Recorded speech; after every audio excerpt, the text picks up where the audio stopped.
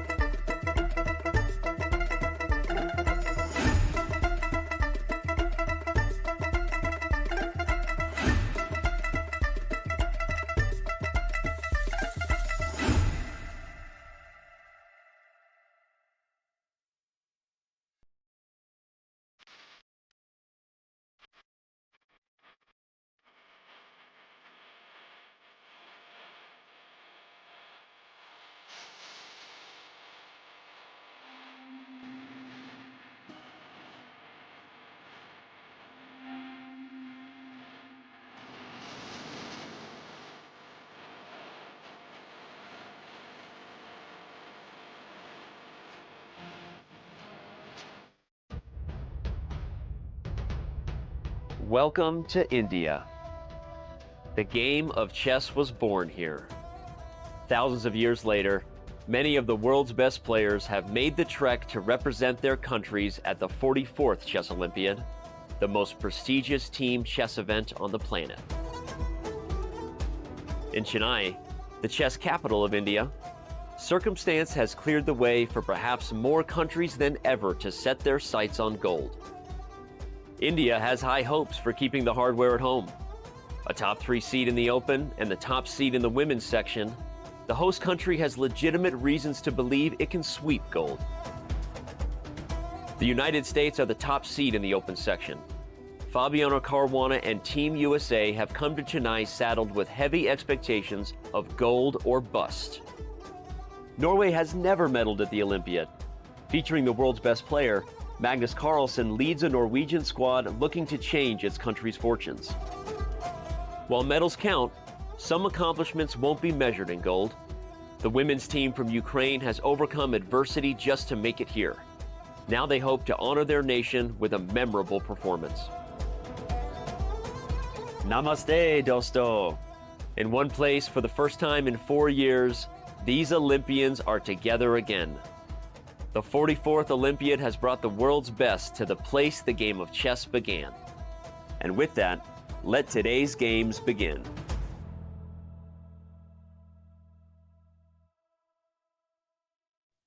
Namaste, dosto. Good morning, everybody, and welcome to the 44th World Chess Olympiad Round 6 from Chennai, India. Another days ahead, a lot of exciting matches. And your host today will be Yasser Servan. I'm Artur Nekshans. We're Grandmasters. We'll be your experts for today. Hello, everybody. Hello, everyone, and good morning to you, Arturs. As always, a pleasure to be in the booth, if you will, calling the action. Thank you, everyone, for joining us. Excuse me, for joining us and sharing your day with us. I'll be monitoring your chat. Looking forward to all of your questions. Let's open the show, Arturs, if you will, with the format. Let's tell everybody what the Olympiad is all about. Right, so this is an 11-round Swiss tournament. Why it's a Swiss, not a round robin? Very simple reason. There's about 200 teams in the open section and the women's section, so you need 11-round Swiss tournament for that. Every single player consists of 4 players. This is a team event. It's not a individual team event. 4 players, 1 reserve player ready to substitute somebody who is not doing well. And what really matters is the match result. You get 2 points for the victory, 1 for the draw, 0 for the loss. So, yeah, it's a team event. And about the time control, 90 minutes for 40 moves, 30 minutes after 40 moves, and of course, plus 30 seconds for every single main move. There you go. It's so simple. And what about our current standings?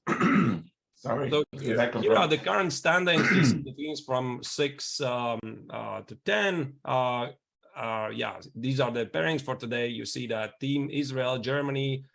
From the matchups, I'm not really sure which game we could follow. Definitely one of the hostess. I guess Indian teams are always fun to watch. Maybe jump into Israel, Germany. I guess we're going to see. So let's move on to the first 5 seeded teams here. Now you see that the top board here is India against Georgia. Yeah, that's definitely a huge match whenever these two ladies teams get together. I almost feel like it's number 1 versus number 2, if you will. Got a very, very heavyweight match that we'll keep an eye on. And in the open section, what do you have for us in the open section? So in the open section, here we see, again, India 3 is in top 10. Could be an interesting matchup. So for the moment, for the third Indian team, it's not going so well as for the second and first Indian team. We're going to talk about that in a moment. Team Netherlands, I see very interesting match against Georgia. I think for Germany, again, I saw Vincent Keimer. I think so. Right, I agree. On the list, right, he's back. So let's move on to the first 5. Here you see it's, again, Team India too, the superstar, Dharmaraja Gukesh today is playing against Gabriel Sargsyan. It's going to be a very interesting match. Also, first and second boards are Indian teams, so Indian teams are doing really well. Indeed, and that Team India too, with their youth. Our producers have done a really beautiful profile of, well, the team that leads the competition alongside Armenia. Let's have a look at their profile. India has the most teams in the Olympiad, including 3 very competitive teams in the open section. This gives the host country legitimate chances to win more than 1 medal. The wild card for these high expectations is the super talented but very inexperienced second team for India. Seated just outside the top 10, many consider this squad to be amongst the most entertaining in Chennai. Norway's Magnus Carlsen even suggested he's more wary of facing India's second team than going up against India's top-seeded squad. That's some high praise from the world champion. Just under 30, Bhaskaran Adiban is the team's veteran. He leads by example with his signature aggressive style. Looking up to Adiban are 4 teenagers, a collective of India's most talented young rising stars. Nihal Sarin, Damaraju Gukesh, Ramesh Babu Pragnananda, and Raunak Sadwani will each be making his Olympiad debut here at home.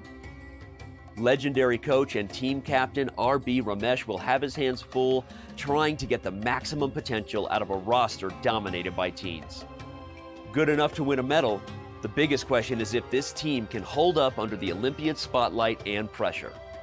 India shared gold at the 2020 Olympiad, which was held online. That said, it has been 8 years since the birthplace of chess took an Olympiad medal over the board. Although in the shadow of India's first team, India's juniors are unquestionably a key component to fulfilling the high expectations set by the host country and its fans. That's really a lovely profile, and indeed, I agree with Magnus Carlsen that Indian second team is a dark horse, something to watch out for. One of my favorite teams, to be honest, on this Olympiad, and perhaps it's a good idea to check again how exactly did they get so far. Yeah, the road to the top after their first 5 rounds. Look at that start. 3-4-0 results. I mean, wow, and very, very impressive.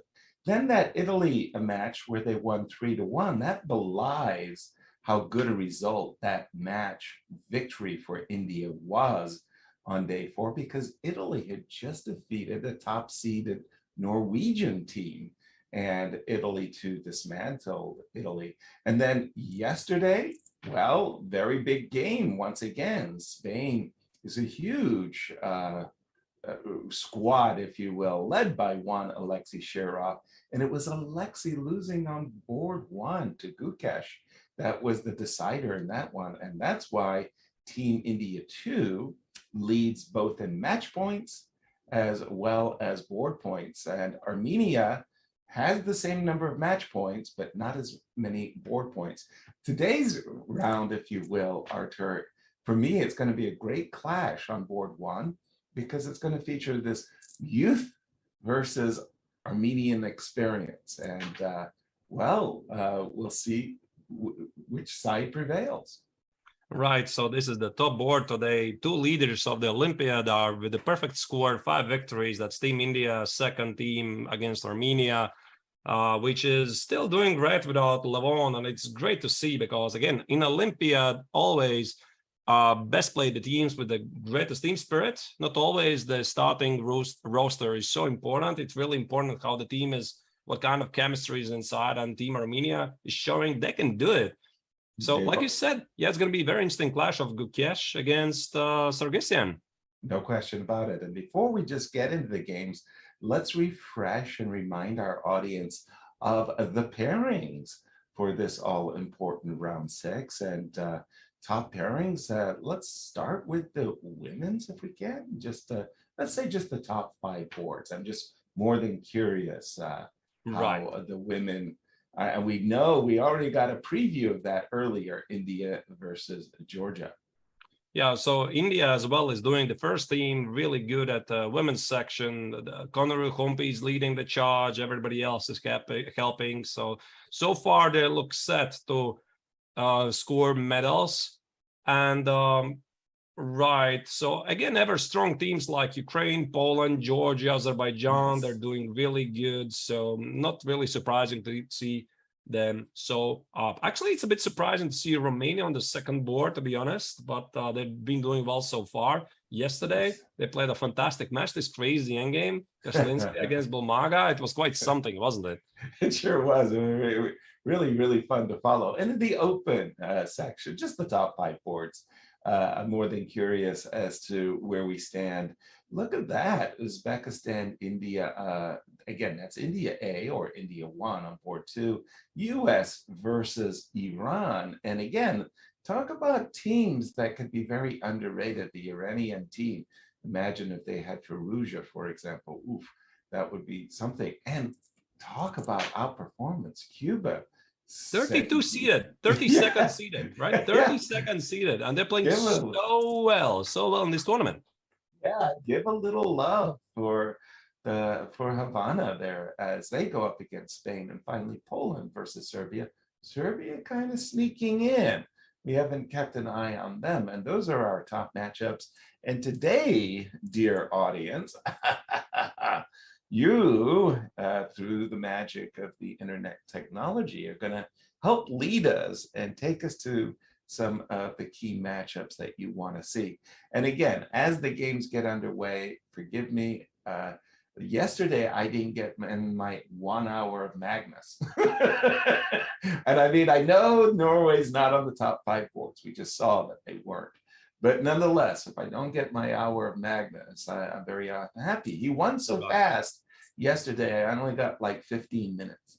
All right. Yeah, definitely. We're going to focus a little bit more on Magnus today. I mean, usually we have to choose which teams to show, but of course we're going to try not to miss Magnus. Team Norway is not doing really so well because they have dropped some points, but I would still give them good chances to score the medals because to my experience, all that matters is what happens in the final about 3-4 rounds. If you manage to win like 3-4 matches in a row, you could just as well be at the top. So despite the fact that Team Norway has already lost, how many? They lost 1 match and the second one was drawn.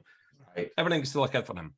Yeah, they gave up 3 match points. That's huge. But like you say, you can hit a trampoline by winning the last 3 matches. That I kind of call those the championship rounds, if you will. You can hit the trampoline. And the reason why it's so effective is when you're hitting the trampoline, you're also knocking down your rivals. So you're right. I mean, they're not out of it yet, but boy, they're really making it a challenge. And do we have the game of Magnus?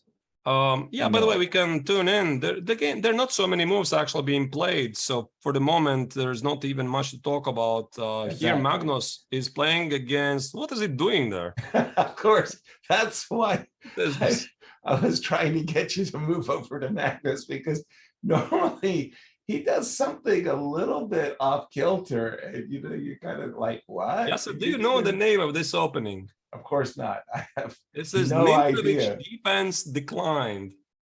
Sorry, say that again. Nimzovich defense declined. That's what it is.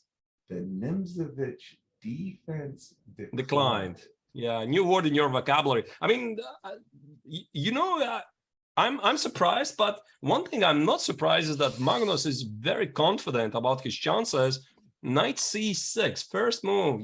I would have to check when was the last time he played this in a very serious tournament especially against 2600 caliber player. But he's like going out, showing his muscles and saying that, listen, everything's going to be decided anyway. He wants to kill his opponent's preparation, I guess. Well, he's definitely succeeded on that. Okay, but I'm a fool.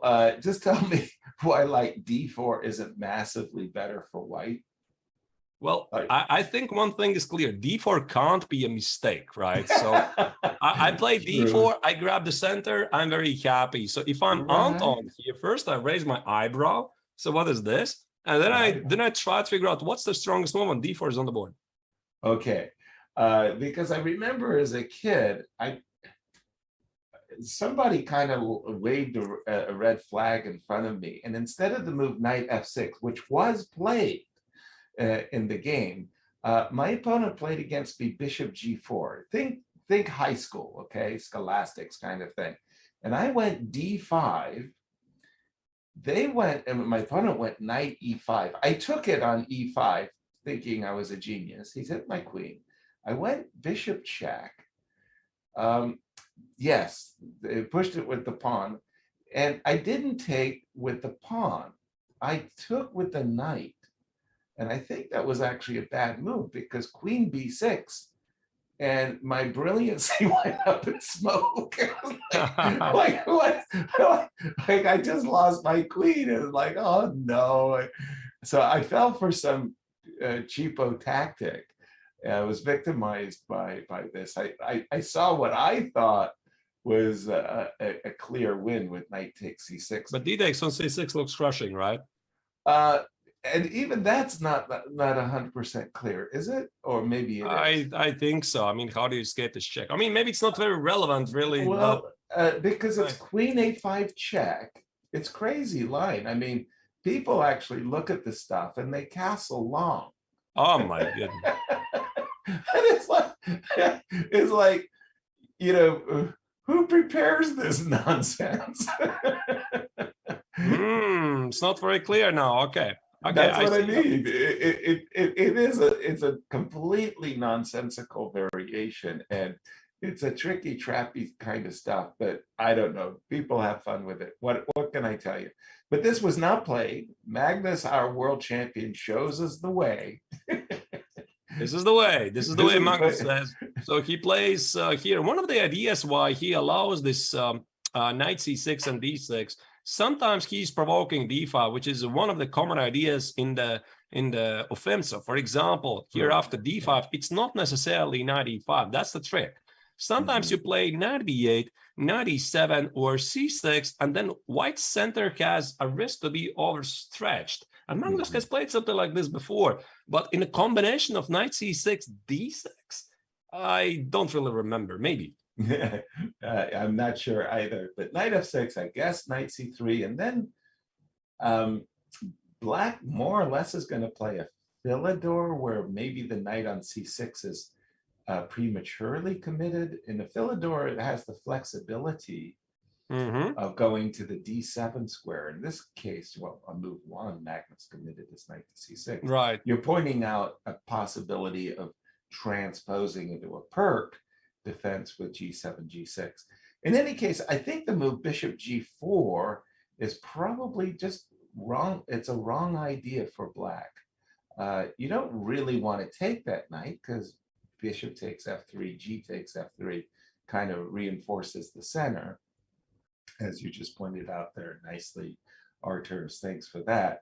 But the other problem is that after a move like d5, knight e5, knight takes e5, one of these days that is going to work. Right. You know, and then you're going to be very unhappy that knight takes e4, bishop takes d1 will work for white. Yeah, this is of course very risky choice for black, but then again, Magnus gets two knights. Maybe if he can maneuver somehow his position in, let's say, d5 here, knight e7, get control of the dark squares maybe, but you know, it feels a bit suspicious to me. Yeah, that's a beautiful word, suspicious. Suspicious. Okay, now that I got in some early feelings for Magnus today and what kind of mood he's in, now I feel a lot better.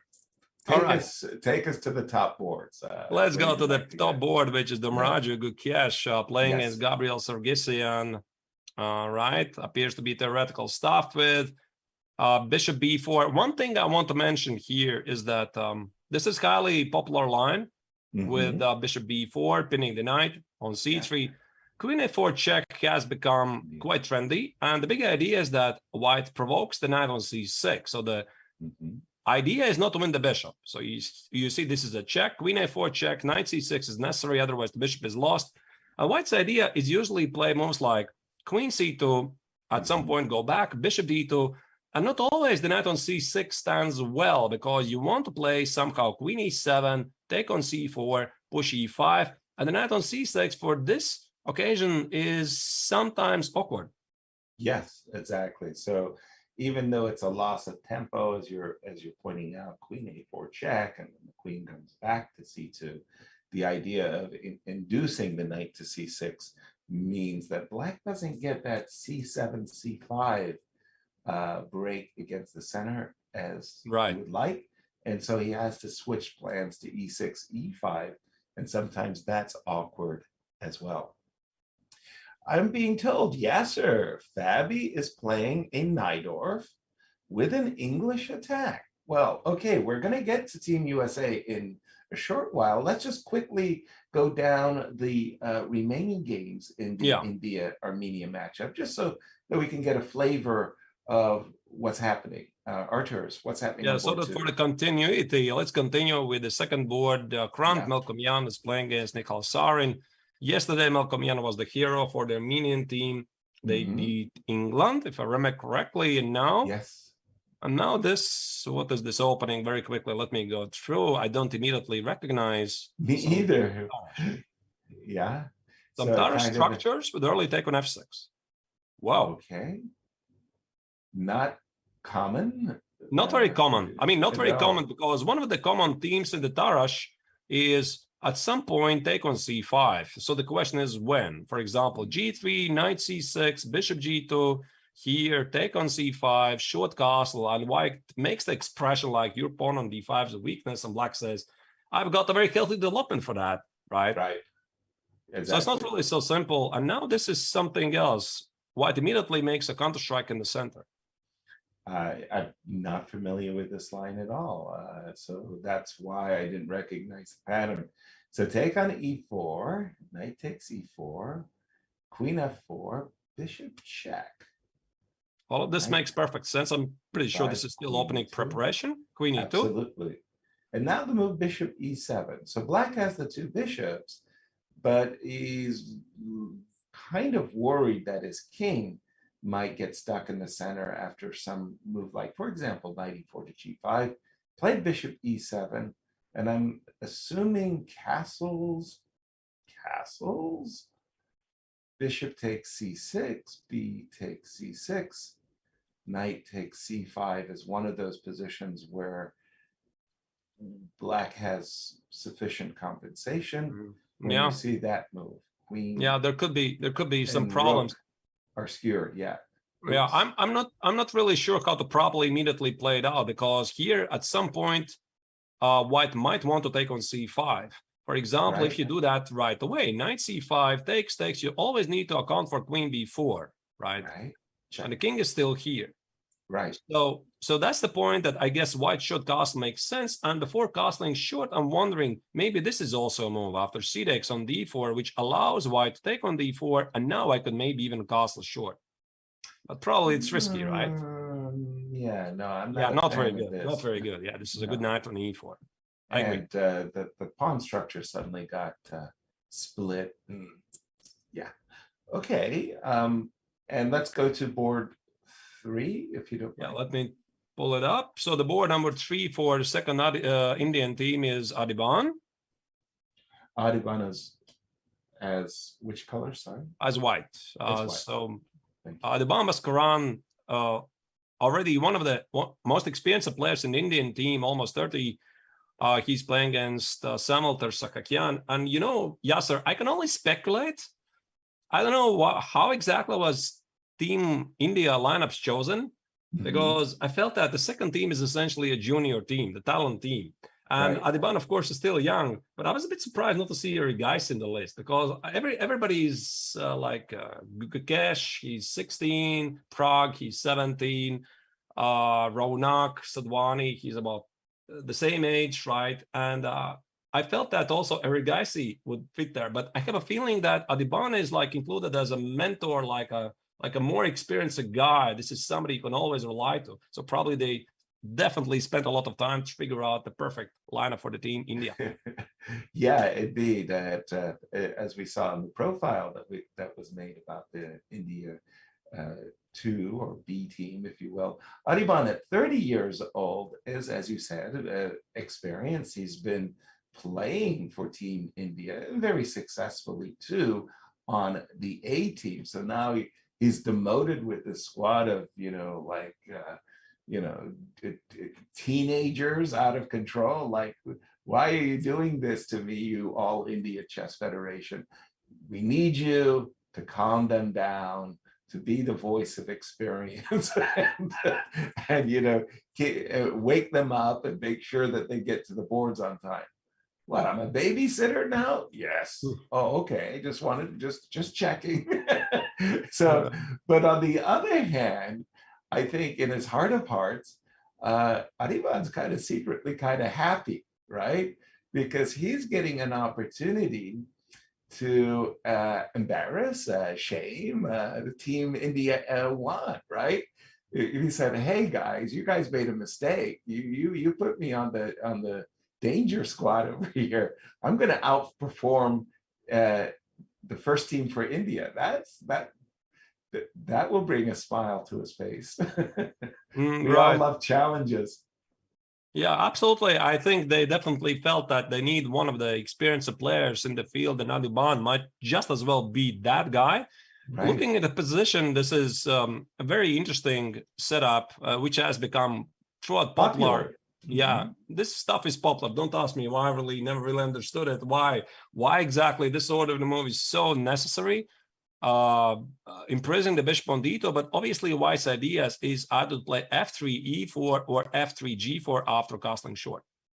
Yeah, the move rook c1 isn't the way, let's say, Wesley So, who's really kind of been a pioneer more than many people on the white side of this. Wesley So has played queen c2, and oftentimes he keeps that option of castling long in his pocket so that, you know, he can play, just as you pointed out, f3 g4 followed by g5. In such a case, you'd rather have your king on the king side. Now, if black does something like radical, like knight a6, in order to play knight b4 and to play pawn to c5, if you play after queen c2, knight a6, white can say, hey, well, that was what I was waiting for. Bishop takes a6, and now I'm going to castle short.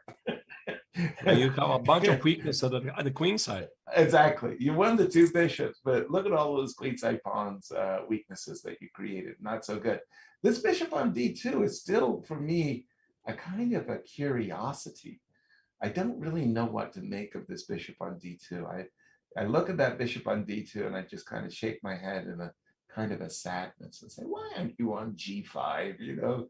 But people like it there. As you say, they oftentimes play f3, e4, and then the bishop does peek out. But it's a strange square for me to put the bishop on d2. Anyway, rook c1 was played. Yep. Whatever is the reasoning for the barn, I'm not really sure. Most likely short castle is going to follow. One thing I would like to pay a little attention before we move on to the next game is this last move, bishop f8. And bishop f8 has become, again, quite a typical retreat move because black is ready to waste the move. But the big idea is that black is waiting for white to play f3. For example, let's say, let me make some random moves like short castle, let's say, whatever, I don't know, g6 and f3.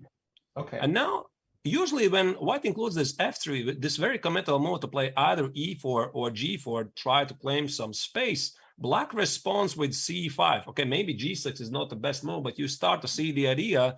And now after the capture, suddenly the pawn on e3 is a weakness.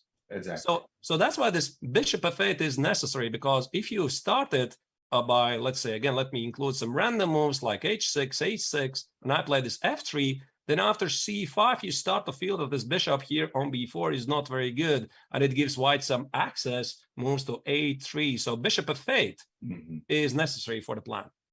Yeah, if you want to, if you're convinced that you're going to be playing for a c5, completely different approach, and one that I actually prefer for black is this approach of playing, I want to play a c6, knight b8, d7. I always like that approach.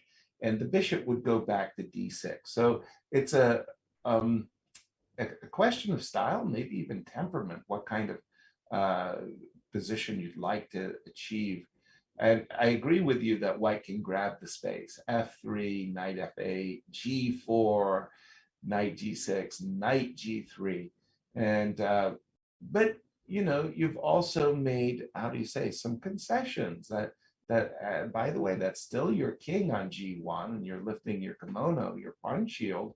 You know, if things go wrong, they can go very wrong quickly for white. We'll keep an eye on this, and our fourth and final game in Team India versus Armenia. Whoa, we went from an awkward opening to Don't tell me this is improvisation. Don't tell me this is improvisation. This is definitely opening trap. Instant ending. What just happened here? I mean, we went whoop, zip, zip, zip, zip. It was fast. Oh, the Berlin ending. Okay. And everybody showed their homework. Okay, so if you play something like c5 and knight e4, which is, I don't think one of the most common plans, then definitely No. this is a prep. Oh, for sure. A5, all of this stuff came super fast, I must say. Knight d6. Knight d6, target the You pawn don't- on f7. Seems you have to take it. You don't want to live with that knight on your doorstep, no? And Right. we are here. And shall we continue the line? Bishop takes g7. I see a pawn, I take a pawn, right? It should be fairly simple, but there's also That's a something rule. hanging. That's a rule. Bishop takes h6. Yeah. And I take on h3. And I go rook f2, I suppose, to defend the pawn. Maybe this is somehow liquidating. I don't know. Liquidating into a draw. I have no idea exactly how. By the way, I'd like to take my move back because you do have to move bishop g4. So I have to ask myself why I gave you the tempo. I should go rook to David 2, rook to d2. Now Right. you can take on b3 and play bishop e6. And like you say, maybe the engines have all worked it out to a draw and everybody's happy. But wow, what an in-depth preparation. Yeah, I mean, welcome to the World Chess Olympiad. What can I exactly. say? So, I mean, at the Wow. World Chess Olympiad, this is incredibly, the level of the preparation clearly goes much deeper than the average standard tournaments, right? I've been For there. sure. I remember still well, Baku Olympia 2016. Yeah. We're playing against Team Latvia, was playing Team Azerbaijan. We spent the entire evening preparing. Our captain, team coach, was preparing the lines during the night. In the morning, he gave a thumbs up. You can play it. And we Yeah. just blitzed out the opening preparations up like first 25 moves. I mean, Wow. it's not even fun. I mean, it's like a mathematical equation, right? Exactly. Very, very deep prep sometimes. Mhm. So welcome to the best chess. Exactly. So we were playing USA versus Azerbaijan, and it was a world team in China. And I had retired already, for 9 years. And they said, okay, we have this coach. His name is Benjamin Feingold, Grandmaster Feingold. He's going to work with you, Yasser, because you're hopeless in the openings. Oh, okay. Come on, Ben. So Ben would come to my room at 10 in the morning.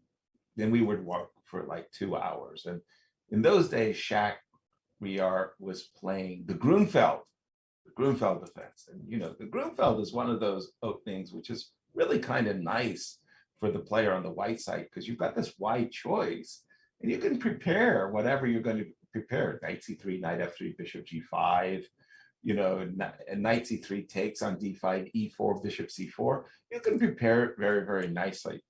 So we paired some very long topical line of the Grunfeld for, like you said, 25 moves. I was like, okay, Ben, you did a great job. Thank you very much. I'm going to go at lunch now. I come to the board, and I went d4, and Shaq played c5. Boom. So without thinking too much, I played d5, and he goes f5. So I'm thinking to myself, this isn't the Grunfeld. I don't even know what this is. I mean, is it the Dutch? Is it the Benoni? Right. I don't know what it is, but it's really nice what you just described, getting in 25 moves of preparation, boom, boom, boom, boom, boom, boom, is like a mathematical thing. Then it's another thing to prepare, great preparation. I'm out prepared. This is exactly on what move two. This is exactly what happened in today's Carlsen's game against Anton Smirnov. Second move, boom, knight c6, d6, completely out of the prep already. Exactly. Right, let's move on. Second board Please. of the teams. First team of India is playing against Uzbekistan, sensational Uzbekistan, who is doing really well in the tournament. Yes, they are. The leader of the team is Norbek Abdusatorov, who beat nobody else but Fabiano Corona himself with the black collar. And Exactly. Abdusatorov is one of the few players together with Domraju Gukesh, who have 5 points out of 5. So eventually, Wow. this clash between them, the super talents, they're going to fight it against between each other. They did it a couple of weeks ago in Biel. So we might see either tomorrow or day after that. Oh, sorry, not tomorrow. Tomorrow's a rest day. But Yes. round 7, 8, we might see a very interesting rematch. Absolutely. And by the way, I've been seeing so many of these Joko pianos, and whether, you know, black plays A6 or A5 or bishop B6 or bishop A7. And I'm looking at this position. It's been a long, long while, maybe since my, again, high school days, that I've seen Queen B3 in a modern Joko piano with top players. And wow, what to say about that move? Just cold-bloodedly hitting the F7 pawn. Mm-hmm. And I've noticed one thing that recently Nodrbek really likes the Italian structures. He's sometimes played knight c3, bishop e3, aiming for a pure positional game, not always giving some advantage. Here, bishop g5, this is a different idea. Voluntarily creating a pin. Right. A5, welcome to the modern chess, fighting for advantage. Exactly. Very interesting stuff. For g5. Yeah, one thing about g5 is that usually if black wants to play g5, probably the safest way to do it before castling. Because if you castle knight e2 and you find the wrong moment to play g5, you might be up for a surprise. Exactly. These piece This sacrifices, yeah, they're very, very awkward. And even with the help of a chess engine, sitting on a practical game with your clock ticking, it's just a grandmasters hate being in these types of pins. Right. So that's why g5 happened before and after. Bishop g3, knight e7 here. Hare Krishna's idea is to play knight g6, maybe expand at the king side. Now after queen b3, I think what Nodrbek wants to do here is persuade black to castle short, so that the king side that's solved doesn't look so scary anymore. Exactly. Once you've got your rook on f8, as opposed to, let's say, rook to g8, where you could go h5 and h4 and g4 and get the things going, once you've castled the rook on f8. But on the other hand, this queen on b3 and the bishop on queen on b3, bishop on c4 make a strange impression. So great, you forced me to castle short, I beg your pardon. So I castle short. I'm still going to play knight g6. And why is the queen on b3?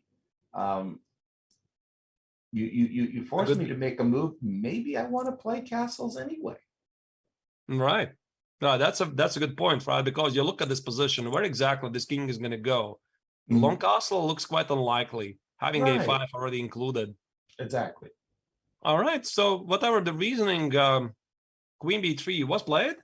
I guess we move to the second board, which is first team of India playing against Nodrbek Yakuboev. You know, yesterday we could talk about maybe for a moment, how does it feel, for example, the first India? I mean, there's obviously some kind of a rivalry, I imagine. No question. First team, second team, and suddenly the second team is leading the tournament. What kind of message it gives for the first team? It's like we have to overtake them, or are they just happy for their younger team, or what's the psychology here? Well, first of all, again, I mean, it feels to us, Arturs, I mean, we've been calling the action and there's been plenty of action. It feels to us like this tournament has been going on for quite some time. In truth, it's still early days. The championship rounds are still distant, 11, 10, 9. So seeing the early upsets, or, you know, who's playing on board one, we just mentioned that Serbia kind of came out of nowhere. Team Cuba is doing well. It's like, you know, eventually, once we get to the championship rounds, you know, we'll know we'll see the quality teams at the end of the competition. So for me, you know, it's still early days, and it's very nice to look down and see, you know, your team, your B team sitting there on top boards is sort of like, yay, yay, yay, yay, really good. What's going to be interesting, though, Arturs, what a day that's going to be, is when the Indian teams start matching up with each other. Then you start talking about rivalries and clashes, and like, no. Now we play for blood. So early days, still too much ahead of us to really drill down and say this is shocking or something of that nature. What do you have in this game? What's going on here? Some sort of a King's Indian. Maybe let's not play out the entire opening. Just one Sure. thing I would like to pay attention to. Yes, sir. What like some old schoolers would say about bishop takes on c3? David Bronstein might appreciate it, but he'd be like one of the very, very few to say, did you consider bishop takes c3? Because he was the root of all evil. No, nobody my generation is playing bishop takes c3. It's sort of like, okay, we're going to send that guy back to school. This is highly provocative, right? I mean, Right? bishop takes c3. This is simply purely anti-positional because it weakens the king, weakens the dark squares, and I think that Jobava is so convinced in his capabilities that he is literally taunting the opponent to attack. He wants to play queen e7, f6, knight e5, maybe protect the pawn on d6 with the idea that those weaknesses in the long term they're going to show. Okay, but there is a big fat pawn sitting on the d6 square, which is very easy to attack. This backward pawn on d6. Shall we just say that White's intentions of rook d2 and rook d1 could be easily telegraphed? Also, in combination with bishop f4 and the knight on c2 is maybe a bad piece. I could definitely I can easily imagine the Black's plan. It's something like, I'm not sure the order the most. Let's say knight e5, rook d1, whatever, rook d8. Let's say bishop f4, f6, knight e3, knight c5, and maybe somehow put the knight on e6. Exactly. You know, but still, I like white. I definitely choose white here. And in this case, by the way, you do have the very nice square knight f7. I think earlier in this variation you were showing, White had an opportunity to play f3, f4, and just kicking the knight back to that nasty square d7, and there would have been an issue there. So you have to get it right. That you got to your move order is black. But I understand what you're saying, that you'd like to see the pawn on f6, the knight on e5, the knight on f7 as a way of protecting the pawn.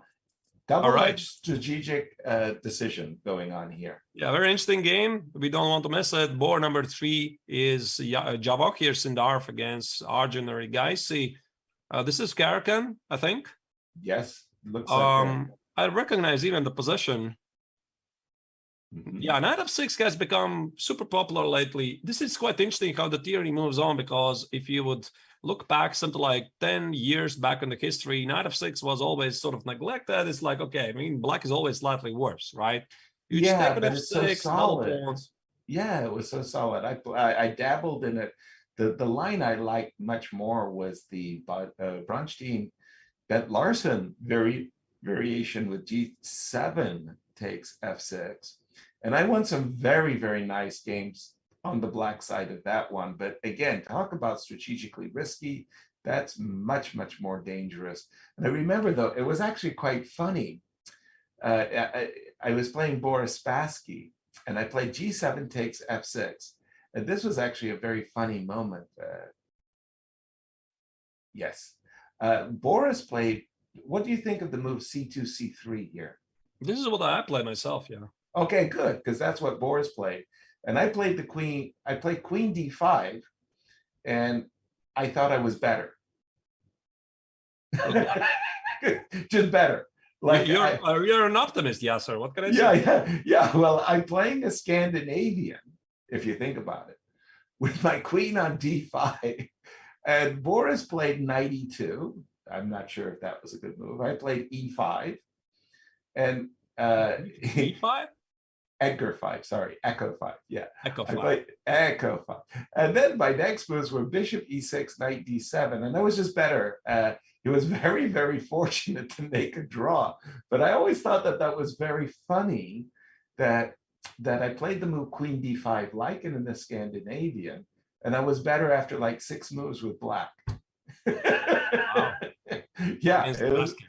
against Spassky. Yeah, who at the time, I mean, Boris Spassky at that time, but seriously, not a joke. I mean, he's playing in these world championship candidates, and he just lost to Viktor Korchnoi. So he was really, really a top guy.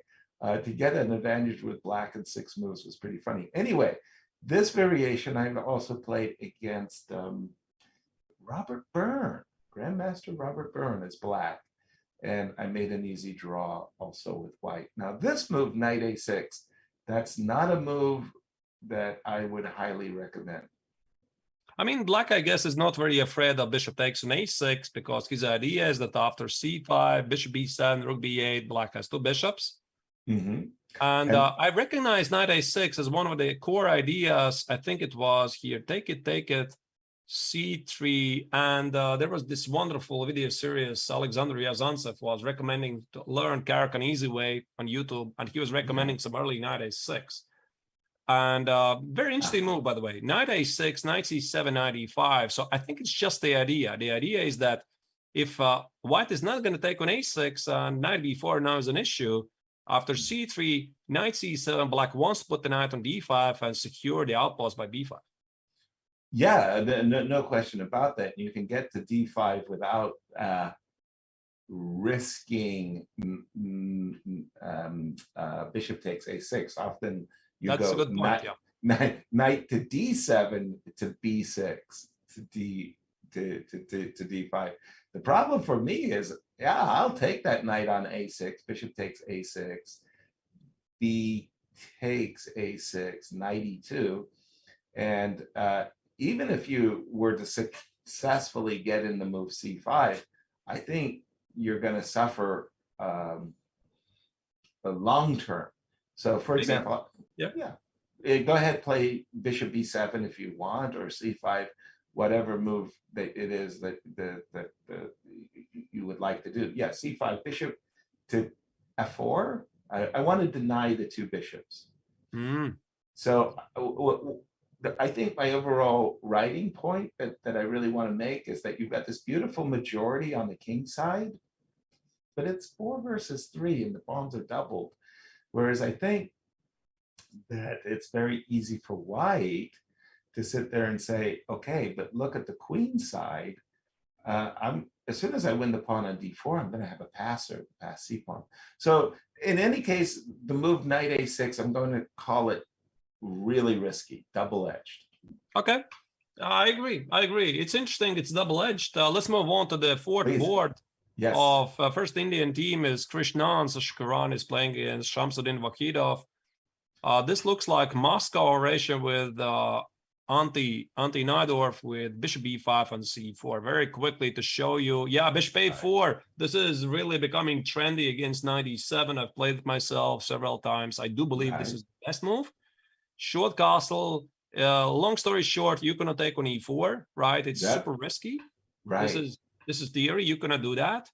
So e6 is the most precise move. I'm not playing a6. Again, there's a long discussion why, but let's just stick to this. And white just is trying to build up some sort of formality bind. Yeah, and again, I played the hedgehog my whole life as black. If I got in the moves b6 and bishop b7 here, I would ask, what is your bishop doing on a4? Usually in the hedgehog, it's sitting nicely. I don't care on the e2 or d3 squares. And in the hedgehog, you don't lose the tempo to play d3, d4. You just play d4 right away. So if it's, to my eyes, I am very, very happy as black here. Again, I'm thinking b6, bishop b7, knight e5. What's my problem? Yeah, probably none. I mean, it's just exactly. I think white also might try to treat the position as some sort of an English opening, a3, b4, etc. Yeah, really interesting. What do you Okay. think, Yasser? We move on to United States. Let's game do match? it. Let's do it. Oh, we got a war. There's something crazy going on. Before we switch to the United States, board 3, Quezada Perez Luis against Santos Latasa is something crazy. Before we move on to United States, let's check do it it. out. What is this craziness? Let's What? do it. There's a bishop on h1. Sometimes I have to orient myself like, oh my gosh, white is just checkmating. What's crazy about this? But it's not a rook on h1, it's a bishop. How did this happen? Just a second, I'm curious. White is down a piece for a pawn. He can take on g5. With a hakasito, yeah. Yeah, let's check very quickly. h4, there you go. There goes Right. White's ambition. Boom, knight g5. Right, this reminds that. me of a blitz game I once played with Timur Radjabov ages and ages ago, but okay. Takes on g5, takes on g5, bishop takes g5. And it's just a sacrifice. I think it's a shock kind of a sacrifice, right? Because you're just, as black, you're not expecting, your king's not even on g8 yet, right? So, Right. like, how could you be sacrificing a piece when I might play d6 and king d7? So it's a kind of a shock. This is a shock, because let's say if after I would include something like rook b1, short castle, now h4, h6, h5, g5, I would definitely consider this, because this looks quite something, right? I can play Exactly. h5, h6. The king is here. That's a bonus. Right. But without king there, I think that's quite shocking to me. For sure. Very, very, very, very surprising. Now, in this position, I'm not a big fan of this move f6, by the way. Okay, it's quite clear it's quite clear that white wants to go at h6 and kind of disturb, and maybe on a great day, bishop takes c3, and then white could go bishop f6. It's all nice and good. But I would be thinking rook g8 for black, with the idea of, first of all, bishop takes c3 check and rook takes g5, but also just kind of making the square h8 available for the bishop in case we see a move like queen d2, h6. It's a knight e4. Oh, knight e4, sorry. Knight e4. Oh. Knight e4. Quite surprising resource. I mean, I just tried to guess, why not rook g8? Knight e4 is something which came to my mind. It makes perfect sense, actually. And I guess bishop b2 is bad. Yes. Why? For some reason. Maybe even because of knight f6. Oh, knight and f6. pawn is unstoppable.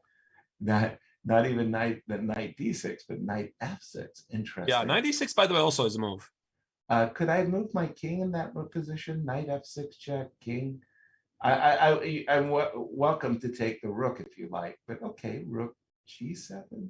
This is such an unusual position for me. I'm having a hard time trying to figure it out. Yeah, super unusual. I mean, maybe you're right. Maybe it's 96. I don't know. Both of them look good. What happened in the game? Because what happened in the game also looks very confusing. F6. I guess the idea is to push away the bishop and then play bishop h6. So actually it makes sense, right? If you go away with the bishop somewhere, I can always play something like bishop h6 and the h pawn is blocked.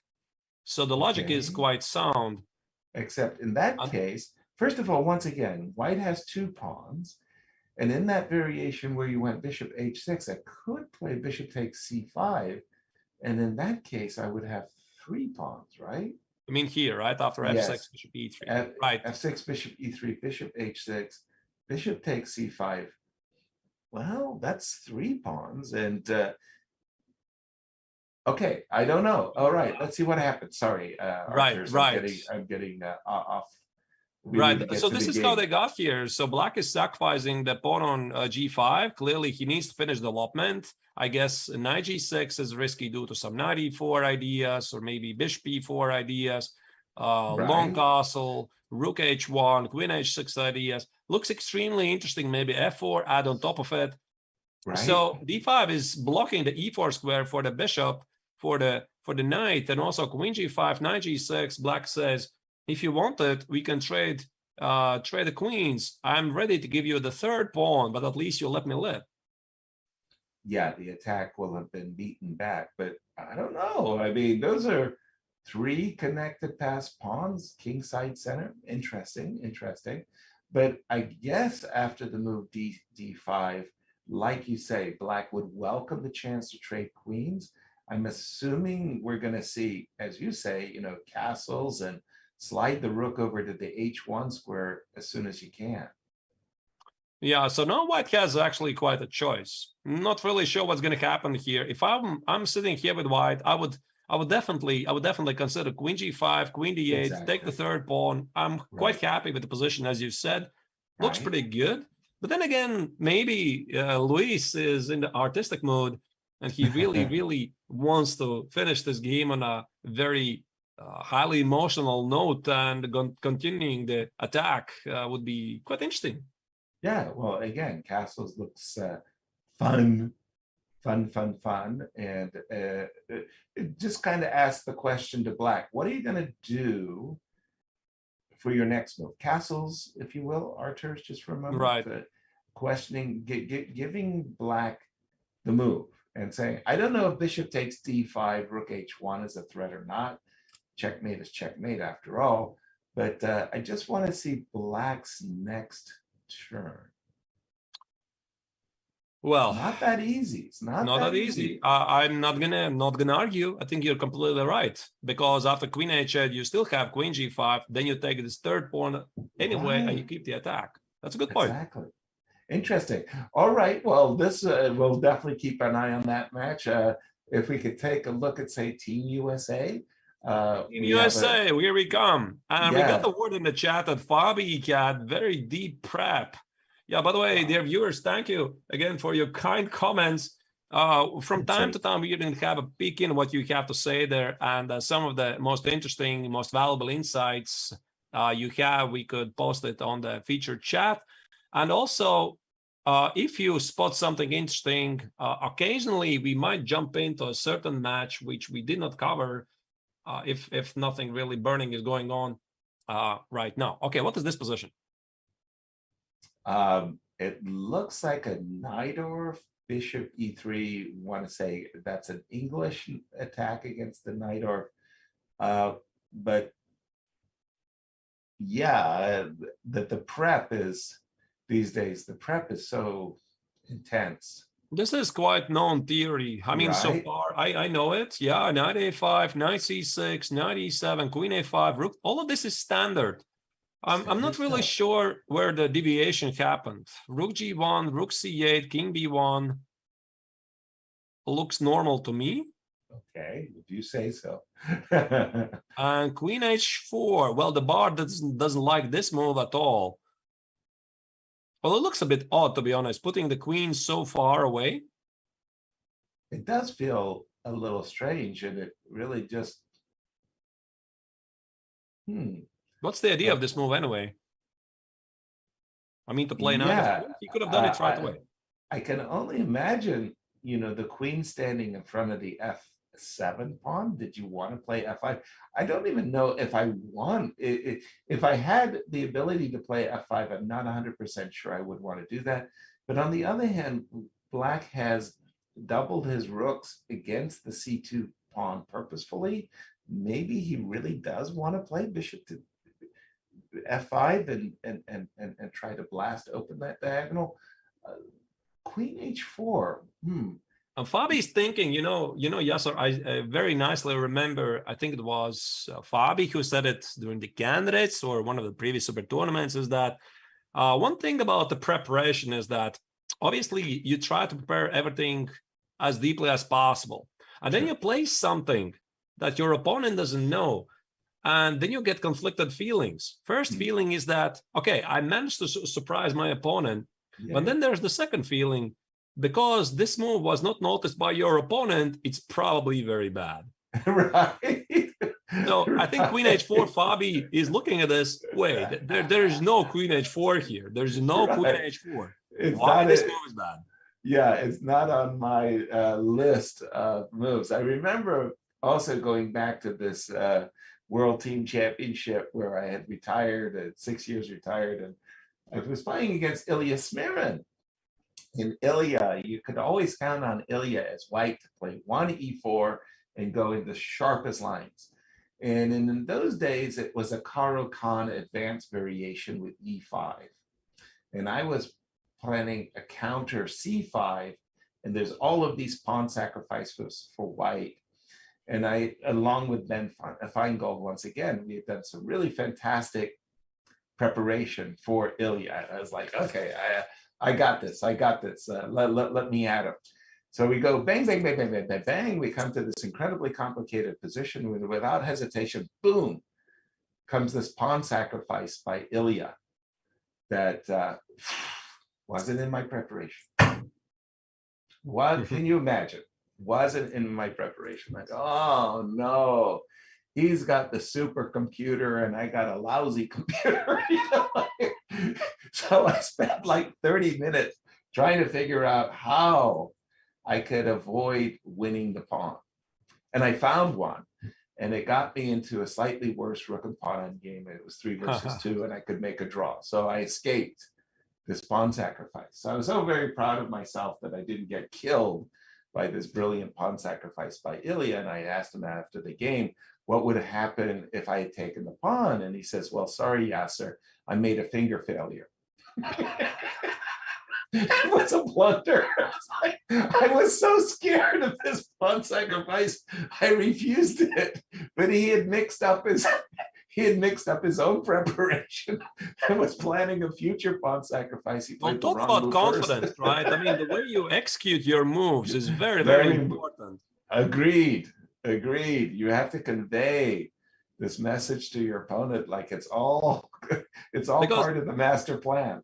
Psychology obviously plays a huge role in chess, and if you make this move and you're not looking very confident, you look nervous, and your opponent is like a predator. He feels something is wrong, like sniff it. I mean, something is there, and you just play it very quickly. You're super confident. Take a cup of coffee. I mean, nobody's gonna even suspect that was a mouse slip.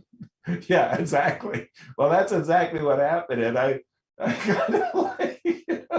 I was like, okay, I just have to register that for the next time, because unfortunately, the preparations are so deep that sometimes you don't recall accurately. And the move Queen H4 that Fabi is currently facing, he's saying, wait a minute, that's not on my list. Like, did my opponent A, mouse flip, or B, really work harder than I did on the position. Now, if you don't mind, just talk about this position for a second.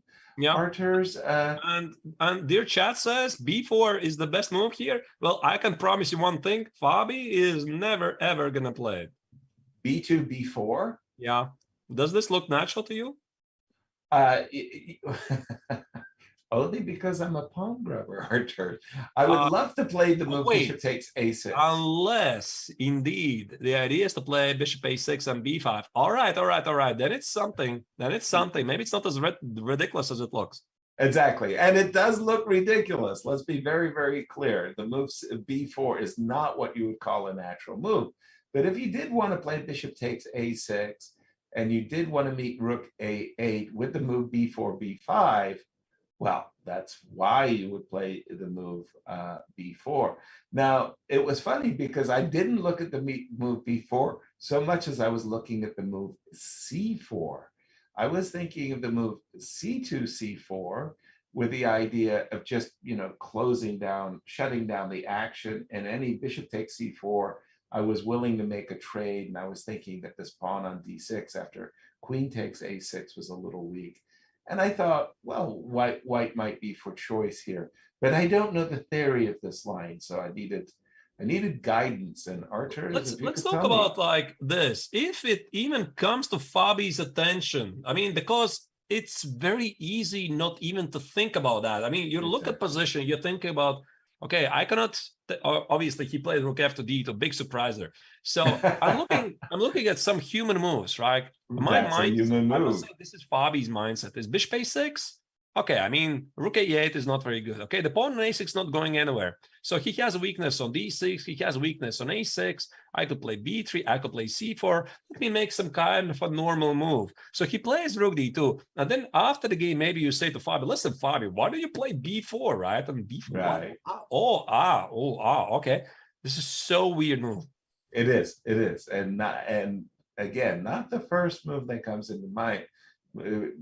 For me, this is a very normal human move. This move, rook to d2, that's a backward pawn on the d file. You double your rooks and you take it. I mean, as Ruben Fine would say, it's natural as a baby smile. Right. b4, yeah. If I was very, very well prepped, I do it hesitatingly. And that's only after being very, very well prepped. What other games are going on in the... Let's move to the second board. Please. Levon Aronian is playing with black against Beta Bay. It's quite interesting that today is another rest day for Samuel. Sam Shanklin, yeah. Right, so he's not playing a second game in a row. I find it be interesting. I guess the team captain feels that this lineup right now is doing well. Obviously, Dominguez is doing really good so far. There's no need to trade him. Exactly. Another important match. Again, we don't really know too much of, hopefully everybody's healthy, but in fact, for me, the role of the reserve player has always been, if somebody's doing badly. If nobody's doing badly, the reserve player is going to play a very few number of games. Like if you play 3 or 4 games as a reserve player, that's not a surprise for me.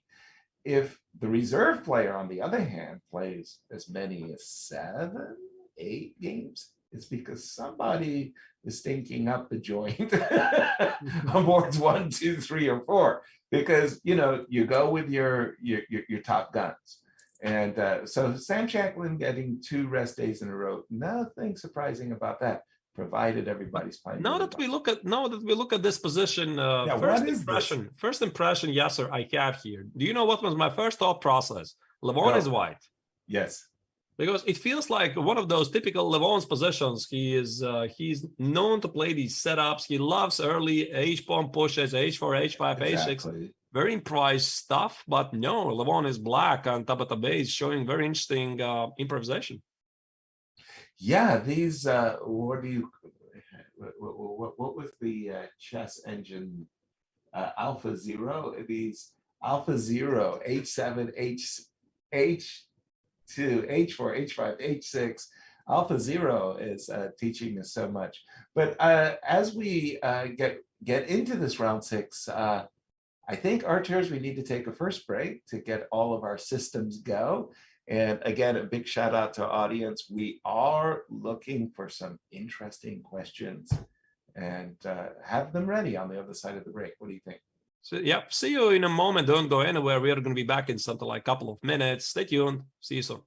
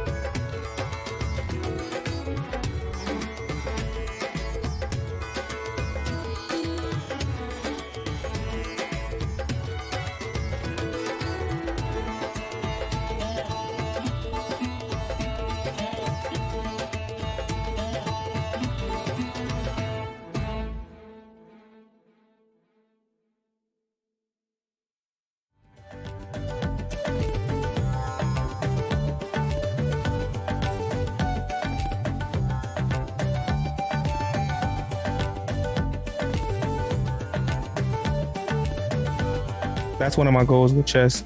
More people play chess than those that play football. Like millions of people play chess around the world. So why not, like, why isn't it more mainstream in terms of like pop culture and stuff like that, you know? Yeah. So that's one of my goals with chess, just to make it to where people actually enjoy watching chess and being a part of the chess community.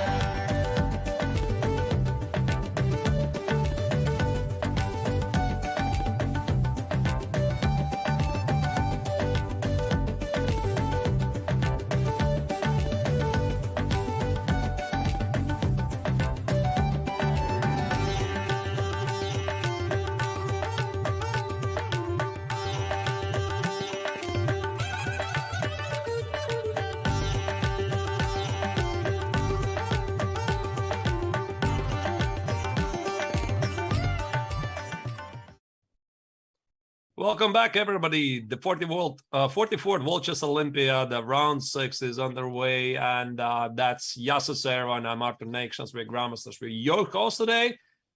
Before we jump into the ongoing games, let's check the current standings in the open section.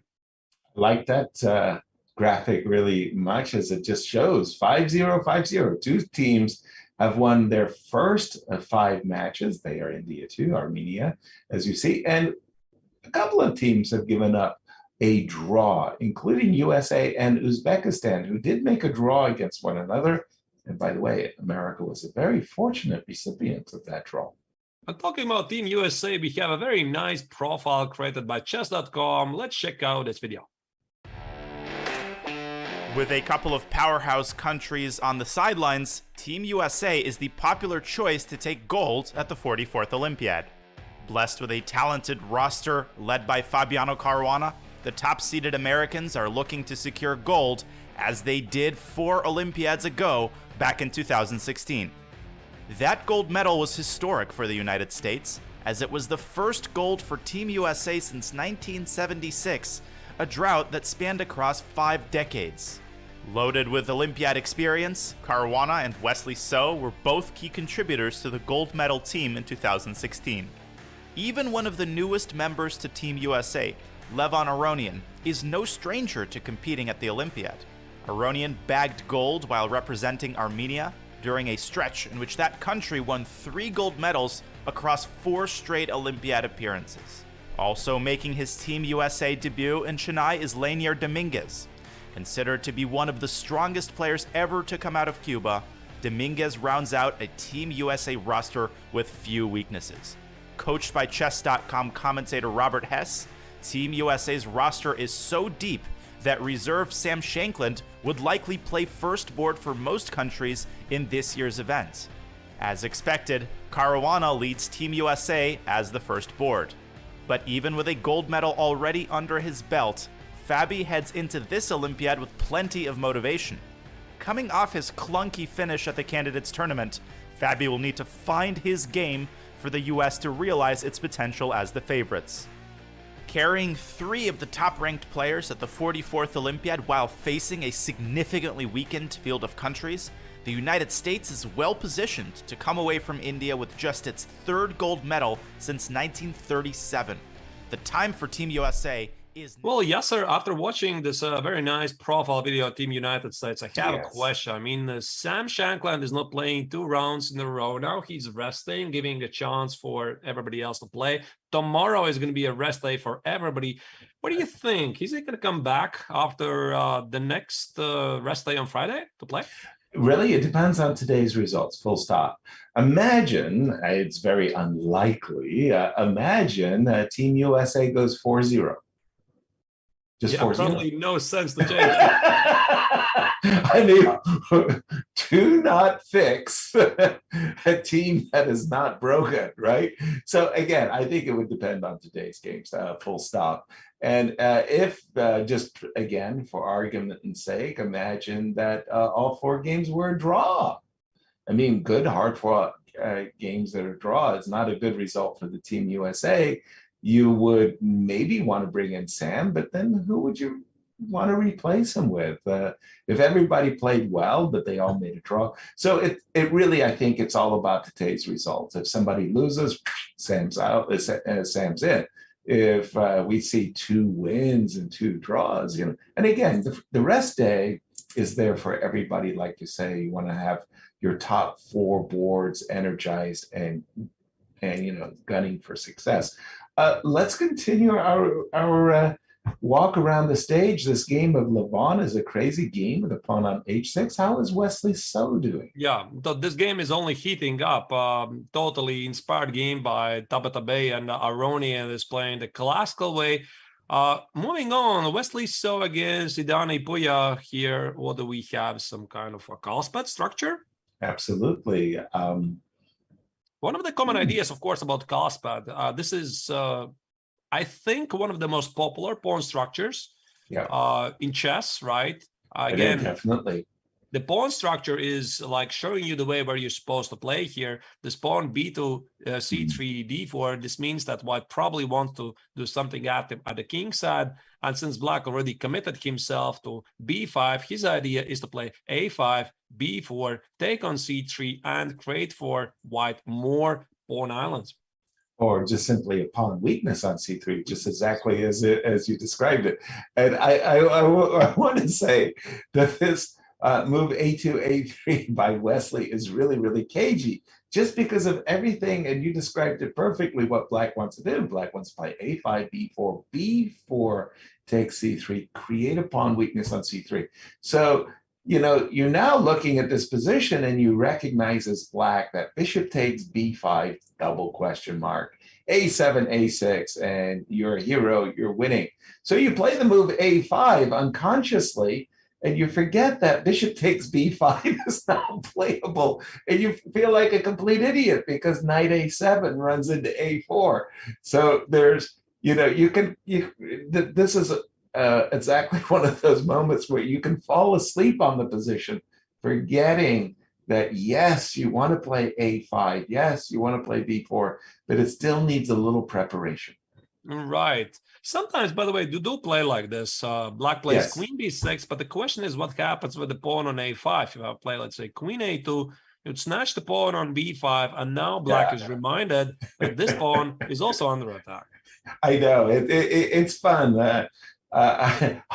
Seriously, I'm laughing, and I don't mean to be laughing about it, but I have caught one or two opponents, let's say, that have been napping about that b5 pawn.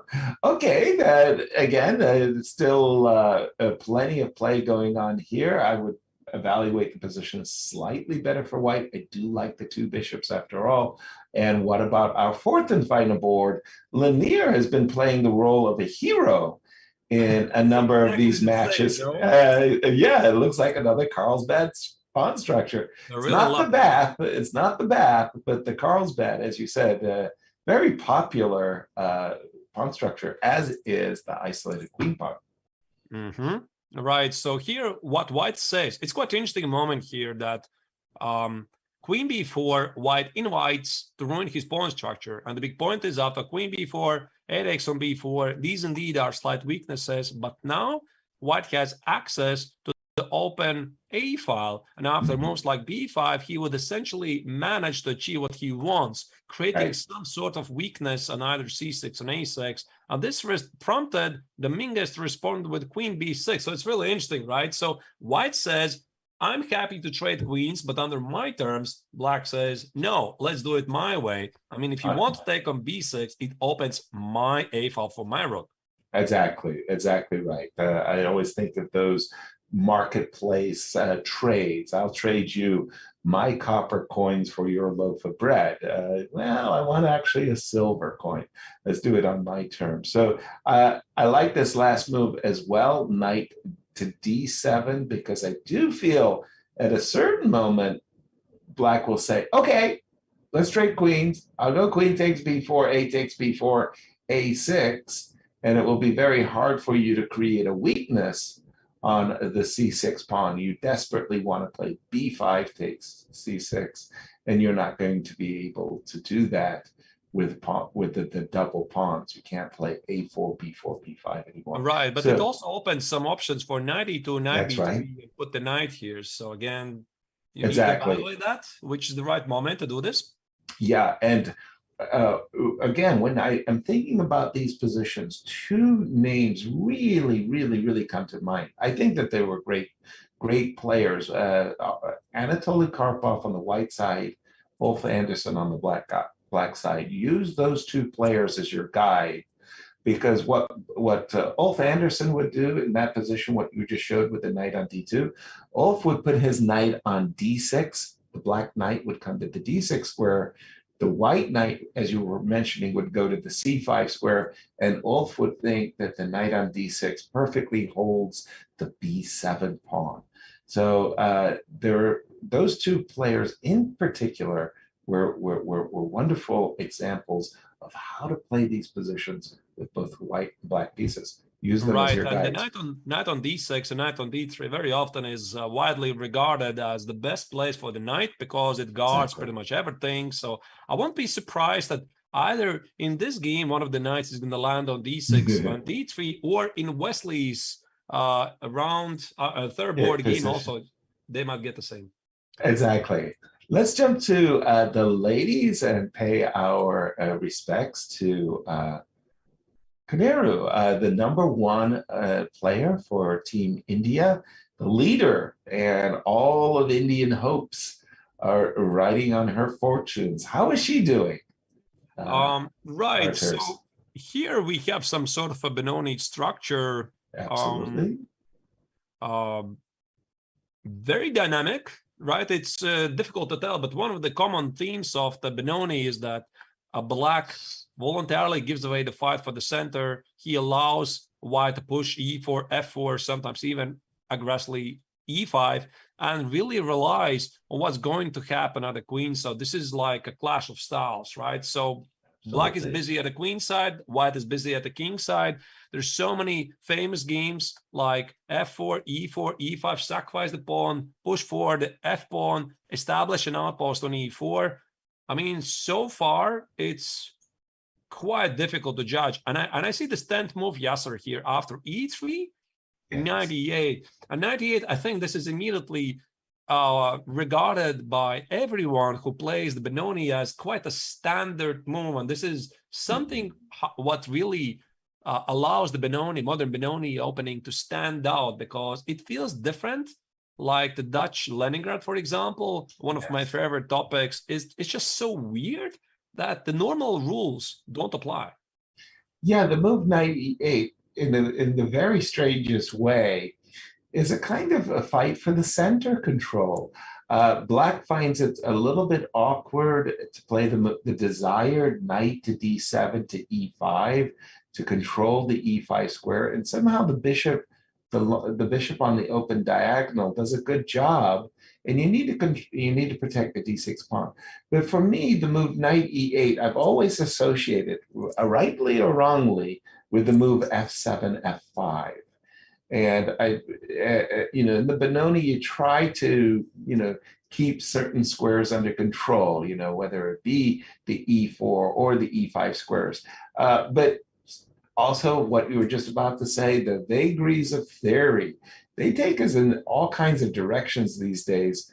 And I've got to tell you, I mean, the Benoni for me was always one of those openings that, you risk strategically a lot. And I think that the modern engines almost start to give, white a plus half a pawn. And in the case of the King's Indian, almost a plus one pawn. They just think that white's center control is too great. Yeah, indeed. Very sharp battle ahead. So we are going to move on to the second board where Harika Dronavali is playing against, with the black color, against Nino Batsashvili. Mm-hmm. And again, we see this kind of paradoxical bishop on d2, which in this case has kind of transferred itself to e1 to f2. And even though it's kind of trapped behind the pawns, it has a role.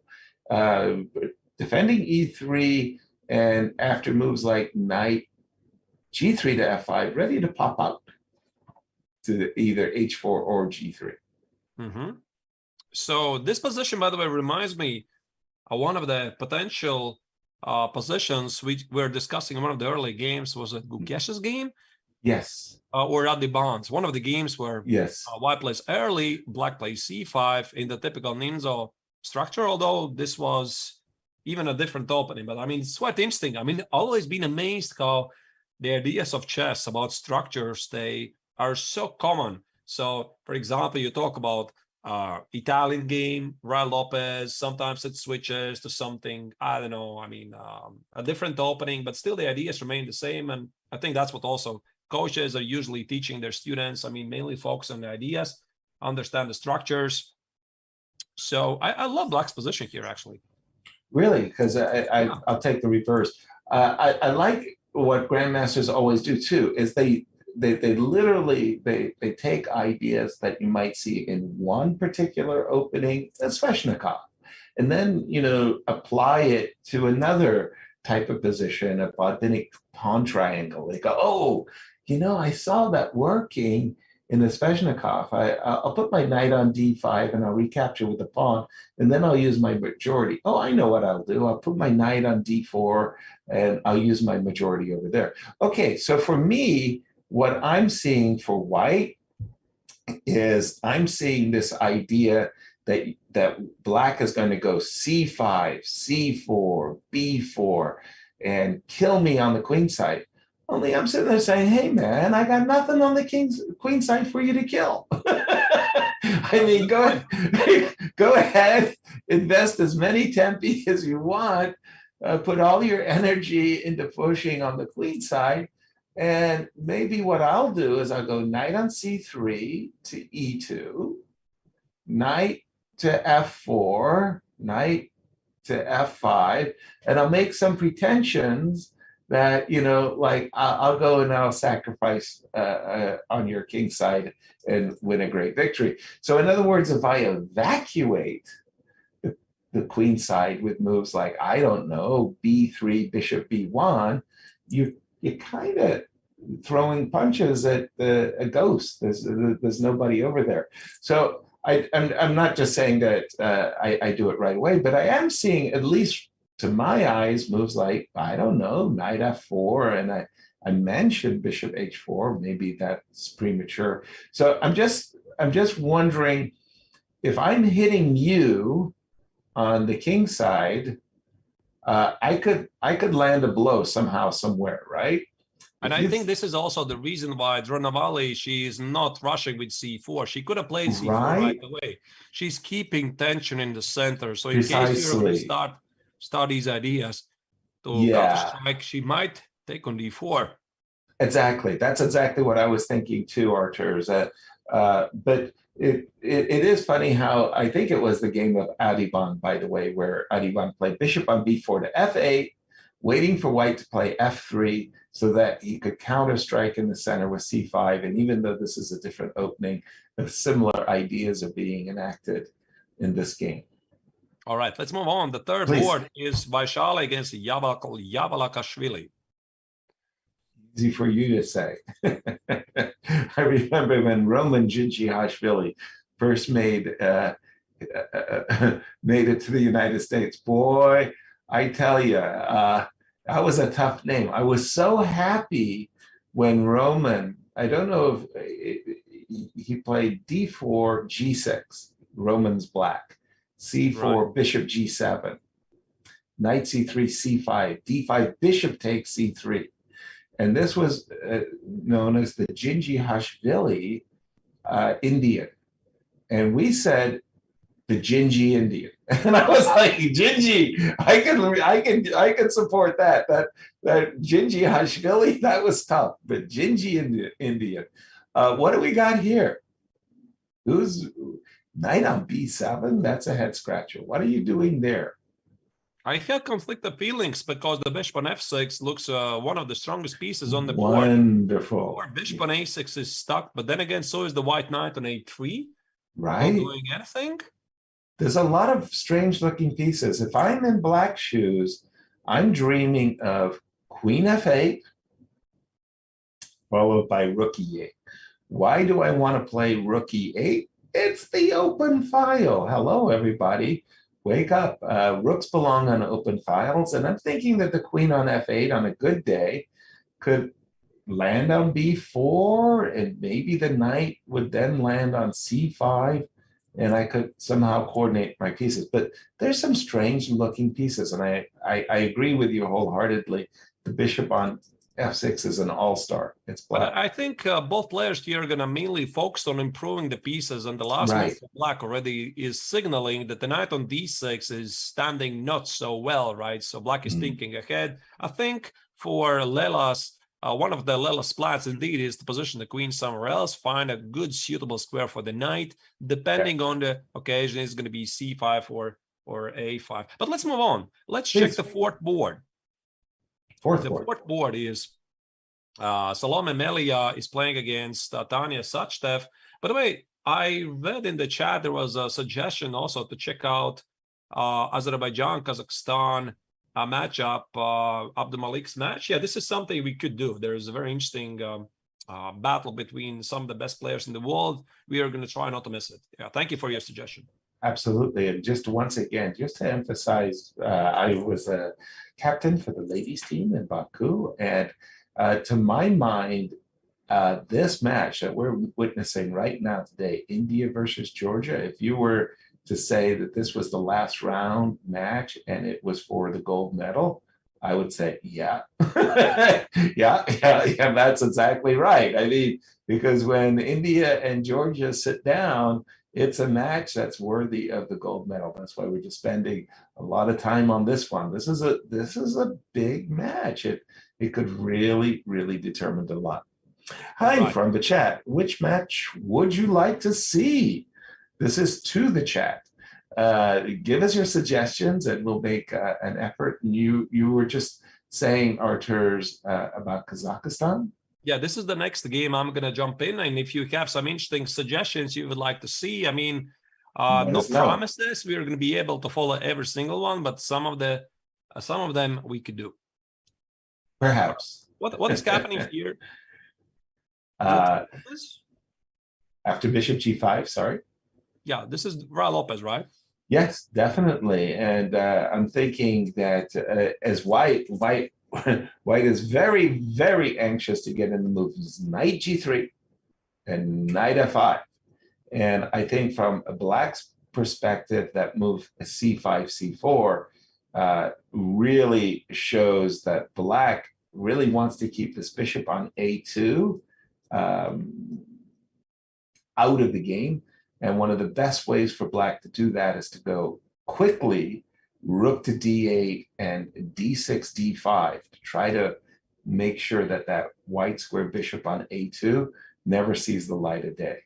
It's actually quite interesting, Yasser. I mean, Yeah. I already noticed in the previous game that you mentioned this kingside attack, White is slowly building up something.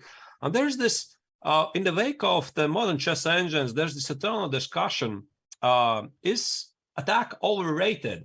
What I'm talking about, there's many openings where you gather the pieces towards your opponent, and according to the modern chess engines, it's nothing. And I'm remembering one of the first examples that jumps to my mind is the closed French King's Indian attack.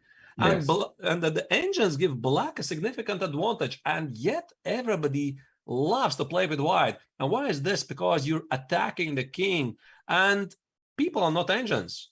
We're human beings. We make mistakes. We're worried about the king's safety. And this is something that engines simply don't understand. And I absolutely wholeheartedly agree with you, Yasa, when you say you gather all the pieces at the king's side, you make the opponent's king worry, even though if the engine says, it's nothing. Kill. Yeah, agreed. And again, the engines are just wonderful. They're great training tools, and it's very easy for us and our audience to sit there and say, Archers, what are you doing? The engine says triple zeros. You have nothing to worry about. That queen and those two bishops and the rook that were attacking your king were not fearsome. And you're like, dudes, my clock was ticking. There was a queen, there was two bishops, and the rook. I gotta tell you something, that was fearsome. I was afraid. I saw a ghost, and I didn't defend like an engine. Yeah, you're right. The King's Indian attack, people like to play it as White. The engines say there's no attack. Yeah, sure. If you can defend like an engine, you know, big applause. Not so easy when your king is under attack. Let's jump into this one game. I would like to still see Please. Jansai Abdulmalik from Team Kazakhstan. Very interesting matchup against Azerbaijan. So Mamadzada Abdulmalik, what do we see here? This was a request from the viewers. Rook D8 check. Okay, so White appears to be slightly better, right? At least visually. Well, let's see. You've got to go back with the knight, right? Maybe it's actually more than slightly better. Well, if you go back with the rook, bishop takes f6. Wait. Is lights out. Well, this is really lights out because I can still take it and play bishop d7. Are you in a couple of pawns? Correct. At least. At least. At least. Okay, if there's not more. Yeah, I'm very happy with a couple of extra pawns. Thank you very much. But yes. But this rook d8 changes a lot. Precisely. I thought that puts the kibosh on Black's position, actually.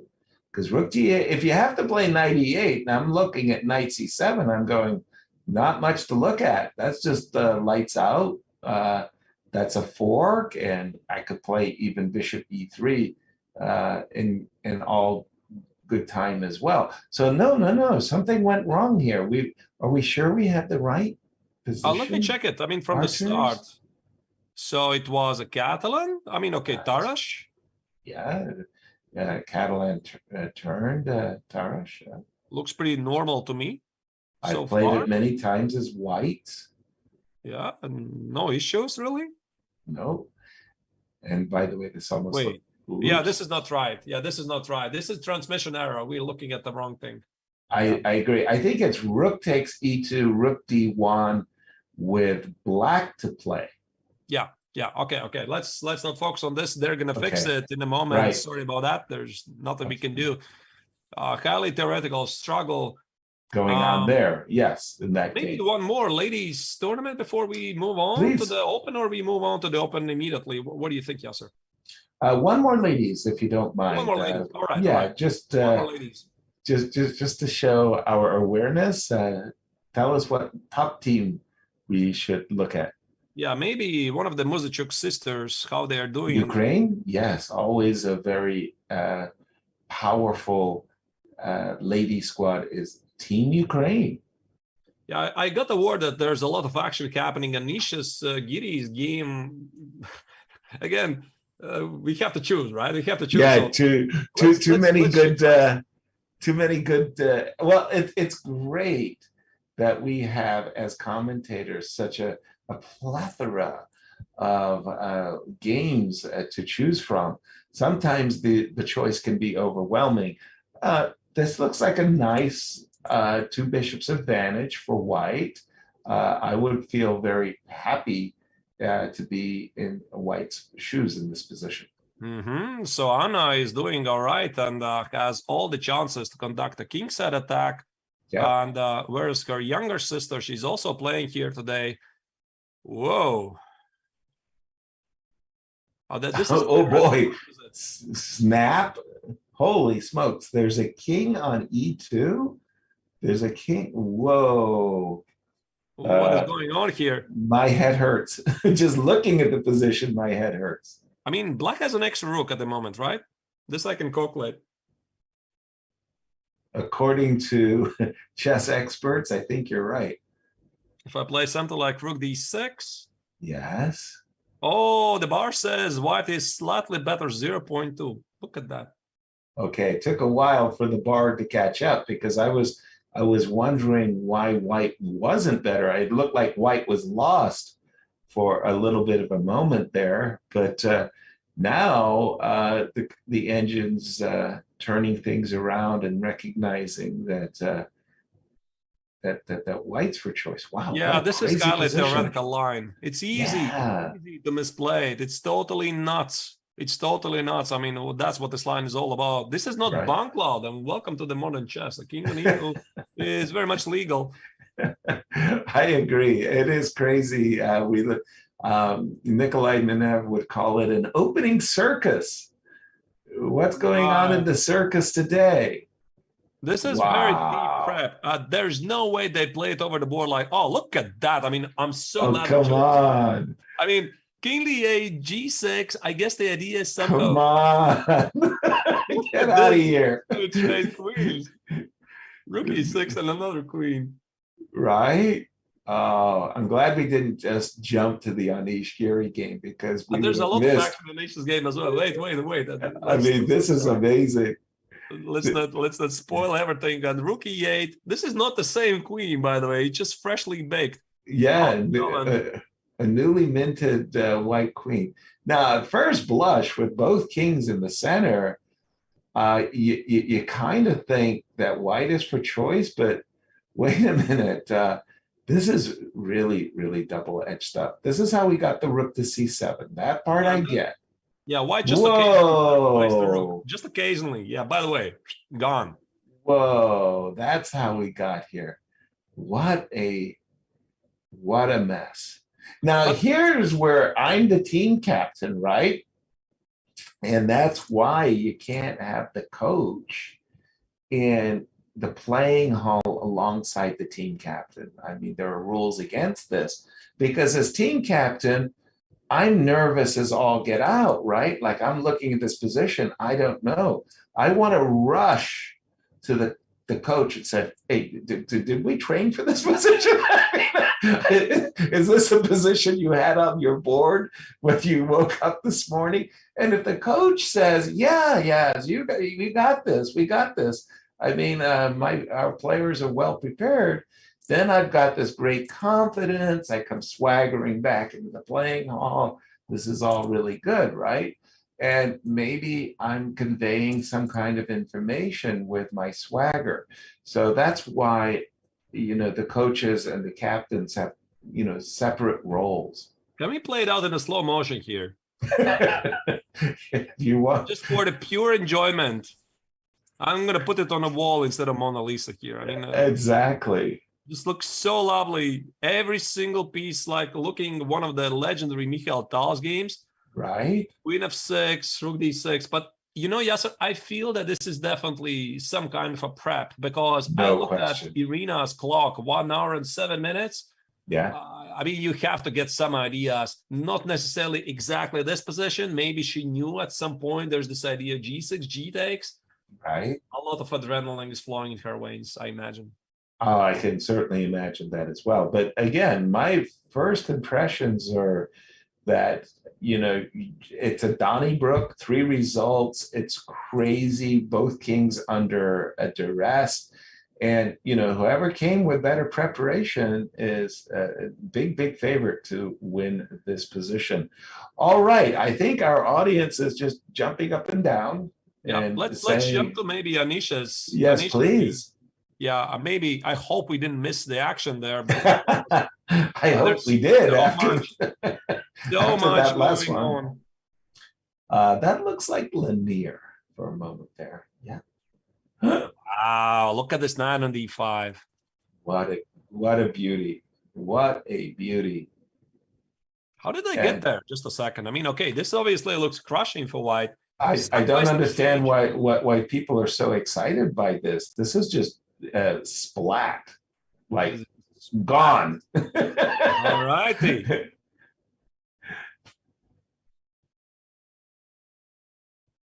So Anish is on fire. Yesterday he sacrificed a rook against Carlsen. Today he sacrificed a rook.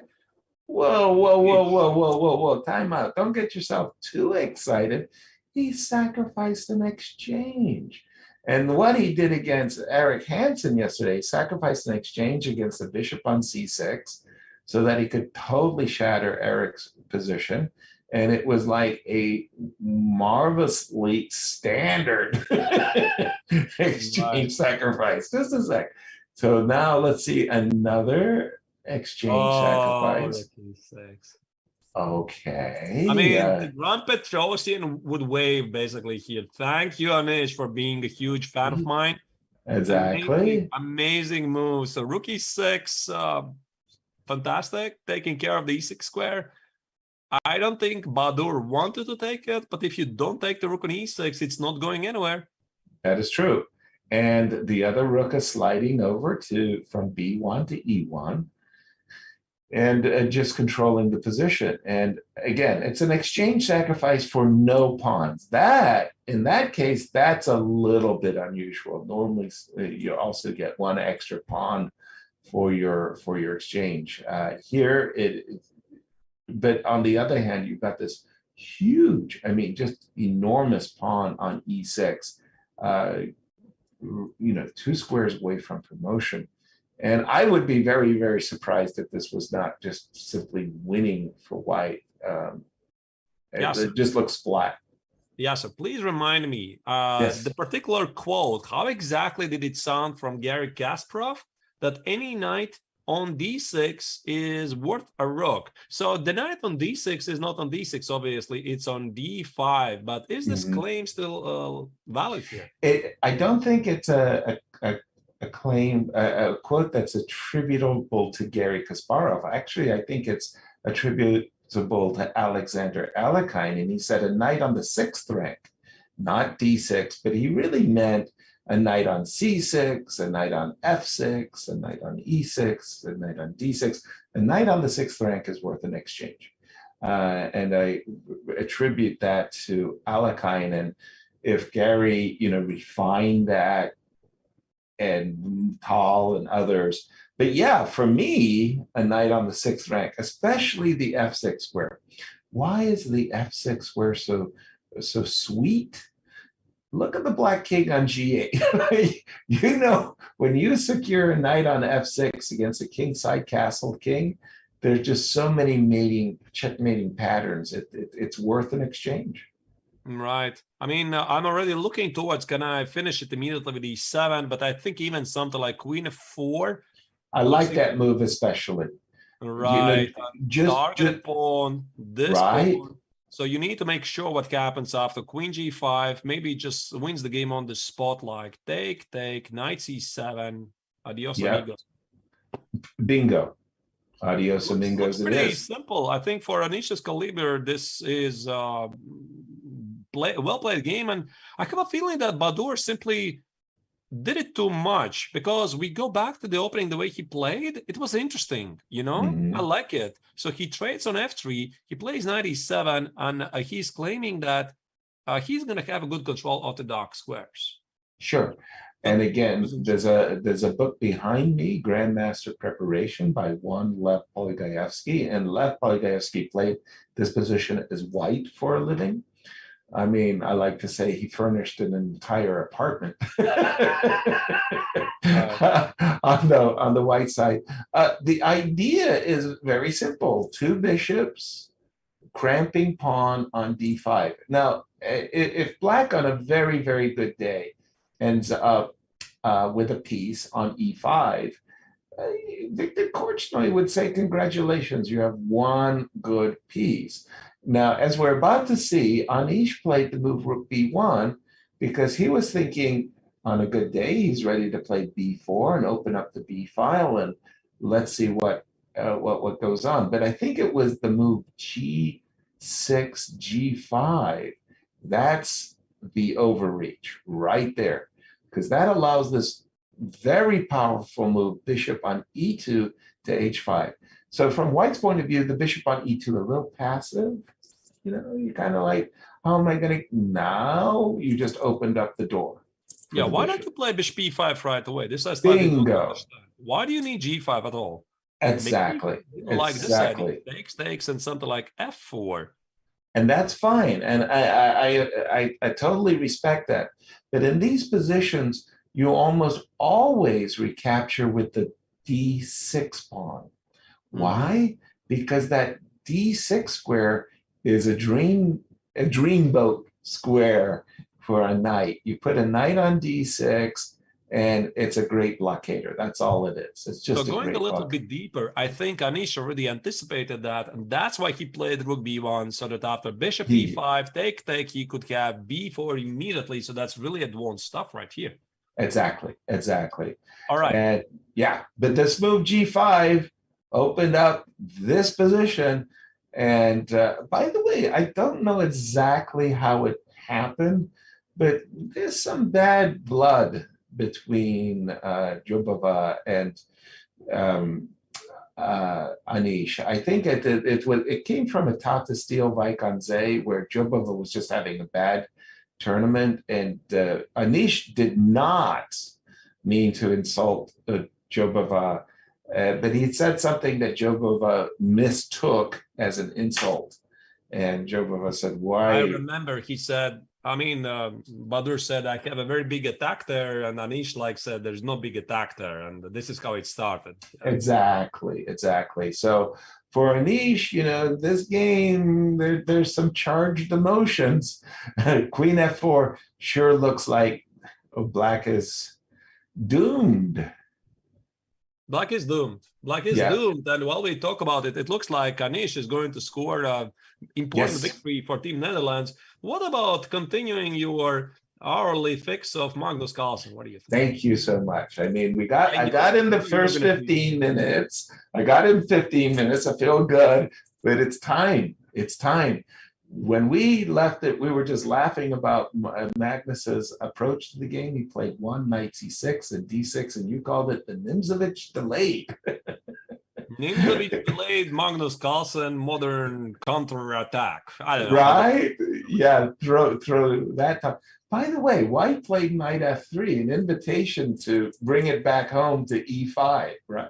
right? Not trying to play, yeah, not playing d4, but Magnus, and it transposed quickly to a perk defense.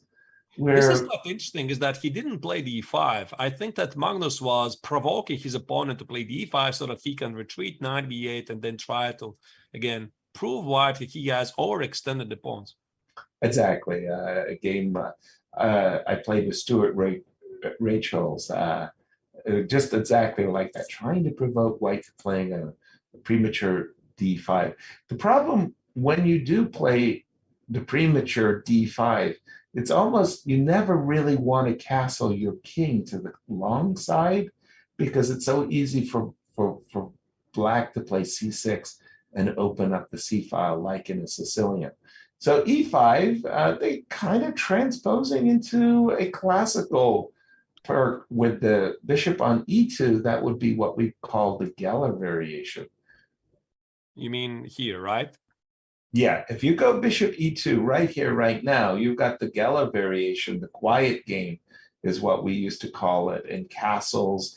And then what Geller would do, sorry, short, sorry, my bad, castle short. And what Geller would do is go d4 takes e5. d4 takes e5 as white, and then try to prove that the bishop on g7 was a little bit passive. And he scored a lot of impressive victories on the white side. Yes, sir. I'm looking at this position. I'm not impressed how Anton played this out, because suddenly black setup makes perfect sense, right? So the knight on c6 is doing good. The pawn on a6 takes care of the vital b5 square. So I have a feeling that he could have played a bit more ambitious. Yes, yes. A bit more ambitious. Maybe this d5 should have been played, and I think that Magnus achieved exactly what he wanted. He kicked his opponent out of the preparation. He wanted to provoke the d5 move. Right. Anton played it a bit perhaps too careful. This bishop, bishop d3, and now black is just doing fine. Agreed. And sometimes as black, you take these types of risks where you say, I'm going to play something maybe less sound, certainly off the beaten track. But if you don't respond in, I want to say, an aggressive way, your advantage slips away, and it's sort of like, ha, I got away with daylight robbery. I robbed you of your opening advantage. Yeah, that's really the tricky part, right? Because, of course, Anton, he's still very young. He's about, what, age 20, something like that? Rated 2600, one of the rising superstars of Australian chess. Big, bright future ahead of him. But, when the world champion plays this against you, you clearly know your opponent is provoking you something. So how do you make the right choice? Do you allow to be provoked?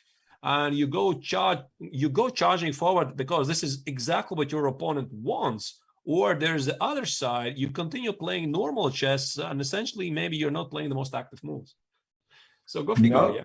No, for me, the answer to exactly that question and how you pose the question is, you go blindly ahead with everything you've got. You go nuclear on the guy. That's what you do, is because if somebody is playing as black, most especially, if somebody is black is playing some double edge, maybe dubious stuff, punish them. Don't hold back. Just punish them. If you lose, you lose. Great. But you're the one that's going to go down having a lot of fun. That's my attitude. We see what happens now, because it's still a double-edged game. I mean, White's got his stuff. G4, H5. Let's go. So here, B4 was probably too much, right? I mean, this is not the moment to play it. I mean, I'm slightly inspired by Anish's sacrifice.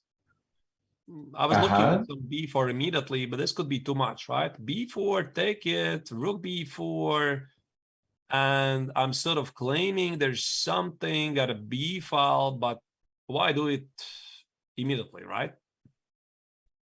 Yeah, knight B1, and you might just kind of reach a dead end. these are the type of things when you do play b4 and you do sacrifice those exchange. The problem is also there's this knight d5 moves that somehow, if you miss your mark, you really miss your mark badly. Knight d5, queen a4, what else? I mean, not here. There's queen d2, but at some point. Oh, right? sorry. Yeah. That's a good point. Sorry, I apologize. You're completely right. Not here. So this is knight b1. Yeah, and if you and if you don't get there, here, by the way, the bishop on g7, unlike on a dragon, you're kind of happy that you're eyeballing b2. But this pawn is not on e7, it's on e5, and the bishop on g7 just doesn't lend itself nicely to the attack. So I think what both players right now are doing, they're slightly securing their king. Bishop c5 was a defensive move, stopping b4. h5 is again a defensive move because Anton's idea is to push h5, open the h-file, and in some typical Sicilian dragon try to checkmate. What do you think, Yasser? We still move on, right? Yes, absolutely. Again, for being a fanboy, I think that this is the kind of game that I really like to see the world champion facing.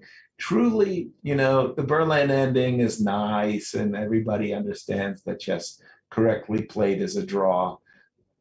But let's go crazy. Let's have some fun. Let's throw the patties. I think it's quite clear that g takes is going to happen because g5 makes no sense because you want to operate at the king side. So Anton is right now choosing g takes, knight h5, and he's thinking maybe I just made too many weaknesses myself. Where's my big attack, etc. While he's thinking about that, let's move back to the Gukesh's game against Sargsyan, one of the top games today. Absolutely. And once again, these two teams, Georgia and India B, if you will, have won all of their matches. And not only has Gukesh enjoyed a fabulous team result of 5 wins on his team, he's had 5 wins as an individual. So he's coming and he's playing some incredible chess. First glance at the position, man, I'm thinking Black's king is far more vulnerable than White's king. So does it look like something positional for you? No, I mean, I felt that Sargsyan is going to try to play something positional. Instead, we got something really sharp. I mean, very quickly to review. We left it double-edged. Yeah, there you go. We discussed this some time ago. E5 ideas. Yes. Right. Oh, look at that. GF. Okay, a clear indication that we may be playing a team tournament, but I want to win as White. I'm going to open up the half-open file, and the clash began. This is how it started. Boom, everything is charging for. It's just amazing, right? Seemingly Gukesh is making all the normal moves. He gets a lot of excitement. And to remind you, the Mirage's current score in the previous games, he is one of the few players in the Olympiad who has scored 5 victories out of 5. Yesterday, he beat Alexei Shirov with the black color in a superb positional game, just outplayed completely with the black color. And the other player who has 5 out of 5 is one of his probably future greatest rivals, Nodirbek Abdusatorov. Wonderful. And Novak's string, it includes Fabiano Caruana as well. So it's wonderful to watch these youths, enjoying themselves. Now let's jump into this game between Sargsyan and Gukesh here, because a lot of I want to say sharp variations to calculate here for both sides. The first thing when you're attacking your opponent's king, the first thing you want to do is create weaknesses. When I say create weaknesses, I want to be very, very clear. I want to articulate as clearly as I can what I mean by weaknesses. I want to induce the pawns to move forward. So if I can get black to play g7, g6, then the square f6, the square h6, I'm creating weaknesses on the dark squares. Conversely, if I can get black to play h7, h6, then the squares g6 become ever so weak. So when we're attacking our opponent's king, one of the things we try to do, very, very much so, is to force pawn weaknesses. So if we start with rook g3 and rook g1, what's the purpose of, why are we doubling the rooks on the g file? We're trying to provoke the move g7, g6. Once we've got a weakness that we can lock in on, then we can play moves like bishop d3 and capture a pawn, or h4, h5, and opening up the position. So here, the moves, I don't know if you think in the same way, the moves that I find very attractive are rook g3, rook g1, provoking weakness. I find the move queen e4, followed by bishop to d3, very attractive. What am I trying to do? I'm trying to provoke a weakness. And finally, what you were just showing, Artur, bishop to d3, trying to get black to play h7, h6, so that a future g7, g6, there won't be a pawn supporting. All of that is a long way of saying that it's difficult to make a choice when you have so many compelling options. And that's what Gukesh is doing right now. He's evaluating his choices. I think he sees rook g3, rook g1. This is so obvious. You have the open g file. He sees bishop d3. He sees queen e4. And it's like building again together this puzzle, because not only what matters what you're going to do, also you have to pay attention to your opponent's ideas. For example, like b3. If black is going to push the b pawn forward, a3, maybe sacrifice on a3. So you already have to calculate a little bit. And I think actually what Yasser, you said is queen e4, maybe it definitely makes sense, because it avoids this queen being targeted. Stepping out of the way. Yeah, and again, I mean, these are just the things that go through my mind.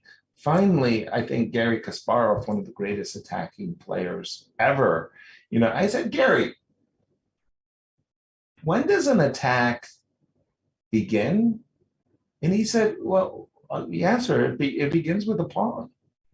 And it was sort of like it stopped me, it begins with a pawn.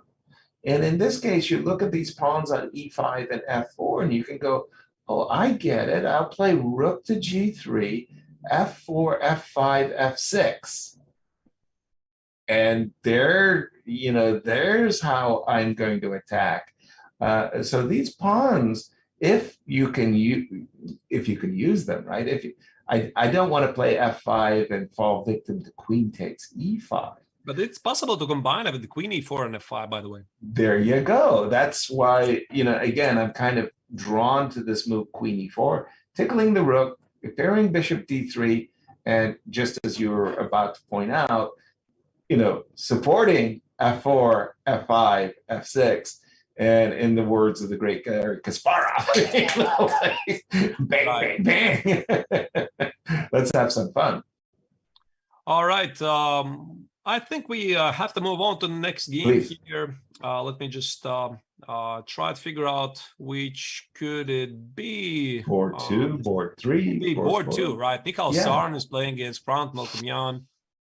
Whoa, we've got an extra pawn for white, but the dark squared bishop and these double pawns on f3, f2 means compensation. Similar position in another game, I think in the ladies section a couple of days ago, where we said that black normally should be drawing this somehow, but then white managed to keep the pawn and win the game. Yes, exactly so. I remember that very, very much. We really thought that the compensation was even overwhelming. Here, it looks like white is just only going to be slightly better. How about board 3? We'll move it right along and try to catch even some more games if we can. Right. So let me pull it up. So board 3 is Adiban. Let me find him. There you go. The Beast. By the way, he's got that reputation. but As he a did not play beast. B3, I'm afraid. He is widely regarded one of the experts who plays the first move B3, but yeah, I mean Olympiad, I'm not sure that's the one you want to make. So yeah, D4 he played. My gosh, I'm looking all over the board. I feel like a complete idiot. I'm looking all over the board. Where's White's queen? White's queen's supposed to be on C2, on A4, on E2, maybe on a bad day on D3. I had to look all the way across the board. The queen is on H3. That's great. I love it. Right. Yeah, okay, I'm not Looks sure. very, very interesting game. Right? Here at the barn, he has mixed ideas like going after the king and maybe target the pawn on D5. Well, let's jump to the fourth board. And the fourth board is Robert Kafkanisyan against Ronak Sadwani. And wait, there's a couple of moves being made, sorry. Yeah, this looks like that Berlin ending that we left. We were looking at bishop takes G7. We thought white was for choice, and we still feel the same way. Yes. Bishop This is quite unpleasant enough for black, is it? I think so as well. This bishop on B4 stops these two pawns. It's protected by the pawn. The pawn on D6 is a monster. If black wants to play bishop D7, this means a passive defense. I don't care what the bar is saying. Bar's saying it's about equal. No, I'll pick white anytime. Exactly. We can definitely agree on that one. And finally, we are getting ready for a break.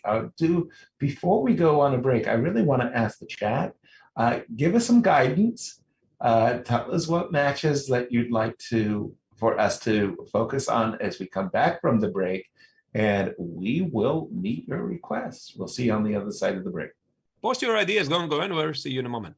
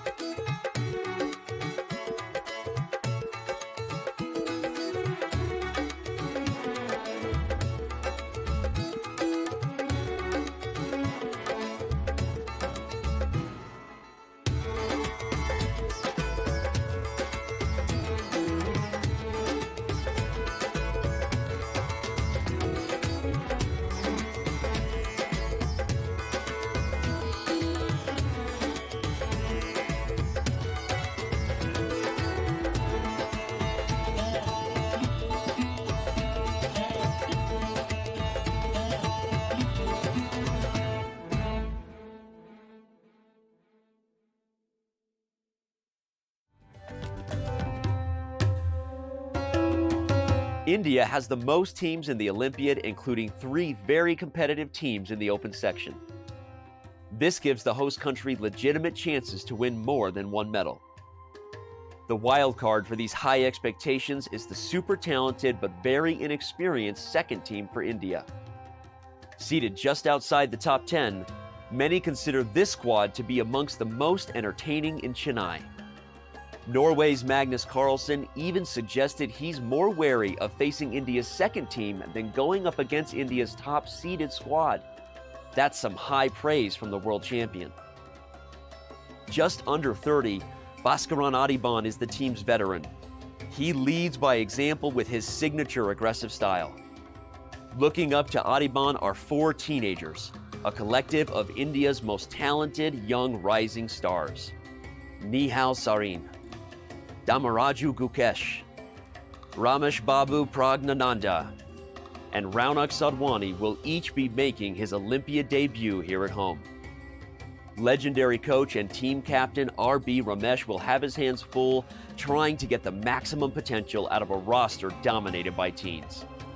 Good enough to win a medal, the biggest question is if this team can hold up under the Olympiad spotlight and pressure.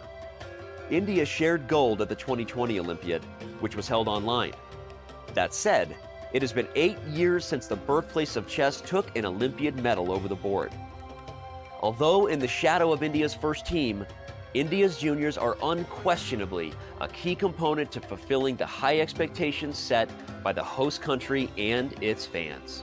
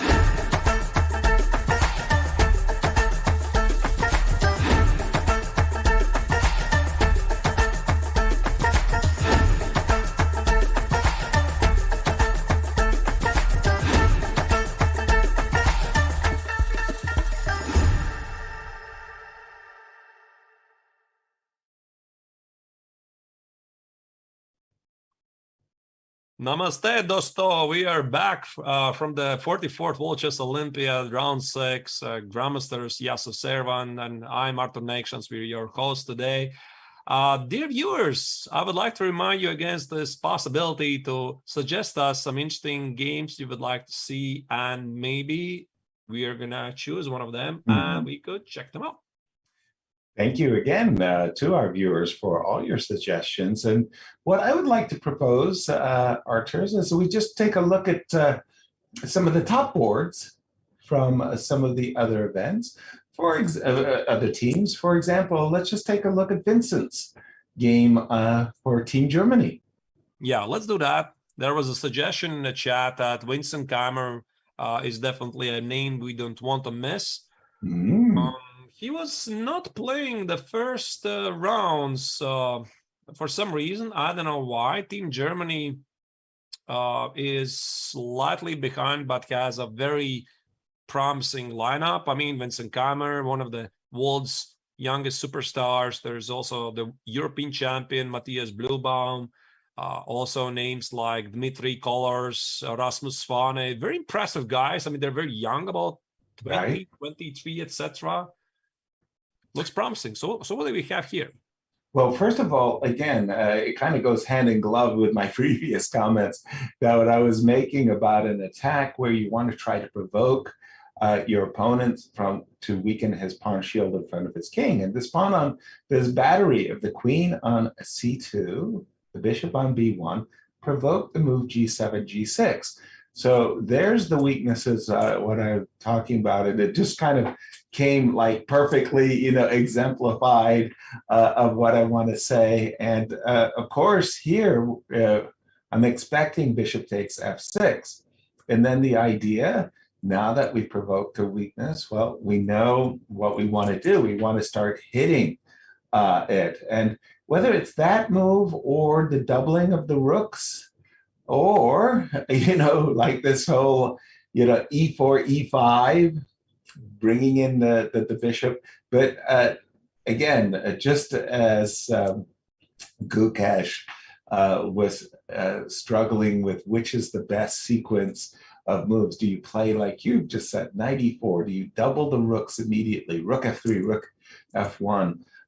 Do you consider e4, e5 types of things? If like the king were on h1, the move e4 starts to look attractive. Even e4, bishop takes d4, e5.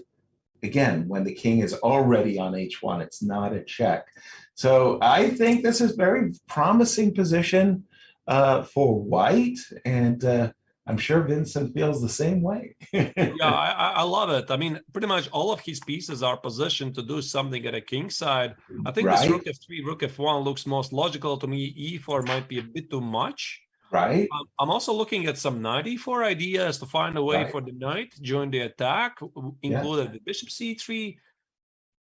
We're going to see. Yeah, I mean, that's tough too, right? And then finally, because I'm one of those players, I very, very strongly believe you should be inviting everybody to the party. The bishop on d2 is not quite in the party atmosphere yet. So it's sad to my eyes that the bishop isn't, hitting h6.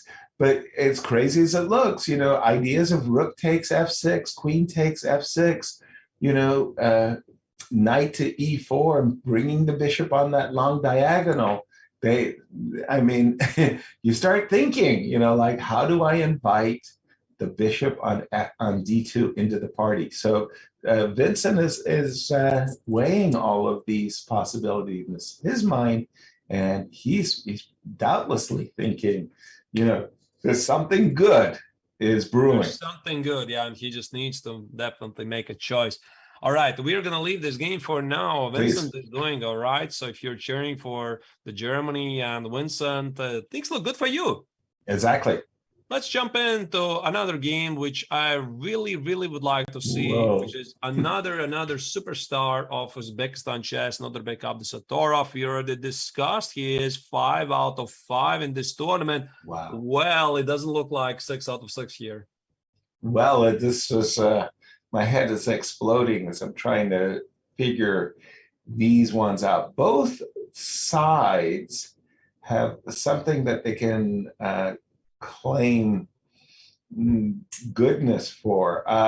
One of the things that you have to be exceptionally careful when you're black and you rushed your pawns in front of your king and you're going bang, bang, bang, bang, bang, bang, is a lot of pawns weaknesses, that they can come back and haunt you. For example, what do I mean? If white in this exact position gets to play knight f5 check, I got bad news for Black. Your king is going to be far more exposed. But that bishop on a7, that is like, your trump card, right? That's your guided missile, looking into the white position. How do you combine? Do you have to play the move f7, f5 in order to hit f2? I don't know, Arturs, but I feel like this is a position where there's two results possible only. A victory Everything for white. has gone totally wrong for Abdusattorov. A victory for Black. Those are the choices. No draw. No draw. Oh, this is not a draw. This is Italian game gone wrong for Abdusattorov because, I mean, one key piece is missing for white. It's the Doxweb bishop. I mean, Exactly. where is it? It should be standing here on e3, protecting the this gaze of the Black's Doxweb bishop, and which is now uncontrolled access to the f2 pawn. Right. Is it yours f5? Is it h takes? Is it rook h8 and do something at h file? Everything looks incredibly annoying. The only thing that white has is some sort of a minor pressure against the pawn on f7 and the pawn on b7, but I don't think it's going to be enough. Yeah, first impressions are the queen on g5, the bishop on a7. They're the ones that are really controlling the action. The fact that white does control the open d file, we applaud, but there's no business squares. The desirable rook d7 is simply not on. So for the moment, it feels like Black is the one that's dictating the action, and if he does get in f7, f5, and that f2 pawn starts to come under pressure, it could be lights out. This could be but you really need, of bad. course, to watch out for some bishop e6, right? At some Exactly. point. Maybe not right away, but bishop e6, trade his bishop, gain access to rook d7. But f5, I like it. It's definitely a move I would consider. The question is, all right, let's move on. Let's check another game. I see Team Cuba, which is doing really well. The 30 seconds, they're very, very high right now, doing wonderful. Today, they're playing against Spain, against Alexei Sherov. This is the top board. Sherov yesterday was outplayed by Gukesh for the black color. So one would expect that he would take a rest day. No, he's back in action. Certainly is. Alexei Sherov is black in this position. F7, F6. Every time I see one of every time I see one of Alexei's position, it kind of defies description. It does. I mean, I like clear, logical positions, and I never feel like I'm getting them with Alexei. Like this last move, F7, F6, it seems to invite F4, F5, which just looks overwhelmingly crushing, until you see a move like after F5, Queen C7, Rook E1, Bishop E4, and you go, oh, well, Black has his own ideas as well. It's not just play on one goal after all. So, I mean, I always feel like I'm reserving judgment, and I don't know. This is like one of those positions where I'll reserve my judgment until I see the next few moves. I think a lot of things will have clarified. What I see actually, Yasser, is the clock, and this already tells something. That Sherov is down on 4 minutes, only 29 minutes made, and this is essentially a dangerous position for him, because to remind you, the time control of the tournament, the format of the tournament, that is, you get 90 minutes for 40 moves, then you get, after 40 moves, extra 30 minutes on the clock plus 30 seconds. So Sherov has made 29 moves. This means he still needs to make, what is it, 11 moves in 4 minutes plus 30 seconds in a sharp position. It's not where you want to be. No, not at all. Also, I'm just thinking, like this knight on h4 is kind of bothersome. As bothersome as those knight outs as on h4, it's the knight on h2. So even if I just play the move knight f3 and I get rid of your bothersome knight and I get rid of my problem piece, how is Alexei going to keep his king protected? That's going to be his challenge. I mean, we'll see. And again, just to remind everybody that Cuba, help me out here, Arturs.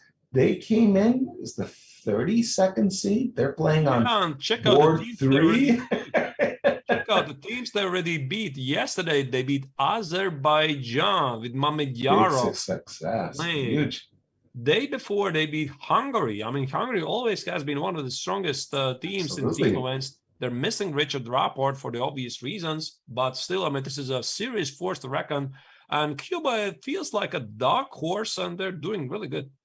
Nobody predicted this type of success for them. And let's hope they enjoy it for as long as they possibly can. And again, if you don't mind, I want to show our respects to Mickey Adams. I mean, still one of the great legendary players for England. What's happening on the England board? Yeah, let's move on here. By the way, Sheriff has a bit more time on the clock. Not sure what that happened, how that happened. 4 minutes, 11 minutes, so it's not technically still a time trouble. Mickey Adams is playing against Markus Rager, long-time leader of Austrian chess, well-known theoretician. Well, King D8. It almost looks like Berlin with D2, D3, one of those D2, D3 Berlins that became a D2, D4. Yep, there it is. Yeah, this is how they played it out. Right. Very positional stuff. White has some targets on the king side. Look at this move, G5. Wow, that's trying to stop any H6, F6 business. A perplexing move for me, that move G5, by the way. Right. And the black is slightly suffering because the pawn on F6 is a weakness. White has a pawn on E4, which is slightly perhaps weak if black is going to include a trade. Not sure how to properly evaluate it, but probably white is slightly better. I like the space. I like the space. Something to be said for B3, C4, gain some more space. Maybe even on a tragic day where I'm forced to play something as positionally suspicious as D4, D5, if the knight lands on F5 and has complete control, like it just lords over the square. Yeah, by the way, this is possible immediately. Yeah, that will be the kind of concession. I'll give up the C5. Bobby Fischer said it, to get squares, you got to give them. I'll give up the C5 square to black's knight if I can get a knight to the F5 square. Looks like Mickey's for choice. And again, thanks to everybody for joining us and asking us questions. I feel like I'm not getting enough social media questions as well. I mean, I'm getting my 1 hour of Magnus Carlsen, but I'm missing. We're gonna get the Magnus the social media questions. Not just yet. I mean, there's plenty of other players we want to check. Definitely, we can come back to Magnus. Maybe let's jump into young Krzysztof Duda because he's one of the most creative players and very, very, very promising chess talents in the world. Recently, he was playing the candidates, which was not exactly what he was looking for because, I mean, young Krzysztof, he's never really hidden his ambition that he wants to become a world champion. I think in one of the interviews, he said that at an early age, he already imagined that at some point he's going to be the world champion. And I wish that he's going to do it someday. But here, right now, today, against Alexander Injic, the position is sharp. I mean, he's missing a pawn, but look at those bishops. Yeah, big time. My first impression is if it's my move, white is winning. I'm going to play bishop c4, queen g6, and rook on a3 to f3, and it's going to be wham, bam, thank you, ma'am, game over. So it better be black's move because I know what's on my agenda. I don't know about you, Arturs, but boy, those bishops sure make a powerful impression on my mind. Black to move, yeah. which might make all the difference in the world. Think about moves like bishop d4, rook g5, knight g3. Maybe black even goes for some sort of a counterattack. Well, But that one rook thing on I- a3 also defends. yeah, it's very, very sharp. By the way, Yasser, there is a feature chat question. I believe what was the funniest moment that happened at the Chess Olympiad in the playing hall when you played? Well, that's not the kind of question that really belies an instant answer, because in truth, when you get into the playing hall and you overcome that like giddiness and excitement, like here I am, I'm at my first Olympiad, it actually becomes a very serious matter, like, representing my flag, where's my board, where's my table, and everybody kind of goes into this kind of serious modes. So we don't really have funny moments in that sense. We have dramatic moments, we have tension-filled moments, we have emotional moments when the match goes against us or something like that. I've had people faint literally behind me.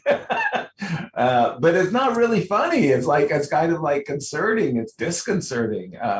But for me personally, one of my funniest moments, and nobody's laughing about it, it's just a funny moment in my mind, was in Baku in 2016. I was the ladies captain, and there was this incredibly arrogant and ignorant rule that you had to ask the arbiter for permission to go to the bathroom. So it was day one, round one, and they had this incredibly stupid rule. You want to go to the bathroom? You got to ask the arbiter. So what did Yaz do? I introduced myself to the arbiter, and there was an arbiter for every table, right? Every match had a match arbiter. So I go up to my arbiter and just like, Mr. Serwan, nice to meet you. Well, thank you very much. Excuse me, can I go to the bathroom? Well, yes, said the arbiter, you can go to the bathroom. Oh, that's wonderful. Thank you so much. It's very nice of you. Could I go to the bathroom 30 minutes from now? The arbiter listens to my question, and she goes, why, yes, Mr. Serwan, you can go to the bathroom 30 minutes from now. Oh, thank you. That's such a great relief. That's such a great... Could I go to the bathroom 1 hour from now? So now she understands that I'm pulling her leg, that I'm actually being facetious. She goes, Mr. Serwan, you can go to the bathroom anytime you want. And I said, that's exactly what I wanted to hear.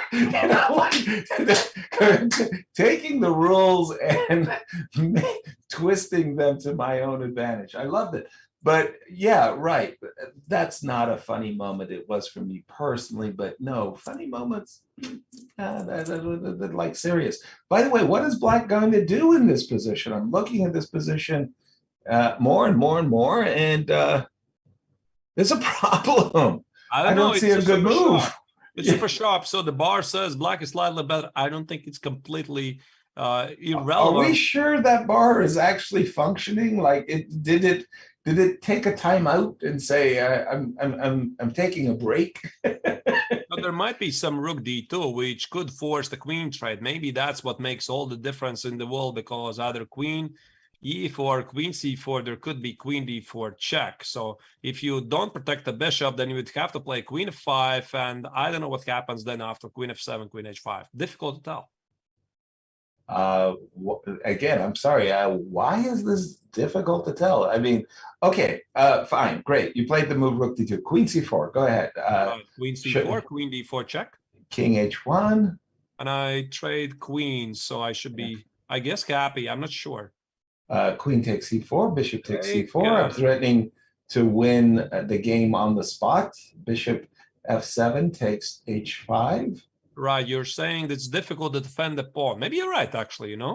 I'm looking at it. I'm saying that who's having the fun? Rook. Yeah, definitely. You're the one. Yeah, you're the one. Because and you didn't play any bad moves, by the way. No. And now I see the bar through the roof. It didn't seem to me like you played a bad move, queen d4 check, and I just move my king, and maybe here you shouldn't take my queen. Maybe a sacrificed exchange? Is it? Or okay, that's already reaching, right? I mean, I'm not sure to be honest. Yeah. Okay, that's a game we'll keep our eye on. Again, if you don't mind these wonderful matches that are happening between India and Georgia, the team, the second team for India, the Danger Squad, with all of those incredible talents. And if you haven't seen our profile of that India clip, please do make an effort, because it's such a, it's an amazing story. It's kind of a Cinderella story in some ways, as we're watching these young lions. Let's go back to Gukesh, right? Yeah, if you don't mind. All right, here we go. Gukesh. He did push F5 immediately. Look at what we're talking about. Trying to provoke a weakness. He did with G6. And then, as Garry Kasparov, one of the world's greatest attackers, say, an attack begins with a pawn. And here we see this move F4, F5. And as you're pointing out, Artur, E6 is on White's agenda after the move F5. And yeah, wow. Okay, Black's feeling the heat here after this move. Black is definitely feeling the heat. All right, let's jump to the second board. Let's see what's happening in Melkumyan against Sarin. Black looks like he is quite close to equalize, because, of course, White has this pawn on a extra pawn. Yeah. But I don't see how do you capitalize on that, because knight e2, rook trade, the pawn on b2 is dropping. You play something like king e2, king d3, you need to watch out for the king side pawns, right? It's not so easy. Yeah. Well, I mean, again, White's only chance is just as you said. You got to go king e2, king d3, and when the rook is protected, let's say you start, for argument's sake, with the move rook c2, a useful move. We'll go rook c2. My next turns are intended just as you described them: king e2 to d3, and I want to go knight takes a4 once my rook is protected. And you're going to go for my a pawn. Problems. Yeah? There could be problems. You know, if you play something like king e2, now the rook h6 could be an issue. Of course, it drops the pawn on a4. Right. I'm not sure. I'm not sure about this, but probably even at some point, Black can even enter a rook endgame, and somehow because of these pawns, he's going to make a draw. I guess we're going to see. Yeah, it could be a race. It could be one of those things where you take the h2 pawn off the board, I'll take the a pawn off the board, and, you know, you'll be pushing the h7 pawn, I'll be pushing the queenside pawns, and we'll see who gets to the finish line. And on the next board, please. Next board is Adiban Baskuran against Tersahakian. There's no attack. Remember this queen on h3 when White was trying to do something, try to get to the pawn on h7, try to touch it. Nothing like that happened. So Tersahakian made a beautiful maneuver. Look at this, knight e5, knight g6, securing the king. This already signals solid. Nothing, nada. There's nothing gonna happen there. So here he already had to accept a defeat and improve the queen to a better square. And he got d4. And he got d4. Okay, so I am assuming knight. We now go knight takes f4, knight takes f4. C5 takes d4, and I'm assuming we put our bishop.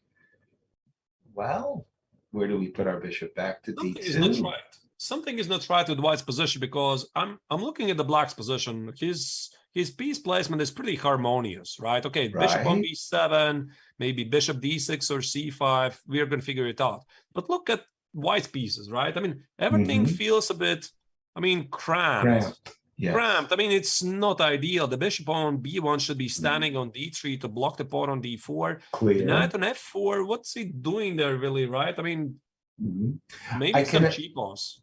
I can, if we just continue the line for just a moment, bishop to d2, bishop to David 2. Again, I'm thinking that the knight on f4, as you described it, is like misplaced.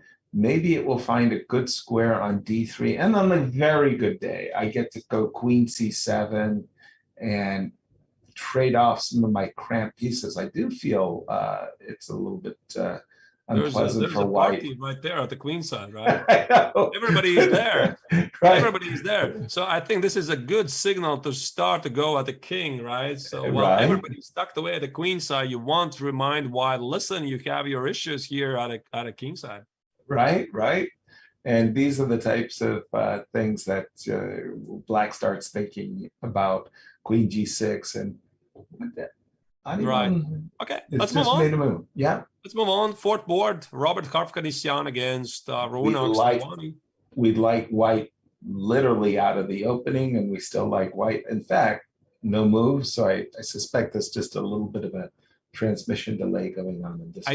I think if this is Karfkanisian's plan to get this kind of position after the opening, it's a complete success, right? Yes, so precisely. This is something you can play forever. 100 moves, there's no risk for you unless he's somehow gonna blunder an exchange sacrifice of b4, which, you know, I don't see how he can miss that. And then black is somehow dominating with the bishop and a pawn. This is a very ugly position for black. The bishop on b4 is protecting the pawn on d6. Also, black needs to address the weaknesses of the king side. Yep. Doesn't look good. There was, by the way, Yasser, there was a suggestion from the chat to check Eric Carlsen's game. Absolutely. Eric and I go way back with the chess bras, as Eric was like a pioneer in the world of streaming, and he just opened up a whole new world for our beloved sport. White sacrificed an exchange, but For the second day in a row. Two healthy pawns, the pawns on b3 and e4, and that anchored bishop, more than sufficient compensation for white. I was going to say, is it? Yeah, this is how it goes. No, they got it. That looks a bit complicated sequence. White takes the pawn. Black says, okay, it's going to cost you an exchange. White says, okay, let's do it. Mm-hmm. So he has two pawns. Visually, I like white more. Absolutely. And e4, beautiful move, centralizing pieces, g6. Well, again, I mean, it's the second day in a row for Eric, because it was yesterday, right? Against Anish Giri, when he allowed this exchange sacrifice on c6, which felt very natural. But then again, you started to ask this question, I mean, why do you do this? Why? And again here, this looks pretty forced. Mm-hmm. All of this sequence, I mean, he wanted this. He provoked played it. knight e4, rook e8. He wanted this. He evaluated this to be good. And Diak said, okay, I mean, let's do it, right? So this is quite straightforward line. And the big question then is, how do you evaluate it? Because it's not really so simple. Bishop and two pawns, they're slightly superior to the rook, but there's some other elements like the king safety, the piece placement. I'm not sure what Eric missed here. I would definitely prefer white. Yeah, I mean, at the end of any variation that you calculate this position, you calculate to the end of, let's say, forcing route. And at the end, you have a judgment call to make. Is this position that I visualized good for me as compared to this position on the board at the moment? If that line of play works out in my favor, I'm going to go there. And that's a question of judgment. That's one of the things where, you know, a lot of people can calculate very, very well, but then at the end, their judgment is impaired and they make the wrong judgment that, no, this position is great for me. Eric seems to be overestimating the exchange. He did it again in the game with Anish, and I think he's doing the same thing today. He likes the rooks. We all like rooks. But you know, this looks like a position that's favoring the bishop. I mean, I love this idea of just going king g2, h4.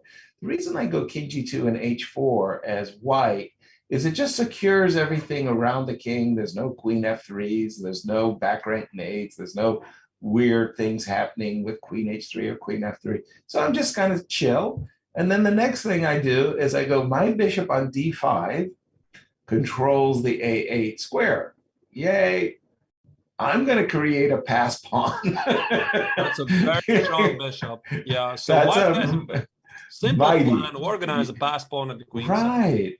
And with the support of the bishop on d5, I'll push them, baby, for all they're worth. So king g2, h4, and then let's go on with business by advancing the pawn. Now, in the meanwhile, black, Eric, should recognize that his bacon is getting cooked.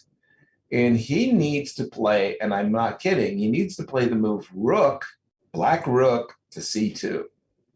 In other words, the black rooks need to coordinate themselves, and you want to trade off a rook, and you want to create your own counterplay against the f2 pawn. If Eric doesn't get his rooks into play, and I don't know how he's supposed to do it, should he go rook e7, rook takes d5, rook e2? He needs to get counterplay before it's too late. I don't see how he can get the rook on c2 unless he is going to make 3 moves in a row. Yeah. Well, I would probably start with something like rook on d8 to d7, queen to e5, rook to c7. That kind of thing. I mean, I got to challenge the open c file. I mean, the rooks need open files. That's why they're rooks. And if Eric doesn't do that, he's going to be suffering. Right. All right. While Eric here is suffering and Yak is playing another beautiful game, and to remind you, couple of days ago, the young Romanian grandmaster crossed 2700 ELO in live rating list. He's only 20 years old, very talented, hardworking lad from Romania. So bright future ahead for Romanian chess. So let's jump in. I want to check if this game is finished already. Anish Giri against Badur Jobava. Remember this beautiful exchange sacrifice? It feels really fitting because Anish was playing yesterday against Eric, where he sacrificed an exchange, and today Anish is again in the sacrificing spirit. Another exchange sacrifice on the board. Looks really, really good for white. In fact, when we left it, it looked so good. I'm kind of amazed that Jobava has fought his way to a position, because really we left it. We saw this move queen f4 by Anish. It was hitting a pawn on queen f. Yeah, it was queen f4, right? It was hitting a pawn on d6. Yeah. It was hitting a pawn on the king side, like maybe g4. Yeah. Right here after queen f4, I just thought, oh God, how do I even survive? And this is how we see Jobava surviving. No, it's not surviving. It's suffering. I mean, suffering. Clearly, Anish here is not going to play e7, because this is where maybe a less experienced player would play e7 automatically, and he would be very happy to win the exchange. Right. But we already discussed with Yasser, this knight on d5, it's already worth a rook, if not more. It's a beauty. Powerful combination. And we don't want to allow rook takes c4, which fully explains why Anish played the move rook f4. And in his mind, Anish is thinking that he's just going to go king takes h3 and then kind of escort the pawns up the board. And that's going to be a grisly fate. Yeah. Just a Zuxman, because there is no king g7. As soon as you play king g7, I play f6. That's it. You're done. You can't do that. King g6, f7, e7, these pawns start marching forward. You cannot play king g8 because that is just a useless move. I can just take it. I can give a fork, whatever you want. These pawns are not going anywhere. So I don't think Badur can really trade the rooks, but what can he do? Because h5 is king h3. No, that's it. That's it.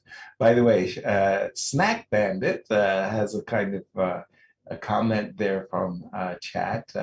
Magnus and Smirnov versus Carlsen is equal. So I guess that means that Carlsen is completely winning. And that's exactly the way I felt, Snack Bandit. I was far too optimistic in my view.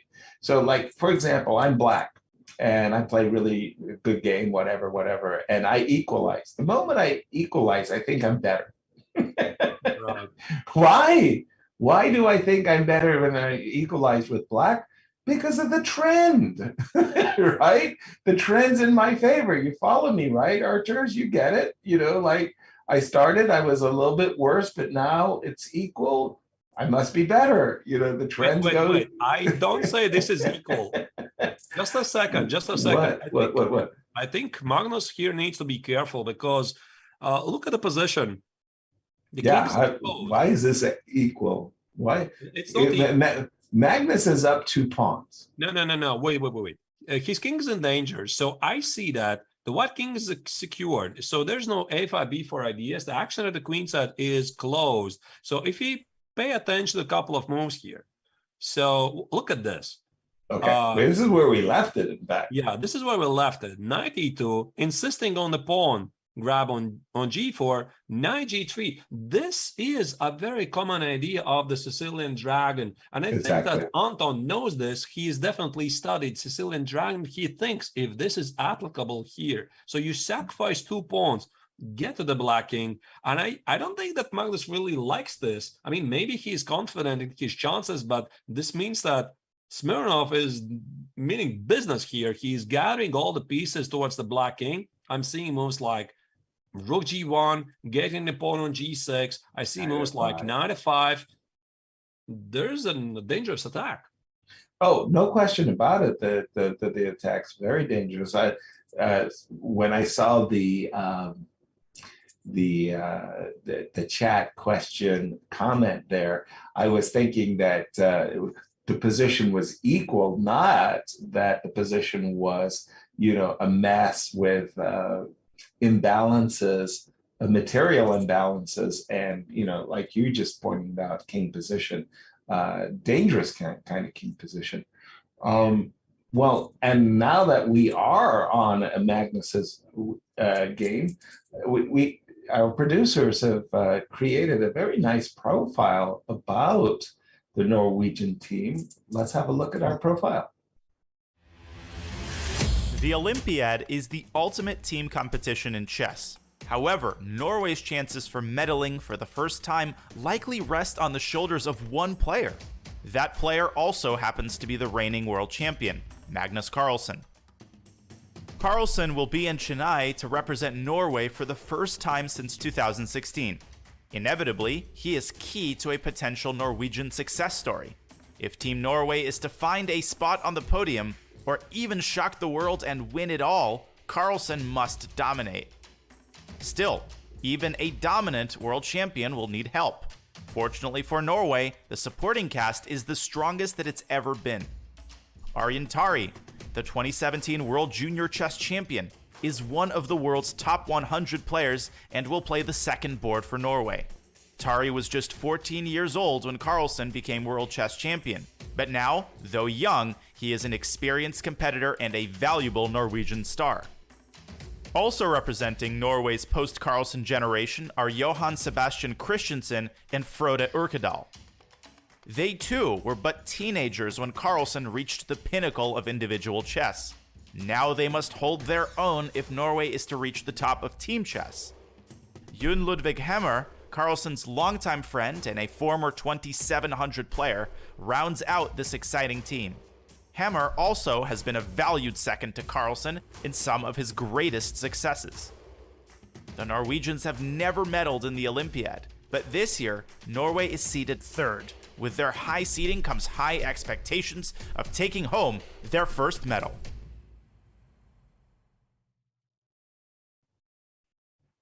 Well, that was a great profile of Team Norway. Nice. While we are at it, Anton gathered courage and pulled knight f5, immediately going after the world champion's king. The bar says, no, sir. I mean, it's not working, but to be honest, it looks incredibly scary. But now that we are talking about Team Norway, I mean, they have a very impressive lineup, right? So number 3 seeded. Thanks to the huge boost of the world champions, highest rating in the history of chess, 28, whatever rating is right now, 64.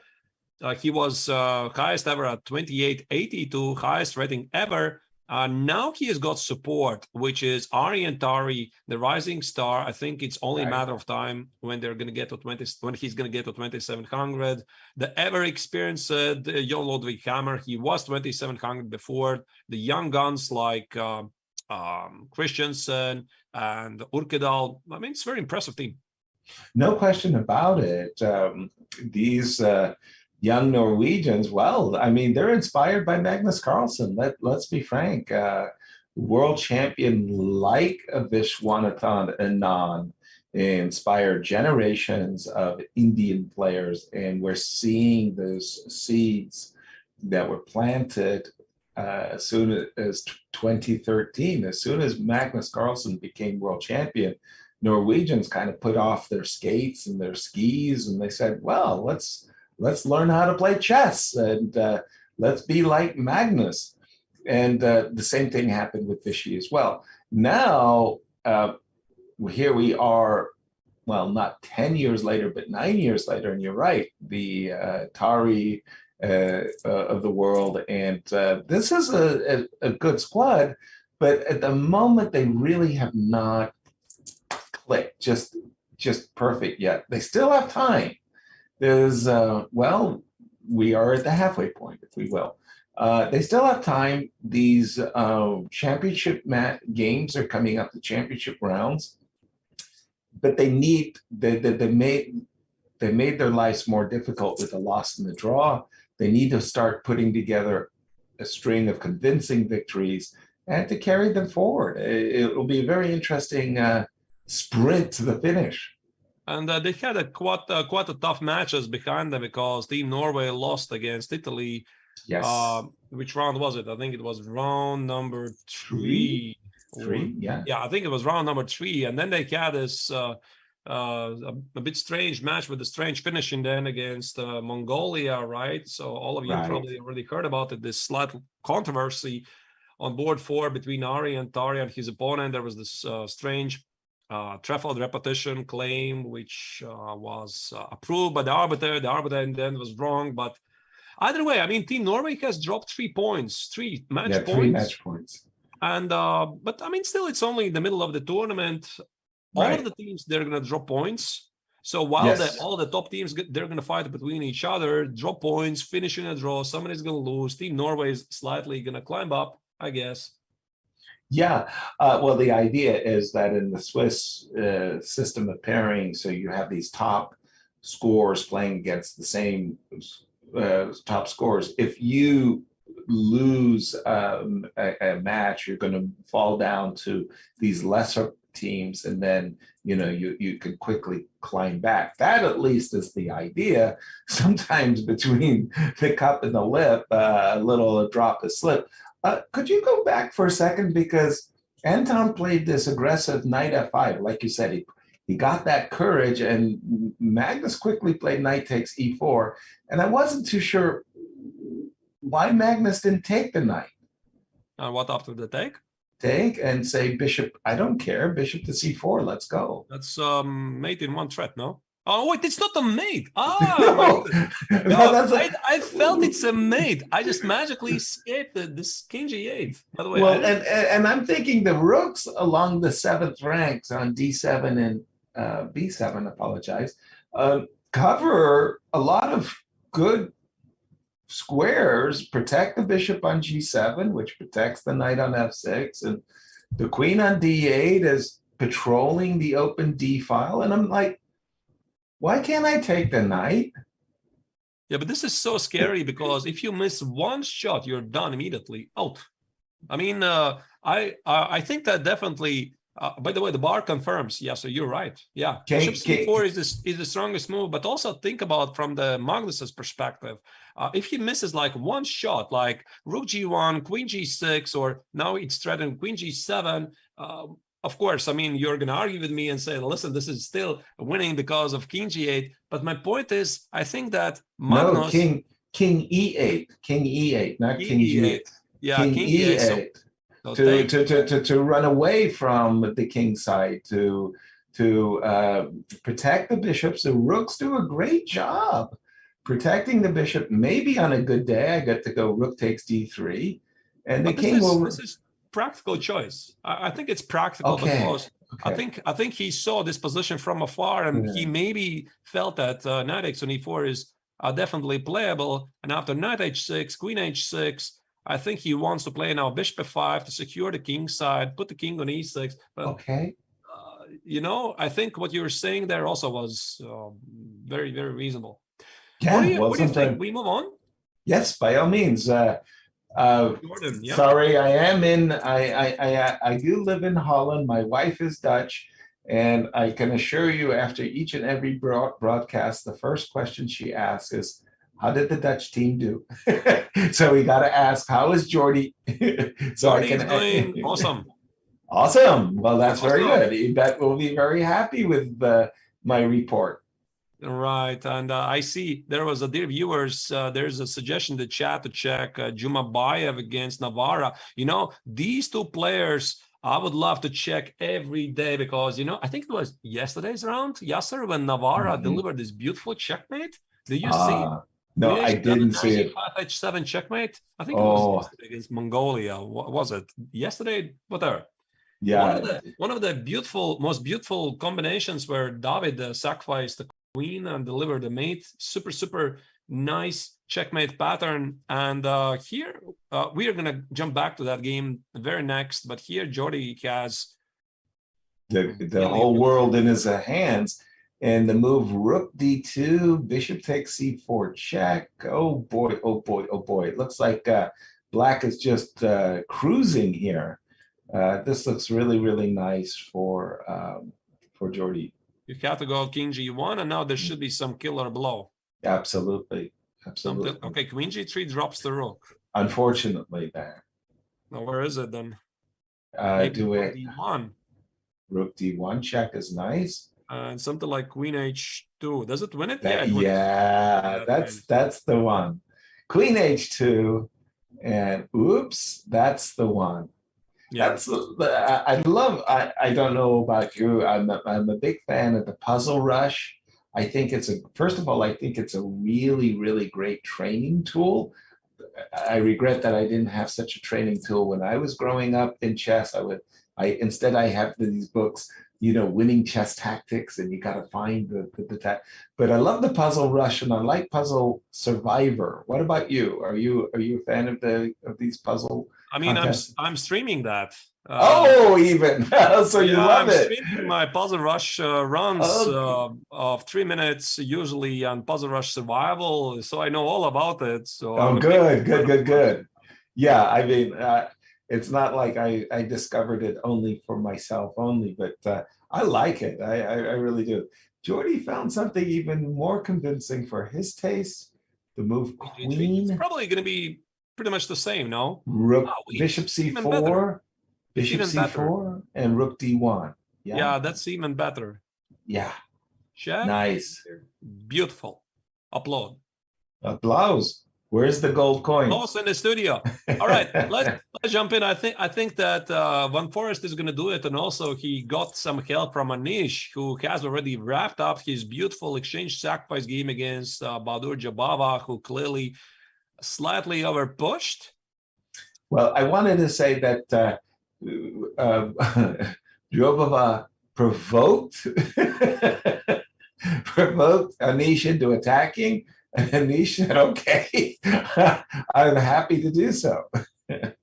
Jumabayev has had, I think, a bit string of not very successful results lately, because I still remember how he knocked out from the World Cup Fabi Corona, previous World Cup, whichever round it was, one of his greatest achievements in the career so far. And I think I see the rating has declined a little. It's understandable, right? You reach the highest point of your career, you beat one of the best players in the world in a mini match format, and then it's difficult sometimes to get back. Here this looks quite equalish. It's the weirdest thing, Arturs. It really, really is the weirdest thing. You look, today we're talking in glowing terms about Kakesh and Prague. Like they're up and coming 16-year-olds, and they're breaking the 2,700 barriers. I saw this young kid, Phenom, from China. His name was Wei Yi. And the kid was breaking every kind of record in the books. And you just, oh my gosh, the world is this oyster. This guy is going to, rewrite history. And then sometimes they just plateau. Wei Yi, it's always dangerous player. But in the last, dare I say, pandemic years, the last, say, 3 years, he seemed to have just kind of plateaued. Right. Can't make it. You can't understand why people keep soaring and others just kind of find a ceiling. I think it's because it's incredibly competitive environment in today's chess. There's so many strong players. So Right. I mean, that's why you need to keep working. Sometimes need a bit of luck.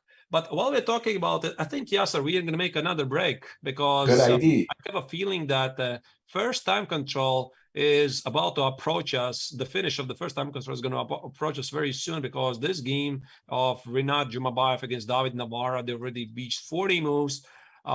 Then after 40 moves, everybody's going to get extra 30 minutes. And usually this is the moment when a lot of games finish. So I think this is a very good moment for us to take the break, come back in 5 minutes and jump back in the action with the top boards.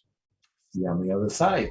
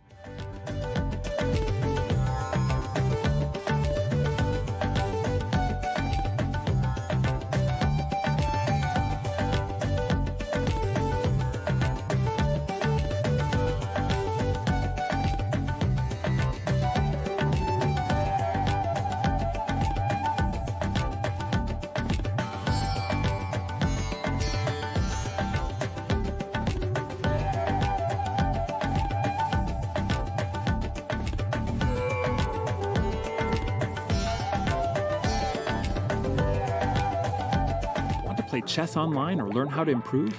Join us at the #1 chess destination in the world, chess.com. With hundreds of thousands of people playing at any moment, You'll quickly find a game with someone at your level, whether you're a total beginner or a grandmaster. You can play games at any pace against friends, other members, or one of our many computer personalities. Chess.com makes improving fun and easy. Sharpen your game with tactics puzzles and enhance your strategy with our videos and lessons by top masters. Learn from your own games with Chess.com's easy-to-use analysis tool. Regardless of your skill level, Chess.com has all you need to take your game to the next level. Chess.com is your go-to source for chess news, live coverage of tournaments, events, and everything in between. Experience Chess.com anytime and anywhere, whether you're at home on your computer or on the go with our mobile apps. Signing up is free and easy, so what are you waiting for? Join Chess.com today.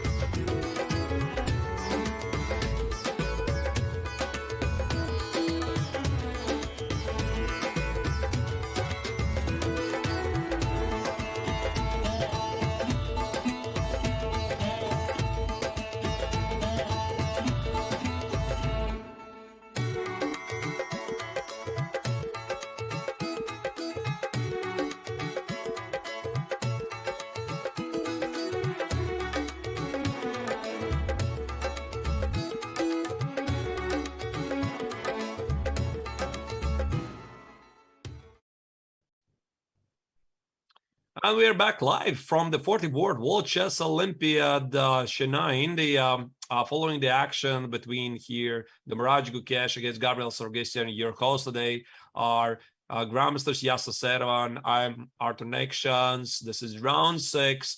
The game of Gukesh, it looks like Gukesh is about to score another win. But while we talk about this game in action, I would like to mention to you one of the most exciting events that Chess.com has prepared for you. It's the Global Championship. So Chess.com Global Championship play-in phase has reached its conclusion. Catch the final chance for titled and untitled players alike to join people like Fabiano Caruana, Jan Nepomniachtchi, Hikaru Nakamura, and more players in the 64-player knockout phase. It's Chess.com's biggest prize fund ever, with $1 million up for grabs and $200,000 for the first place. Catch all the action right here on Chess.com.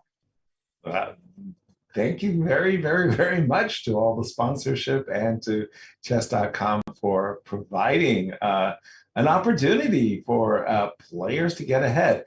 Jumping back into the game, I see what has happened.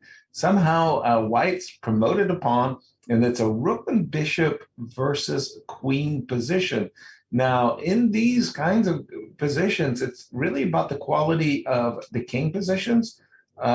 Sometimes it's a perpetual check, other times the kings are safe, as well as the quality of the pawns. I'm looking across the board, and I'm seeing a passed a pawn for White. And I think that's very, very significant, Arturs, because it basically means the rook and the bishop are going to be stretched to stop this a pawn from running up the board. And just feels like a winning position for White. Yeah, it feels like it's a winning combination. Whatever happened before, let's not focus too much on that, because the first time control is about to finish. What matters really is the queen against the bishop and the rook. And I think that with this last move that was played by rook g6, he wanted to play bishop b6, establish some kind of course. fortress, but now after Right. queen a5, yeah, I think this is 6 out of 6, ladies and gentlemen. Wow, what an extraordinary success. Wow. I mean, you can't think of a better debut. I mean, you're playing for the first time in an Olympiad for your country. You know, you got butterflies in your tummy and you start with 5 out of 5. Well, what could be better than 5 out of 5? I mean, come on, archers. I mean, what could be there's better? 7 out of 7, which is unofficially labeled as I did a Fabi. Yeah, I did a Fabi. So 7 out of 7. So if Gukesh in this tournament is going to score 8 out of 8, maybe we can make it like I did a Gukesh. Yeah? Exactly. I had 3 times in my career where I won 7 Grandmaster games in a row. Grandmaster games, not open tournaments and stuff like that. Yeah. Wow, a Gukesh. Right. So queen e5 check here's on the board. Gukesh is on the verge of winning. So let's check also. I think some very interesting games are ongoing in the Team United States. One of the heavy favorites of the tournament, and Fabi is doing awesome. Look at the bar, and the position is spelling trouble for the Iranian star. Absolutely. Also to interrupt you to say that we do have 2 results already in this match. 2 draws. Levon Aronian and I believe Wesley So have already made a draw. 2 remaining games. And as you said, happy to see Fabi's position. Fabi, we love you. Well done. I mean, you take on f5, you hit the bishop, you put your bishop on e4, and that's curtains. That is just positional domination. Fabi looking in cruise control. What about the other remaining game? That would be the Lanier. Yeah, Lanier is playing with black against the Bardia on his war. And I think he's happy with the draw. He's going to do it for the team. I don't see that black can ever win this with so active rook on a7 and a bishop on d5. No. Yeah, looks like a English. Like maybe just keep the rook on c3, do nothing at all. So Team United States at the moment is cruising to a victory, 2.5 against 1.5. That's what it looks like if nothing is going to happen with Garana scoring a victory. Not a convincing victory at all, but a victory nonetheless. Again, those board points will be crucial for any tiebreakers. America is looking at this competition increasingly like we can't go into a tie with India 2 for the gold medals. India 2 with their board points, their extraordinary number of board points, are going to win any tiebreaks. America is getting itself further and further into position. We just got to win all of our matches. That's it. Whether it's 2.5. This is the team match result. That's exactly. It. 2.5, whatever, 4-0, whatever. I mean, as long as the team wins, that's it. That's what really matters, because it's the big points, the team points, and then which are counted. And in case there is a tie, okay, sure, then the small points, like individual points, are counted. All right. I think we can now pay a little also attention to the ladies section. Since we are talking about Team United States, I think we could also check how the Team USA ladies are doing. Let's do it. Let's do it.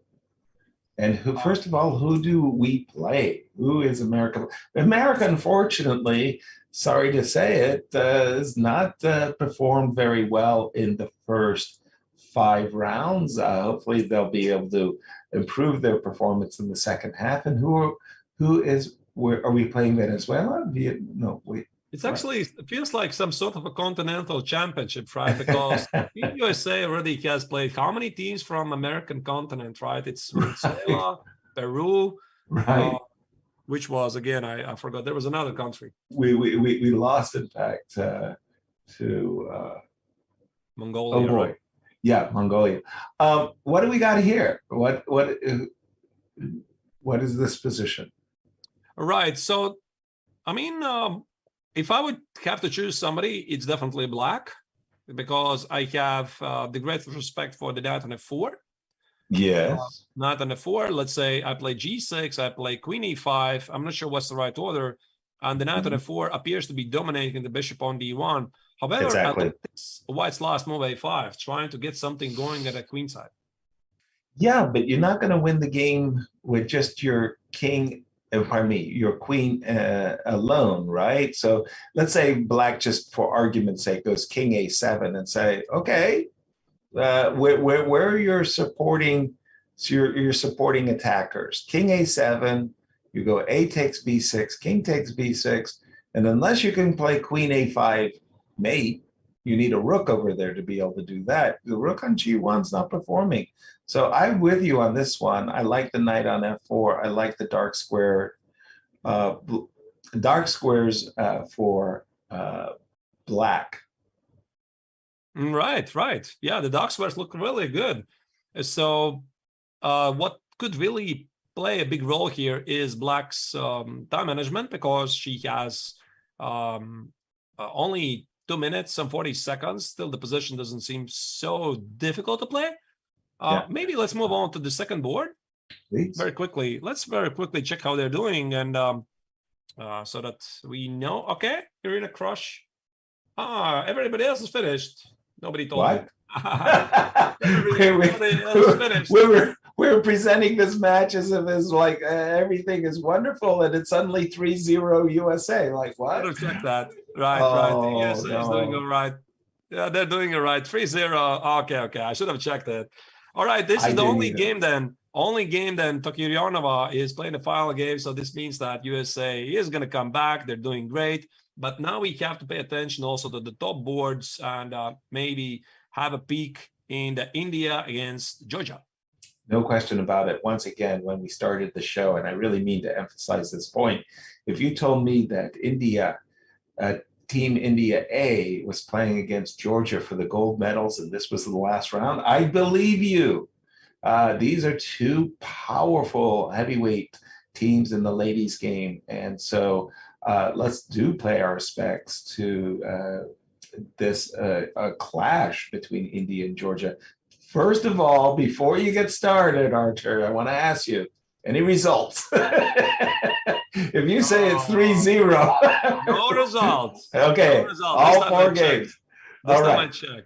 4 games in progress. And what do we have? It's a bit surprising that USA played already 3 decisive games so quickly, although usually the games do finish, about the end of the first time control.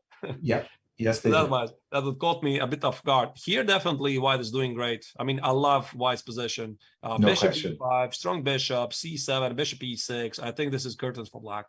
Yeah, and especially because the open e file as well. Once you play bishop takes d5, that open e file is so compelling. You just start piling up things. I don't care if the queen lands on e6 or e7 or the rook lands. And you can use that C pawn as a decoy as well. Looks great. Looks really good. White here. So the second board is Harika Dranovali against Nino Basashvili. This looks quite drawish. Yep. Not much to see there. This pawn is traded for this pawn. You carry over 30 moves. You offer a draw. The opponent accepts. And you go on. This is how it usually goes. Yep. Second board is Vaishali, the sister of Is this third board? Third board. I think so. Well, not the second board. No. Harika was board 2, right? Yeah. And Harika was board 2. And they just finished, by the way. Yes. So Vaishali is third board here. White is winning, if I dare to say. Well, 2 minor pieces versus a rook is generally speaking even, but there's a monster e-pawn, monster passer. I thought I just saw the move queen e6 check. She went knight e7 check. King went to h8, the knight remaneuvered to f5. Got it. If this pawn was gone, if it was gone and we remove these 2 pawns at the queen side, I would say that black has decent chances to save it. And there it is. Still in blow. That's it. Yeah. Beautiful. Rook g8. Very nice maneuver there by White. We just got a chance to see it. The knight made this beautiful pivot. It went knight c6 to e7 check. King to the corner. Knight f5. threatening mate on G7, and then the knight delivers mate on F7. Sweet. Very, very nice India takes the lead. maneuver. India takes the lead in the match, and with the top board again going back here, Connor Humpy looking at dominating position against Nana Zagnita. It's safe to assume that India is going to continue winning, because here's the final board. Melia Salome on the fourth board against Tanya Sachdev. And this is a balanced position, and Team India is looking really, really good. If this game ends in a draw and they've got the two wins in the pocket, how sweet it is. I think it's quite safe bet that Team India is going to continue their dominance. They're showing they're the strongest. At least on the paper, the team here doing really well. Still, of course, the big matchups are ahead. What do you think, Yasser? We move on to the second board where Team Ukraine is playing against Romania. Yes. Remember that crazy game? Yeah. Are you ready? Let's do it. I think it's let's start with the crazy. That was where the two kings, there was like a king on E2 in the middle of the board. There was a king on D8 in the middle of the board. What? This is the position right now. What? Yeah.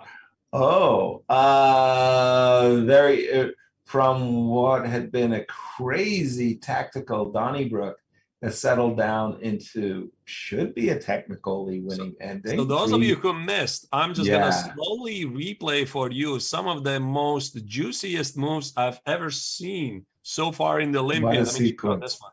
Yeah, check out this one.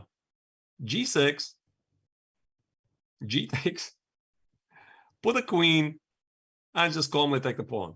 Right. And then on top of that, sacrifice the rook, just like that. With your king in the center.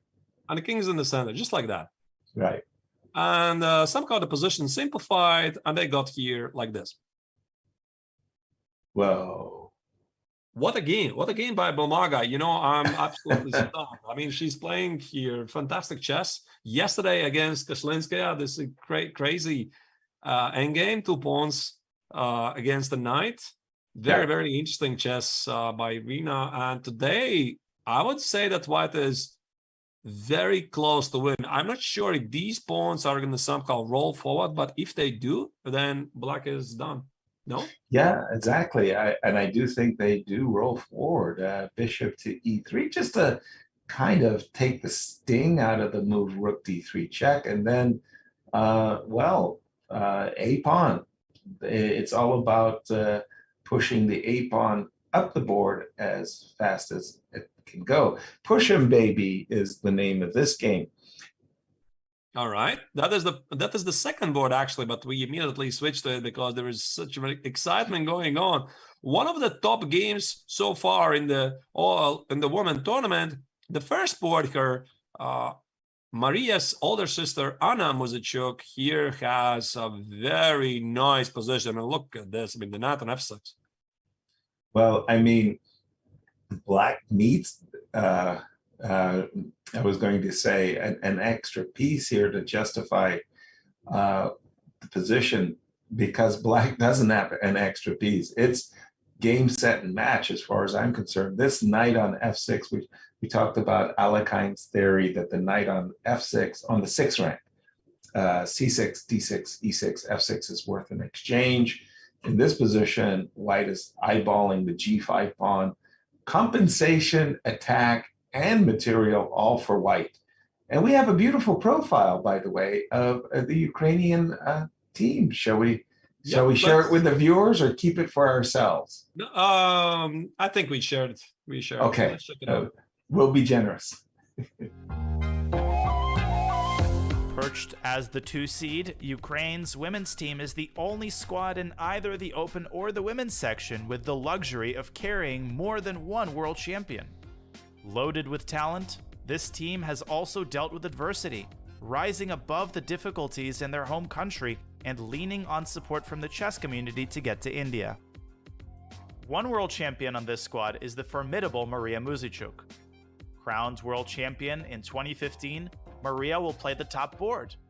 Maria isn't the only talented player in her family. Her Her sister Anna is the highest rated second board amongst the women's teams. Ukraine's hopes in Chennai will rest heavily on the power of the Muzychuk's 1-2 punch. On board 3 is Anna Ushenina, the other world champion in Ukraine's lineup. The team's most experienced player at age 36, Ushenina captured her world title 10 years ago. Now a decade removed from that success, she remains a pesky matchup for any opponent. In contrast to Ushenina, the youngest players on this squad are the international masters Yulia Osmak and Natalia Buksa. Each of these up-and-coming competitors round out this solid top-to-bottom roster, making Ukraine one of the favorites. The only team in the Women's Olympiad with 3 Grandmasters, Ukraine looks poised to bring home a gold medal for the first time since 2006. A national victory for Ukraine would doubtless be sweeter than ever before. Wow, what a profile of Team Ukraine, Nice. the woman team. And here, Anna Muzychuk looks about to equalize the score because the top board, I think Irina Bulmaga is, the second board is Irina Bulmaga is set to win her younger sister, Maria. Right. And probably everything is going to be decided on the fourth board where Yulia Osmak is playing against Daria Lechachi Miruna, which is actually quite Wow, a close match, I want to say. This is very unclear, right? Yeah, Romania has been playing a wonderful tournament thus far. Great fights going on across the board here, and this feels like a match that can go in many directions still. It can go either way easily, because if this rook lands on c3 and somehow black can persuade white to take on c3, this pawn becomes a monster. On the other hand, if he just look cold-bloodedly at the position white has an extra pawn, and if white manages, for example, put the knight on f5, trade the bishop on g7, she might simply collect the pawn on d4 for free. So it's quite difficult to predict how the game is going to progress. No question about that. And again, if you don't mind giving me my daily dose of Magnus. I'm like 80%. But I just need to fill up. Yeah, the last 20. If you don't mind. I don't mind. All right. Let me try to find Magnus Carlsen's game against Anton Smirnov. And by the way, once again, this was a crazy Nimzo defense, knight c6 on move 1 by Magnus against 1, e2, e4, showing he wants to mix it up. Anton decided, let's go. Went boom, boom, boom, boom, boom, sacrificed some pawns on the king side, forced Magnus king to walk the plank. And This sacrifice on f5. Yeah, he got the sufficient amount of bravery to do that. But it looks like Magnus has kind of kept. Wow. Queen kept g8, the pretty position. cold defense. King g8, king f6, rook h7, trying to simplify the position, queen d5, centralizing the pieces. I mean, Magnus is very cold-blooded defenders, right? But we're talking about Norway. He needs to be, because guess what? Team Australia has actually taken the lead in the match. Who lost? Whoa. Timur Koibakarov, who has been doing exceptionally well. I think I remember he also beat in one of the previous rounds Radoslav Wojtaszek. Now I pulled up his profile. He has scored so far 3.5 out of 4. He beat Wojtaszek. Wow. He's not a 3 out of 3 now after beating Tari. The young Australian is 4.5 out of 5, and performance is going to be something like 2750, if not 2800. I mean, it's unbelievable. Simply scary. So very, he defeated. Very strong player, and the Team Australia has become a force to reckon with. I mean, I remember something like 10 years ago, everybody was still young, right? Young talents, etc. Anton was young, and Timur was still not there. Yeah, I mean, they had, I think, maybe 1-2 grandmasters, but now look at them, right? They have Smirnov 26, Koibakarov is soon about to become 2600 level player, very hardworking guy. Very interesting team. No question about it. And again, it's Ariantari that went down on board 2. And I'm guessing in this position that Magnus, with his extra pawns, is going to equalize the match, which means that down boards 3 and 4 is where it's all going to be decided. By the way, some updates. Diak with that handsome bishop on d5 and the 2 pawns did defeat Eric Hansen. So that game's in the books. And Jordi, the Forest, did win with black. When we left it, he had those really nice choices, and we just saw the move Queen G3 by Jordi. Right, but this game, by the way, I don't think it's still finished, because I see White's threats like Queen D8, Rook G8, right? You still need to be careful. But I'm pretty sure that Magnus is going to figure out. He has 39th move to make 2 moves for 3 minutes. He's going to make it. He's not going to blunder a mate. I don't think so. Well, why not just Rook D7 here? I kind of thought it was over. You surprised me by saying... you know definitely how to kill excitement. I lose all my invitations to parties. You'll be surprised, Archer. Not like Queen H6, there's a mate, yeah? There's a mate on C2. Yeah. It's so simple. And if I play something like Queen H2? Maybe it's not so simple. I didn't see that move, funnily enough. A queen, okay, I just have to sidestep the action, don't I? Or maybe... I mean, maybe you can just sacrifice, of course, the piece, right? I mean, if you really want, but at least well, then it's how do you say? Then I feel like I've given you reasons for hoping. Right. Okay, he went King G7. Same question in this case, right? This is his idea. F2. You're right. And now we sacrifice. And Magnus. Oh, that was tricky world champions each and every time. World champion. Right? Yeah. And the problem is even when you pick off the pawn on F2, you don't get to take another pawn because it's with check. Yeah. It's with check. I mean, maybe this is how the game is going to finish, but 3 extra pawns for the world champion should be more than enough. And if Anton cannot do that, the king's in the safety, the pawn on C2 needs to be protected. I think that's it. White is losing. Okay, one more look, because now you made me look further. Bishop David 6. So Bishop David 6, okay. Yeah. If I give just a check, I mean, without any calculation. Right. I trade and Bishop E5 check. Oh, you don't happily give me a checkmate. King H6 and you run away. That would be very tough to miss. Yeah, I imagine. Yeah, I get it. I get it. King H6 is the winning move in that case. Very good. So world champion, come on, guys. I need a little support, complains Magnus. So he's fighting back, and what does it mean again? Since this is a time trouble, I think we have to mention that Domraj Gukesh has won his game. Wow.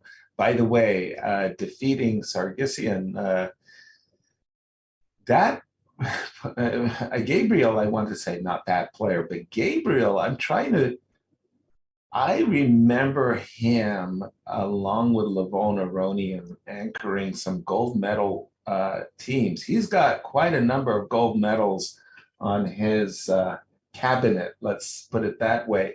So that was a big win by Gukesh. But the big news is that India too is about to lose, and this is something I did not really expect. So India's second team is going down today because now look at this. What happened? What happened? Adiban is about to lose a piece, a full piece, just like that. Knight F2, Knight C3, D2, D1. That's it. Lights out. Okay, so that would mean 1-1. That would mean, one draw already has been finished between Franz Melkumyan against Michal Sarin on the fourth board, decisive board. Remember this annoying endgame? Yeah, I do. Remember this one? I told you it's not so simple. You're right. You agree with me. And indeed, this pawn still remains, and Hovhannisyan is slowly managed to increase his position to a better and better. Now, this is a monster here on D6, and the Black King's in danger. Yeah, as we started the show, I said today's round 6, would be this wonderful, wonderful clash of youth versus experience. Armenia comes in with a world of experience, a lifetime of achievement in the Olympiads, and India's looking, okay, with this young danger squad, how can we do it? And if you said the youth, if you supported the youth, I couldn't argue against you other than say, well, it's not over till it's over. And guess what? Armenia, I've said it before, I'll say it again. Youth is unsound, Artur. Yeah, but anyway, age and experience. An amazing match, and I'm very happy for Team Armenia, who have lost their leader, Levon Aroni. And actually, I'm curious what's going to happen when Armenia is going to face Team United States. One of the things that might very well, and by the way, Adi Adiban has resigned, which does equalize the match, which does make this our hero game as we're watching. It often happens, like if I'm the team captain and Wesley So is on my team and we're playing against the Team Philippines, because I don't want you to play.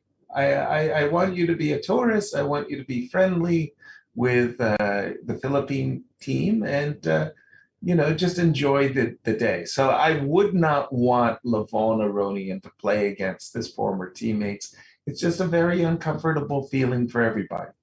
Right. It could be really stressful, but I guess let's not jump to that conclusion. We still have a lot to go. Right. Right. But this is definitely a possibility. Somebody switches the federation, and at some point you are facing your former countrymen, your friends, the people you've been playing together for many years. This is a really interesting topic we could talk about, but let's not just do that for the moment. We still need to see it happen. What is else happening there? By the way, I'm just seeing all of these mating patterns for white. Rook to E1 check, king to F4, rook to F2 check, king to G5, bishop to D2 check. And, you're walking into this mates with the 2 rooks and the bishop. So I think this is dead. White has completely got this. Can I try, please? Can you also show the mate board once again if I play some random move like rook d7? Oh, sure. I thought rook e1 check, king f4, rook f2 check, king to g5, bishop to d2 check. You have to go. I should have played h5 better. I just for the sake of the mate, yeah? Okay, here we go. Okay. You want to be helpful. Thank you very much. Very good. There we go. Very good. Helpful. Okay. And I agree, G3 is the right move. It's checkmate after all. But the double checkmate, take the move G3 back, rook F4 check, king G5, rook G4, double. So you want to score extra points for this? Precisely. And I want to petition the FIDE that I should get an extra rating point as a reward for a double checkmate. That's actually pretty rare. Okay. That's what I'm saying. It's very rare. I've never done it. I don't know about you. I mean, of course, in Blitz 100 times, but in tournament games, no. Double checkmates are rare. All righty. Let's maybe check also some other boards. Please. So the big news here is that Team Armenia is set to become the sole leader after 6 rounds because Armenia is set to win India's second team 2.5 points against 1.5. Here you see this is the current result. Wow. And the second board, Team India, first team is winning at the moment against Team Uzbekistan. I believe that is Pentala Harikrishna, who did storm over Norderbeck sub the Satorov's Italian game. Remember this bomb push? USA is set to win against Iran. That's my current feelings right now. Cuba, Spain is maybe something we are going to have to check in a moment. It's 1-1 as we speak. I see that on our nice graphic there. Right. And maybe also let's check some more results here. This is board 6-10. Netherlands, 2 victories at the moment over Georgia. Do we see 2-1. something sensational? Not Interestingly, that really. Germany and Italy have all of their games. No results in the Germany versus England. Italy. Why did I say England? Right. But the Germany. many more games are about to finish very quickly because the first time control usually produces a chunk of the games to the final result. I think we have to check what's happening in this Uzbekistan's match because of the Satori did lose this game, but there's more games ongoing. Let's do it. And a big result there by Hari Krishna to, you know, whenever you play somebody who's on this winning streak, you just have this feeling you're like, oh, I don't want to be the next victim, right? Oh, by the way, an update very quickly. Yeah. A very quick update for you is that Fabi Karanak has won his game against Parha Magsudlu. So here you see the game just finished. There was a handshake. Karana scores a critical victory. I think this pretty much means that Team USA has won because I still see Dominguez playing on the fourth board. Do I? Or did I finish? Yes, that looks like they're still at work there. But hold on, somebody. No, it looks like Lanier's just messing around with his badge. By the way, I don't know if you've ever had this moment. It's absolutely, absolutely terrible and disgusting, and I don't have a real answer for it. But you're sitting at the board, everything's really, really nice, and then you suddenly have this panic, and you go to the bathroom, but you left your badge on the table. Oh no! Right? And coming into the playing hall, there's some security guy standing right there and show your badge. It's on the table over there. Usually I've had nice security people that they know me, they know my face. They kind of go, okay, go, but don't lose your badge. But you do take your badge off on occasion for whatever reasons, and you can get stranded. It's a problem. It's a major problem. Yes, it is. It's a major problem. Yeah, I've never had it myself. I can definitely imagine. So Team USA wins 2.5 against 1.5. That's the score I'm getting. Wonderful. Bravo. Again, also, the women's team of USA was doing very good today. We checked it later. So good day for the Americans. Well done. Yeah, when we started our show, we profiled Team India. And one of the things that was in that profile was 4-0. 4-0 as the Indian B team started this Olympiad in literally perfect style. America, I don't think, has had a single 4-0 result. And in fact, we've had quite a number of 2.5, 1.5 squeaky results, just getting the 2 match points, but not with the authority that a 2,800 team average deserves. Right. Here we are moving to the Indian games, and while we are checking how Vidit Santosh Gurati is playing against Nodrbek Yakuboyev, actually I like Black's position slightly more, but our amazing team cast prepared a very nice profile of the first team of India. Let's check it out. As India welcomes the world to the 44th Olympiad, the country has managed to field 6 teams for this year's competition. Of those teams, the strongest is India's first team, which features an impressive roster with reasonable expectations of keeping a medal right here in the host country. 2 Super Grandmasters, Vidit Gujrathi and Pentala Hari Krishna, lead the squad. Still just 27, Vidit has been a top player for years. Playing as the 3rd board, he represented India in the 2016 and 2018 Olympiads. Now, in 2022, the responsibility of the first board is his. On the second board is the 36-year-old Pentala, also an Olympiad mainstay. After a successful June, Pentala actually enters the Olympiad ranked slightly higher than Vidit. At this event, however, they will work together without concern for individual competition.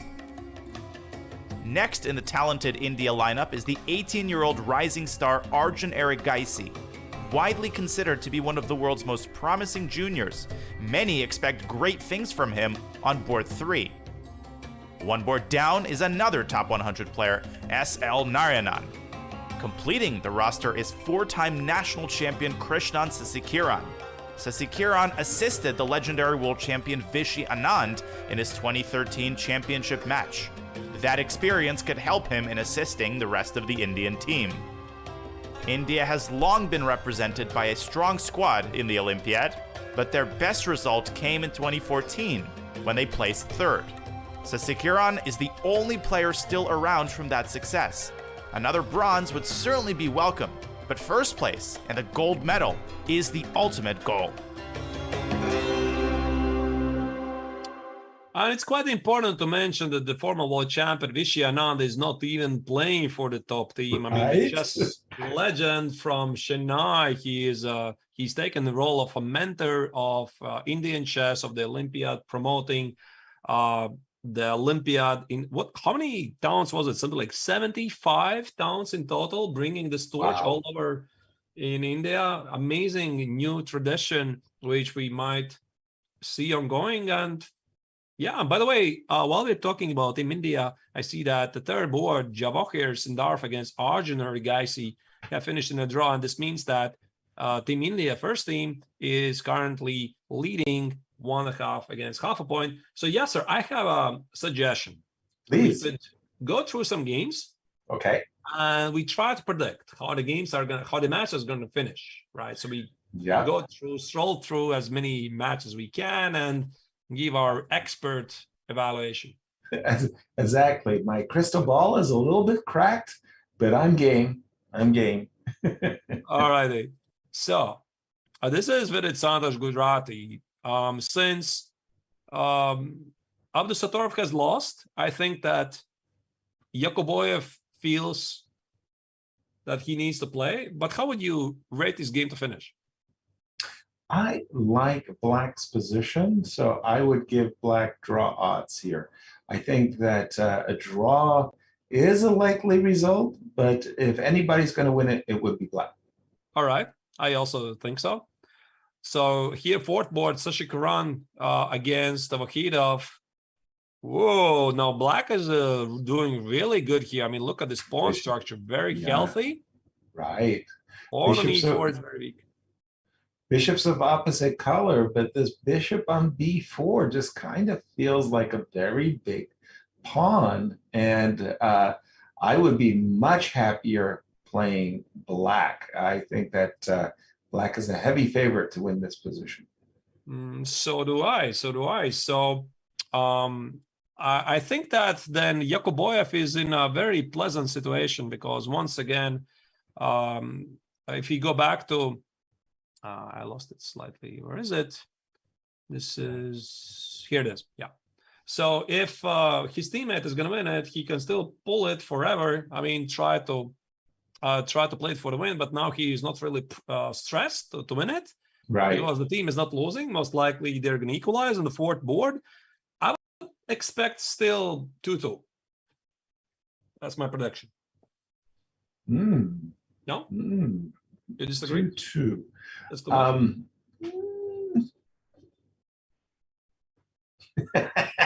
Just not my crystal ball is not revealing. 2-2 sounds fair. Sounds fair. I just trying to predict, right? All right. So one of the top matches today is also Spain against Cuba. The surprising Cuban team. I see that there's a couple of results.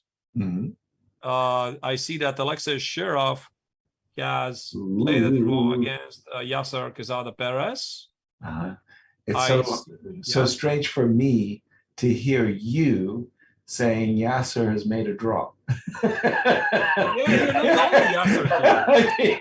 I'm the only Yasser in the chess world, is it? But no. Not the only one. Not true. Not the only one. A draw. Very good. It's a draw, and we didn't see this. At some point, Shirov was in some slight time trouble, but apparently everything was working out for him. Okay. Another game which has finished in a draw is Quezada Perez Luis against Santos Latasa, one of the strongest, youngest talents coming from Spain. Okay, rather unbalanced position, if I dare to say. And then we have Pawns. second and fourth board, 2 whites for Spain. Let's check it out. Okay. Here we go. This is board number 2.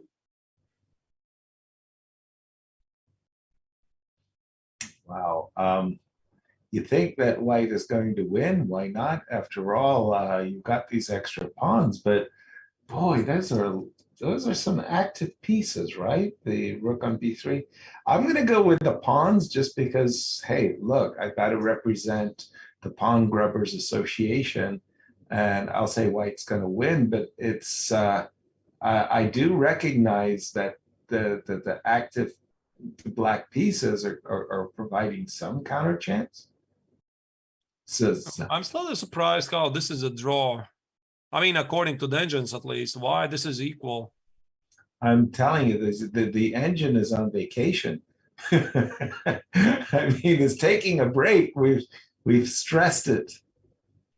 Yet somehow, according to the Silicon Bees, this is an equal position. I'm not really sure. Maybe because of this very strong pawn, something like rook c3, knight c4, somehow this pawn runs forward and these pawns don't matter. Well, it's very close, by the way, because the fourth board already has finished in a draw just about as we speak. Iturizaga has played a draw against Almeida Quintana, at least.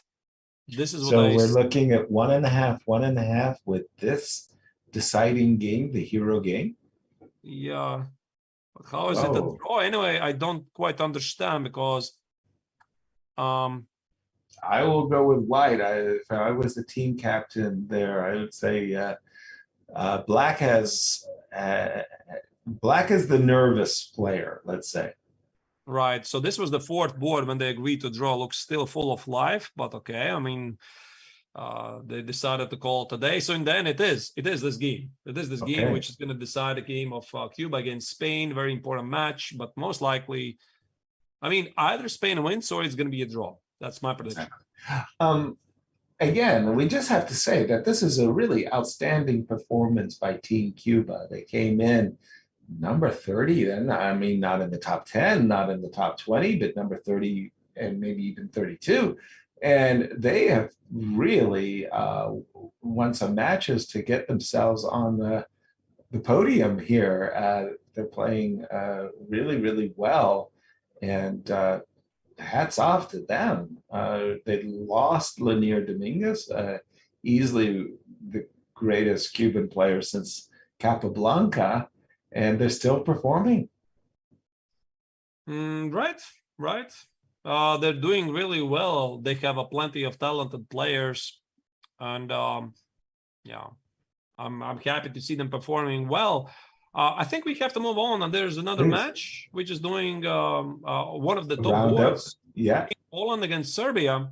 Oh, we haven't really gotten a chance to pay attention to this match. We saw Duda's position. No, we have not, unfortunately, because I mean, mainly we try to focus on the top boards. From time to time, we do check what's happening on lower boards, but since there's about 200 teams in open, 200 teams in women, right? Sometimes it's hard. It's hard. But we do have Serbia, if I'm reading this right. Serbia's leading. Right. Team Poland. Wow. Who won? Wow. I can't immediately find it. But we have, so, won against Bjorn. Okay. Yeah, boards 1 and 2, Duda and Wojciech are still at work, but for the moment, Poland has to make up some lost ground here. Right, and Duda is definitely not going to win this. He's in danger. He's in danger here because Duda is with the white color. He's down a pawn, and Dinjic is. Remember this crazy. We talked about this, right? A long time ago. Yes, sir. This crazy position with 2 bishops. Yes. The pawn was there.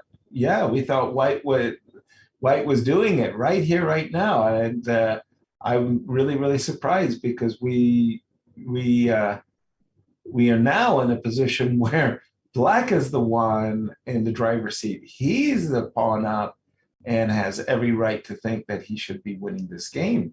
Absolutely. It looks very real, to be honest, because a5, b6, rook b4, a4, b5. might be a bit slow, or maybe this will allow young Krzysztof to escape. So what is happening on the second board? Radoslav Wojtaszek against Vladimir Revic?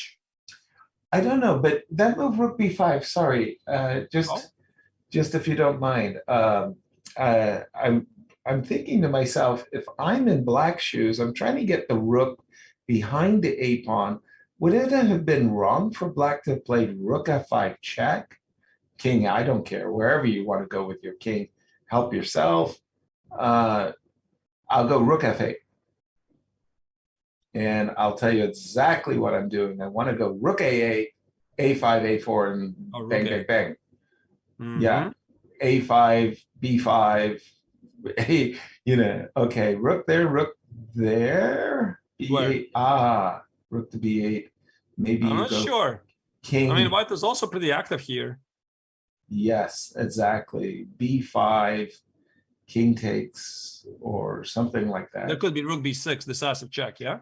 This is what I was thinking. I was trying to get the rook behind the pawn, but rook b5 is a perfectly fine move. That keeps the white king out of h5 and g6. And what if I play rook c6? So easy, right? Yeah, so maybe you force me to go into passive defense, but is this even winning at all? Or maybe just g4, h4, g5. Yeah, and to trade off my extra pawn over there. Did I have to give up my pass pawn on a6? Could I have played in that position that you showed, king, rook c6, a5? But then you go rook a6, a4, and I'm not behind the pass pawn. I get it. Now I just take it and you're stuck. Good point. Very, very, Yeah. very I mean, nice. super tricky, yeah? It's not easy. Not easy. Not Not easy. easy at all, and that's why rook b5 was played. I'm not saying that rook b5 is the right move, but I understand the motive at least. Why is he doing this? Is there a term for this? Actually, yes, or some kind of a ladder, or how do you Yeah, escort. Well, I know the ladder checks. That's like queen b2 check, queen c2 check, queen c3 check, queen d3. A ladder check. That once happened to me. I was victimized by Larry Christensen, the big galoot. He did me a ladder check. But this means this is more like an escort. It's slow, tortoise-like, a5, b6, rook b4, a4, b. It's tortuously slow, but when the pawns get up the board, they're decisive. So yeah, I would think that dude is in trouble. What about board two? Right, so the board two is Radoslav Wojtaszek against Ivic Velimir. And again, that's also a bishop endgame, but if somebody's pushing, it's Ivic. Absolutely, no question about it. That's an extra pawn. Well, but how do you draw this? By the way, it's not so easy, right? Bishop to d2 to b6. Right, a bishop b6, and the point is, black will always have to watch out because the white king wants to go after these pawns. The white king wants to go after these pawns, and this king might be like divided. Where do you want to go? What do you want to guard? The king side, the center? Well, king g4 will be met by bishop to d8. But if I'm on the white side of this, the thing that I really, really, really want to make sure is that somehow the pawns on h7 and g6 remain on light squares. I mean, the dream for white is that he could go g5 and h4 in one turn. Because then maybe that's and maybe that's not even relevant because Team Poland is losing. That is clear. Yes. So Serbia is winning against Poland. That's, I think, an upset. Actually, no question about it. Huge upset. Huge upset. Right. So they're doing really good. Have awesome positions and no stress for them. 3-1, 2.5, 1.5. Big result for Team Serbia. I congratulate all the fans. Things are looking great for you. But yes, sir, we make a break now? Absolutely. Let's do it. We'll see you in a couple of minutes. In a few minutes.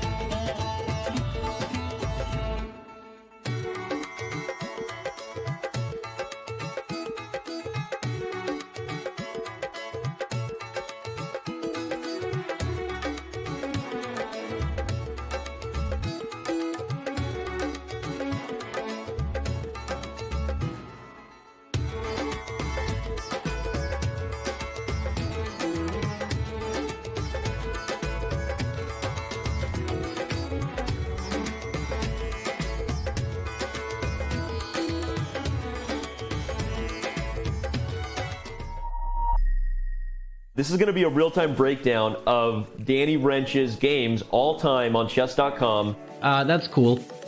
Oh! In the last month, I am playing 83.12. I'm less accurate than them in every stage. Yeah. Man, that stings a little You bit. should Okay. do the more game review. Okay. Yeah, thanks a lot. Okay, so Tuesday sucks. I gotta stop playing chess on Tuesday. Oh, it's because it's Title Tuesday. Look how many blunders there were back in December 2020. And now December 2021, 1,600. Don't look at this number. Look at this number. Best. Let's go to tactics.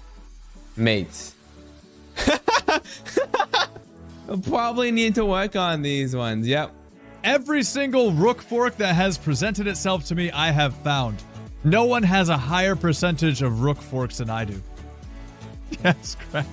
These are literally the knight forks that you missed. I missed knight d6? You saw it just now. What the is wrong with me? I could have done here and then taken this pawn, and I'm winning because my pawns get held together. That's probably the coolest part about this feature. Like these positions against Hess? Rook there for rook e2. And he blunders Vidit one. Oh my goodness. I'm awful.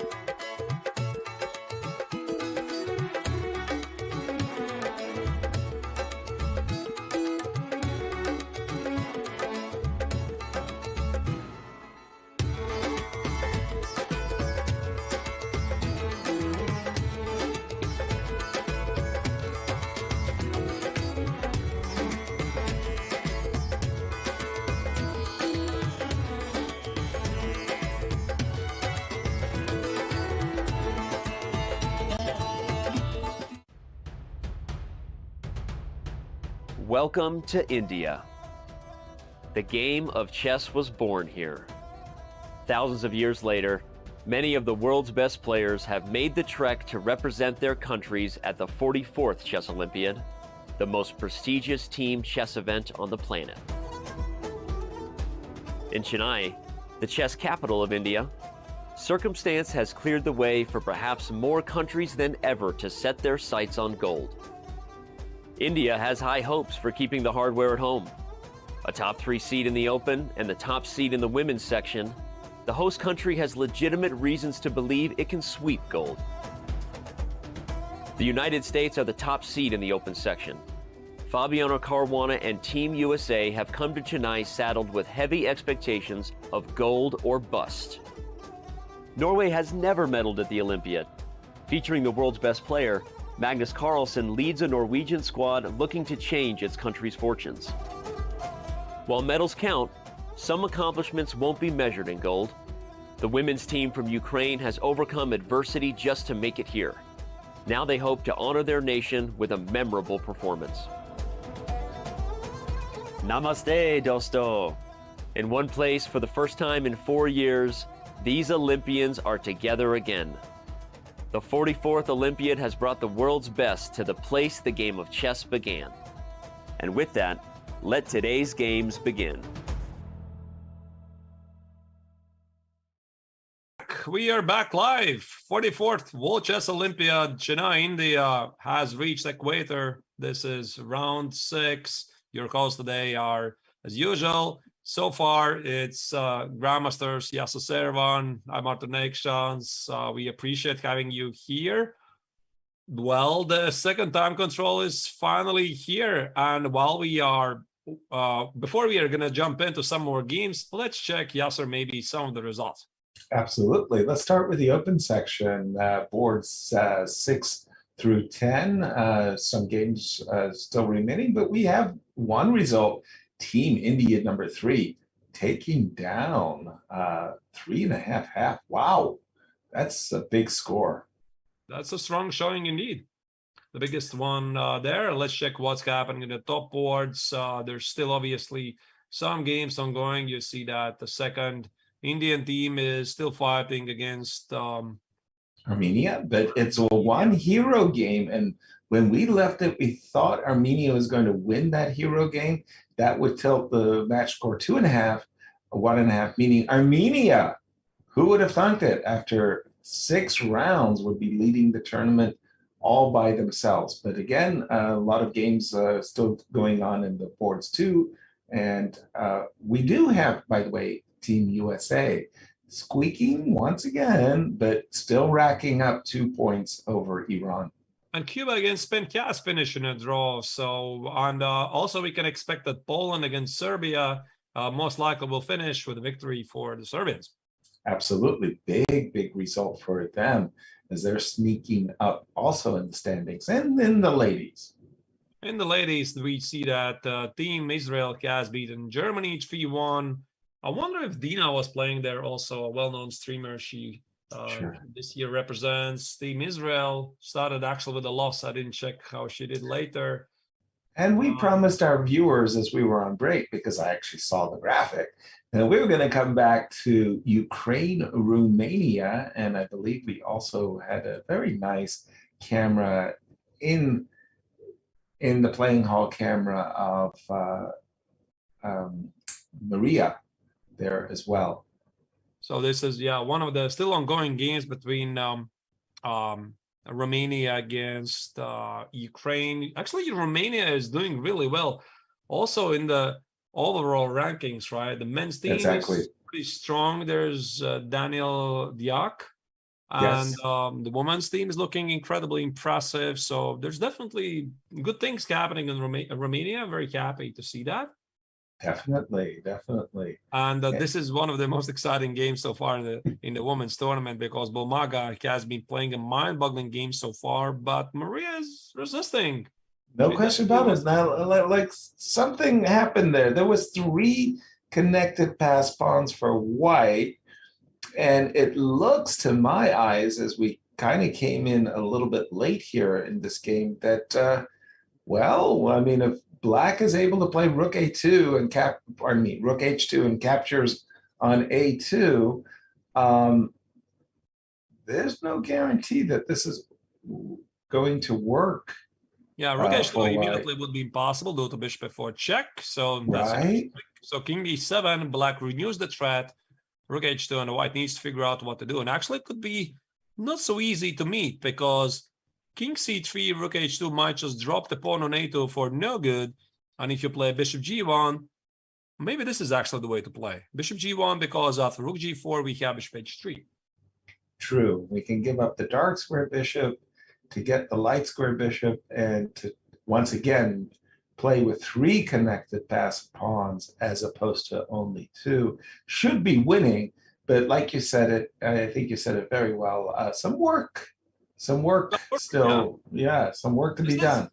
This is why, obviously, Maria Muzachuk and not maybe just Muzachuk, just the best players in the world. They're the best, because they still need to be, delivered. Now I understand. Sorry to interrupt you. There is a move. There is an idea of just playing Bishop to B7 and C5, C6. All right. Like if you go Rook A2 check and Rook takes A2, can I just push the? No, that's okay. Check Where on do I position the C2. king? I try to figure it out. King C3, All right. C5, yeah. And I could give a check.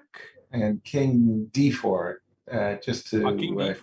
just to be able to push it. So in my mind's eye, even though I hate giving up this pawn on A2, yes, you've got what's going on, at least in my head. I'm trying to play B4, B5, and Bishop F4, and just escort those two remaining pawns home. Again, still work to be done, and I don't claim that I'm doing it with beautiful technique. Yeah, so Team Ukraine is trying to keep the lead in the game because this is the fourth game, and if Musicic loses, then everything is going to be decided right here.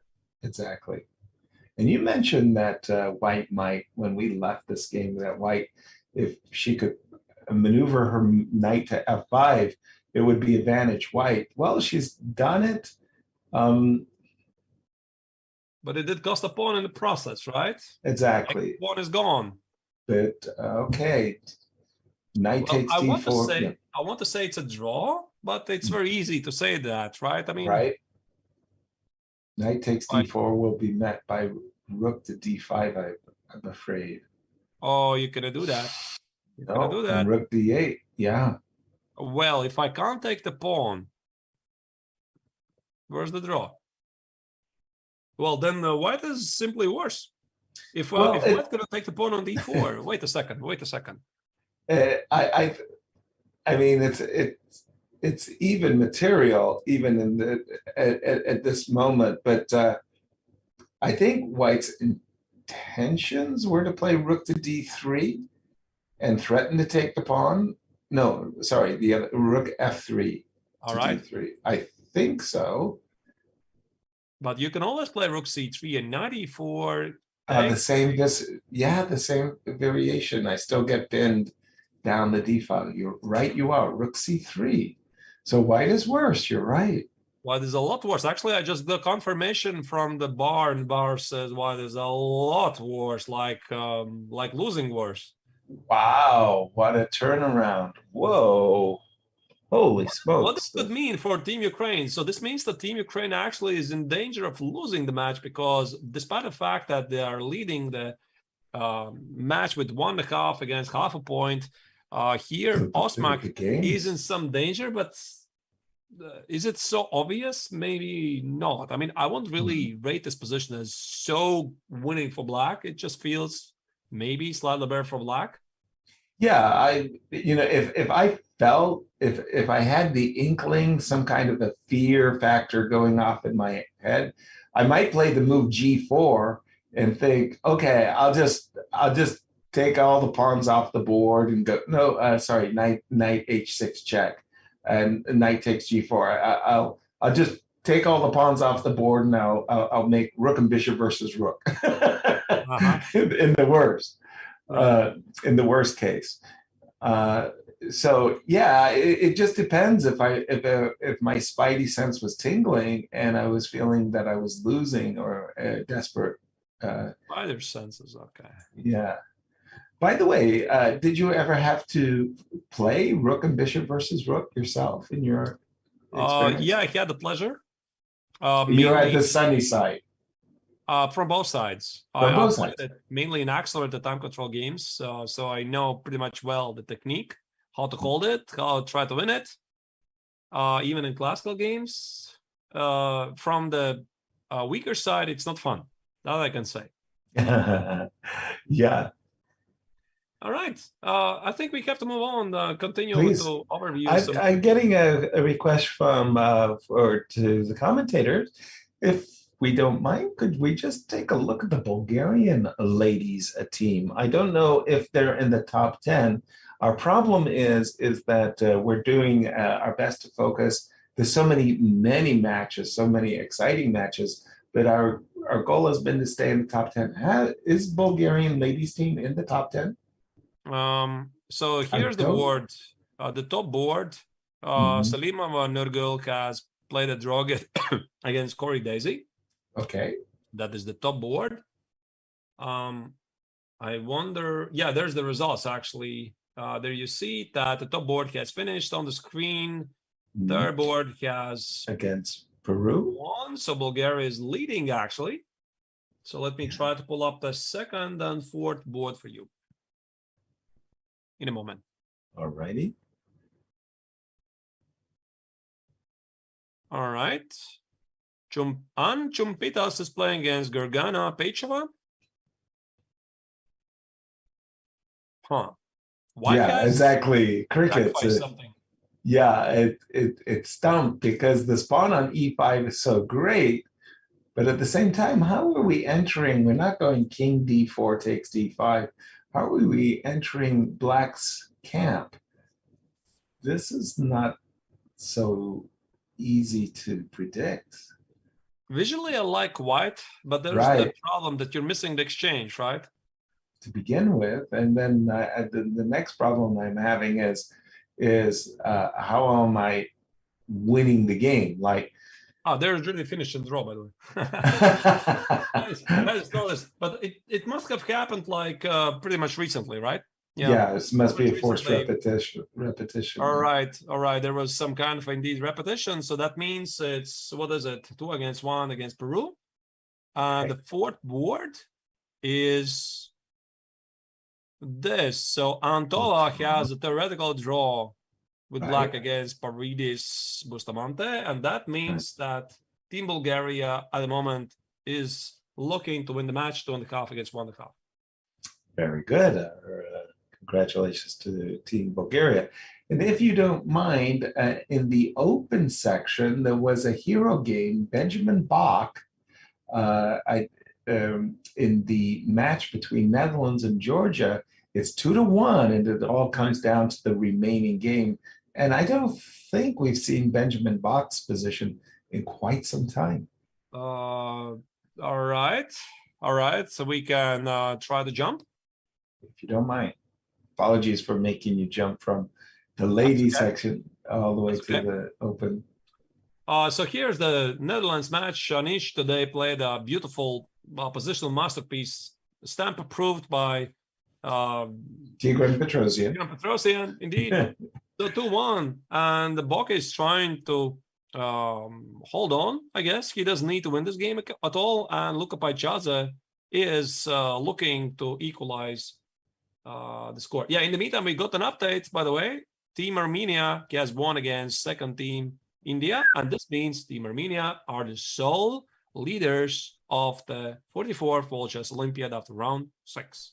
It's already official. Our congratulations, because that was such a huge matchup as we were coming in.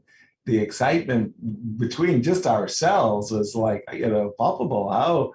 How will the Danger Squad, the Indian teens, do against the experienced veteran, grizzly veteran Armenian teams? And we got our answer. I think it's unfair to say upset, but I think Armenia is going to be very, very proud of their squad today. But despite the fact that Gukesh won the game, right? He's as 6 well. out of 6. He's storming towards 2750. Wow. It's just, being 16 years old, talk about that. Okay, about this position, Yasser, I have a question. What do you think? Please. Can Paichaza equalize it for Team Georgia, or Benjamin should be able to hold it? I think it's a 3-result game. I wouldn't be surprised if either player won it, but the more you look at the position and you say to yourself, okay, imagine that you were in white shoes and you just wanted to hold it. You go king h2 and bishop f3, and you say to black, okay, your queen is tethered to the f5 pawn. You just don't want to see knight takes f5. Your knights are kind of stuck. Your king, the black king on e7, is kind of stuck. You might want to put your king on h8, but on the other hand, the king is blockading the pawn. So how would black go about winning the game? I don't know. Right, exactly. So so I'm sitting there saying, I think Benjamin's going to play King H2, Bishop F3, and just say, okay, I'll move back and forth with my bishop. I'm going to go King H2, Bishop F3, Bishop G2, and give me your best setup. You can't really go D5. You can't really go C5. H5, H4 will probably invite queen takes H4. So I don't see exactly how black could even go about winning this game. I think it's right, but he has to, right? And obviously, I think white should be happy with the draw because this would seal the deal for Team Netherlands. Precisely, it would seal the deal. I don't think that Benjamin is going to try. I mean, no. Okay, sit and wait to see what happens. If he's going to have a chance, he's going to try to win it, of course. But I mean, draw, fine for the team. Right. I'm going to do it. I think any time. Exactly. All right. I think Benjamin's a favorite. I still would like to check some games of the ladies section. Please. And again, I apologize that I pulled you away from. Pulled me away. Yeah. You pulled me away. All right. By the way, there's a very famous drawing technique here for black in these situations where you're 2 versus 1. You go rook check, king F4, G5. Pull it away. I'm sorry. It's okay. I want to check more games here because the third board is Team Azerbaijan against Kazakhstan. Okay. And one of the two teams we haven't really been able to follow so much. Right. What's the result? Azerbaijan is actually, how come the result? Mm-hmm. Azerbaijan leads 2-1 over. This is the only remaining game, by the way. Kazakhstan. Yeah. So this is the hero game right here. And does white need to win to tie the match, or does black need to win, or what's required? Right. Azerbaijan is leading 2-1, and that means that white is happy with the draw. It's so simple. White is happy with the draw. So capturing the rook on f7 will allow queen b7 check, something to keep in mind. So the knight on d6 does protect this b7 square. So actually, it's quite funny, yes, sir, right? Look at this. I mean, knight f7, the queen cannot protect the rook. How awkward. Right. There's just no way to get to the rook. Wow. Okay. Right. So g5, white is storming forward. Right. Hoping now that a move like knight takes f7 is actually going to work, because we've got queen takes f6 check as a follow through. So the move g5 comes with a little bit of, shall we say, oomph. Mm-hmm. But white is down 2 pawns. So that is right. Maybe there's something real. But Well, how? I mean, if you remove the queen, there's rook a7. There's no rook a7 check. I just take the knight. Maybe it's queen g8. Well, queen g8, I'll take the I rook. just take an f7. No. I'm just hallucinating. Okay. There's still knight f7. Obviously. Yeah, that I was thinking that was actually the set, the threat that the move g5 introduced. Right. Okay, but here's the question: what if black were to just capture on g5 and throw caution to the wind? Takes on g5, queen takes g5, rook f6, rook f6, and now at least knight e4, yeah. Right, knight e4 for sure. Now, again, there's always this queen b7 check business. So after I play, for example, knight d7 against knight e4. So knight e4, knight d7, I still have this queen b. Oh, you take the rook and queen g7. I apologize. Right. Yeah. I was thinking. Feeling. Yeah. And I was thinking I had queen b7 check and I would recapture the rook. But with the knight on f6, you still have queen g7. So, okay, black has issues. She has to defend after g5. She needs to find a good sequence, a good move. I mean, tell you honestly, without the context, it's very difficult to jump into this game and like give an eval. Okay. I see there's 2 pawns for black. I see white is attacking, and if I have to evaluate, I don't know. I mean, it really depends on very precise calculation. King d7, by the way, is played. That looks like a very good move, just to get out of these queen takes f6 check variations. Knight takes f7, queen b7 check, picks up the rook. And still the same knight f7. Yeah. Yeah. All right. Okay, the bar is a bit clunky today, I feel. We cannot trust it. Don't trust the bar. Don't trust the evil bar. Yeah, the bar is a bit delayed. All right, this is how the match looks. It's a total mess between Azerbaijan and Balabayev. You know, I think it can go either way. The game is a complete mess. Mm-hmm. White is sort of attacking, very inspired chess, but black also has counter chances. This king d7, I also like it, like you said, yes, sir. It's nice. The best chance for black, this move, king g7. But once again, white only needs a draw to clinch victory in the team in the match. Isn't that the case? Yeah, black. White needs only a draw. Indeed, white needs only a draw. So can we play g6 for just a moment? g6. e6. Rook has to go to e7, I think. And g7. No, I'm not getting there yet. There is queen g8. For some reason, I wanted to play. Engine is laughing at us. You know. I know. For some reason, I wanted to go rook to a7 check and queen h8. King takes queen h8. And I thought I was being a hero, but I think I'm being a fool. Queen takes g7.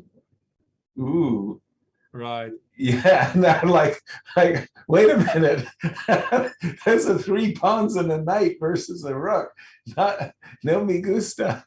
I don't like it. Very crazy game. I think we are going to use this opportunity now to...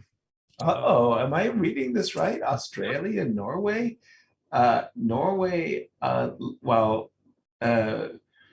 Australia leads 2-1.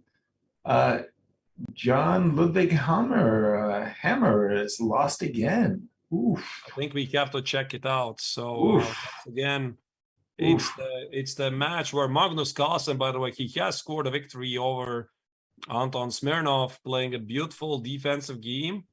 Mm-hmm. And the only remaining game is the final board, Christensen against Don. And that's the hero game because Norway lost on boards 2 and 3. Uh-oh. Wow. For the final game, this is really something, right? Uh-oh. No, but what should be somehow winning, right? I mean, you can. It has to be. What? Oh, is this a draw? This is a draw? I would be stunned. I am stunned if this is a draw. How is this a draw? It can't be a draw. They need to equalize. How is this a draw? I mean, if this is a draw, if he played a draw, better avoid the teammates. Because you gotta sneak into the hotel. Because the second board, Arin Tari lost against Kuibakarov, Jan Ludwig Hammer just lost against Bobby Chang. Was this some kind of repetition? Just a second. How is this? Yeah, I do see the bouncing back and forth there, 3-time repetition. My first thought is completely winning. Yeah, my first thought is white is completely winning. How did white blunder a draw? So 96. Rook g4 is a big blunder, apparently. Let me check what is the best move here. Not rook g4, anything but rook g4. So, for example, rook h4. Okay. Now knight g5, you just play rook f4. And now after knight e6, there's some checks. Maybe give a check. I mean, this is not very easy. It's not easy, right? I mean, definitely you can misplay it. And what happened here is that he played rook g4, which is a normal move. It's a normal move. It's something you want to do, right? I mean, keep the rooks close. knight g5. Now this rook needs to defend the pawn on f2. Rook f4, knight e6. Now this rook is under attack. There's no checks, no nothing. You cannot leave this pawn unprotected. This is how they did it. He blundered trefoil repetition. I mean, he blundered the draw. Wow. Wow. I thought the rooks were going to win this game. I really did. Maybe let's check the Norwegian team cards. Here we go, right? So that is obviously the team spearheaded by the current world champion, Magnus Carlsen. He's got this time very serious help. Arjen Tari, Jon Ludvig Hammer, who lost today actually, both, and Christiansen could have become a hero of the Norwegian team, and it was not meant to be. Not meant to be. Wow. Big blow to Norwegian chances to get a medal. Definitely. Wow. Ooh, I said they could sneak their way back into the competition despite having given up a draw and a loss in the match point category. This loss, I think, definitely will knock them off the podium. Their chances of medaling as a team have just no, it doesn't look great at all, right? This is already 2 losses at a draw after 6 rounds. That is not great. No, not great at all. That will not do it. Not at all. Yikes. What else do you have for us, congratulations to Australian fans, right? Absolutely. Absolutely. Well done indeed. Team Australia is looking good. Right. So maybe we check once again the top boards. Mm-hmm. If there's an update, I see Team India #1. Krishna Sashikaran is still battling, and here you see the current results. It's 1.5 against half a point against Uzbekistan, but Sashikaran has been struggling for a while. And the second board, which is still ongoing here, Sashikaran, I mean, mainly because this pawn on e4, he has some issues with the position. Right. And the second board is this, where... Yeah, this was this interesting night ending. We felt that black was the one for choice, but if the game did end in a draw, we weren't going to be stunned by it, but just that yeah. All right. Yeah, let's move back to the board 4. So, yeah, this is the board 4. So board 2 looks like quite equalish. So India is at least 2-1, and Vakidov here is trying to be the hero for the team. He has to play it. He is going to play it. And also look at Sashikaran's clock. It's not great, right? I mean, it's unpleasant position. It's 30 seconds. The position is incredibly unpleasant. Right. And now our camera has moved to board 2.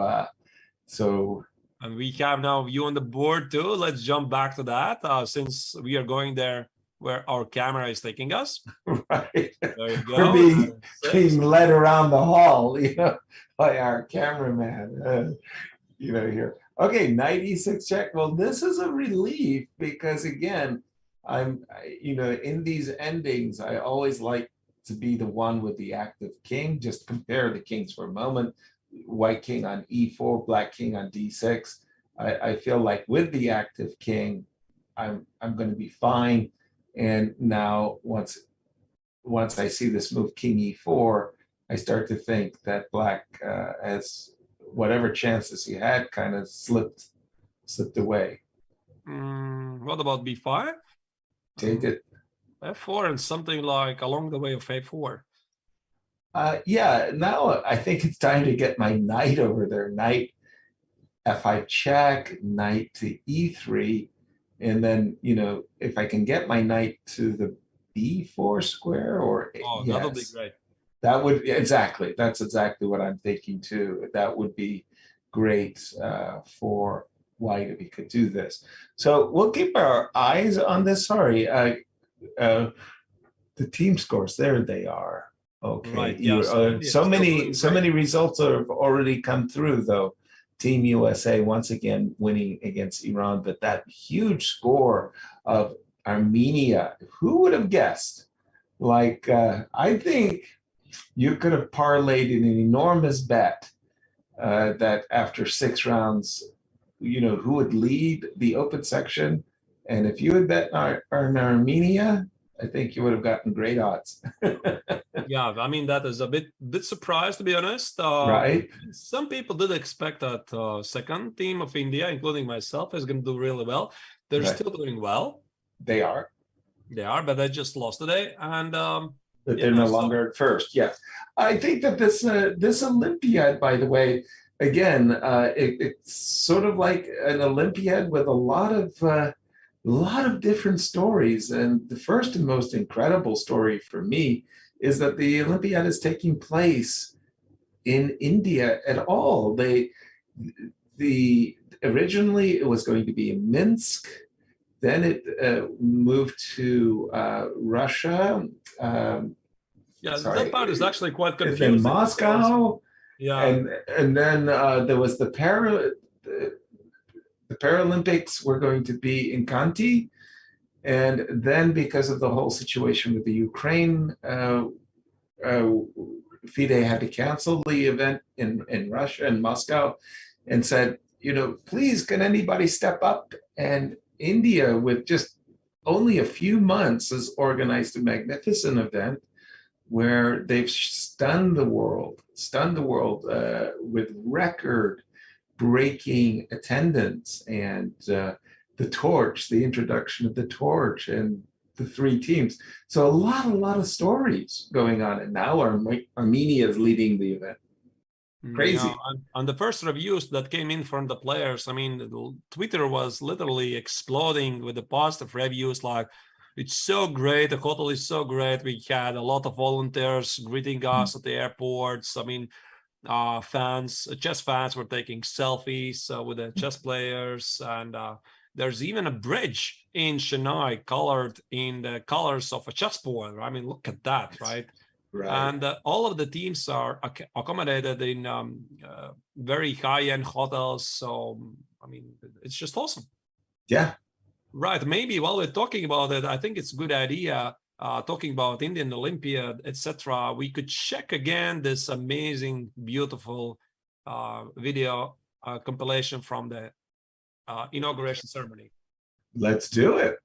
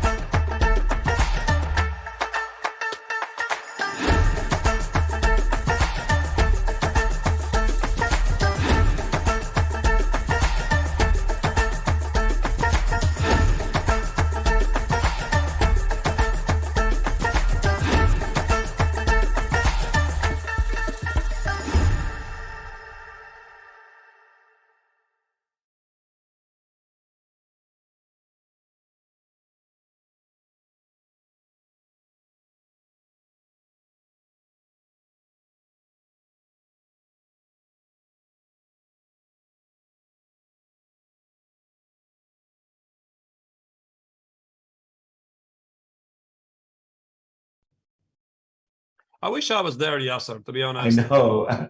I feel like I missed out too. I mean, we're both losers. We should have been in Chennai. A very, very nice opening ceremony going on there. Very special moment to see, Vishy and Anand carrying the torch. Nice. We're in this. Sorry. I was about to say, we're in this interesting knight and pawn endgame. A crucial match between Uzbekistan and India. It feels more and more, though, like the game is heading towards a draw. That White was in difficulties earlier, less so now. Right. It looks quite equalish. So this is the featured board we have chosen for the moment. We have the camera feed. You can see the players are playing it out. Yes, sir. I was thinking about this torch new element. Relay, I mean, we talked about this, I think, a couple of days ago. From time to time, also we mention it. I think this is quite a big thing, right? For some reason, Watches Olympiad, I mean, it's a separate thing apart from the Olympics. It never had this tradition. That's right. Indians took over the Olympiad, like you said, in the past months. They did a wonderful job. And this is a new tradition. So Vishy Anand was the patron of the Olympiad. He is the patron of the Olympiad. And the torch was carried in 75 Indian cities, popularizing chess, marketing the Olympiad. What do you think, Yasa? Could we see something like this in the next Olympiads, like the torch being carried, let's say, from India through countries to countries, and finally arriving, let's say, in the next one in Budapest? For me, Arturs, I would say I certainly hope so.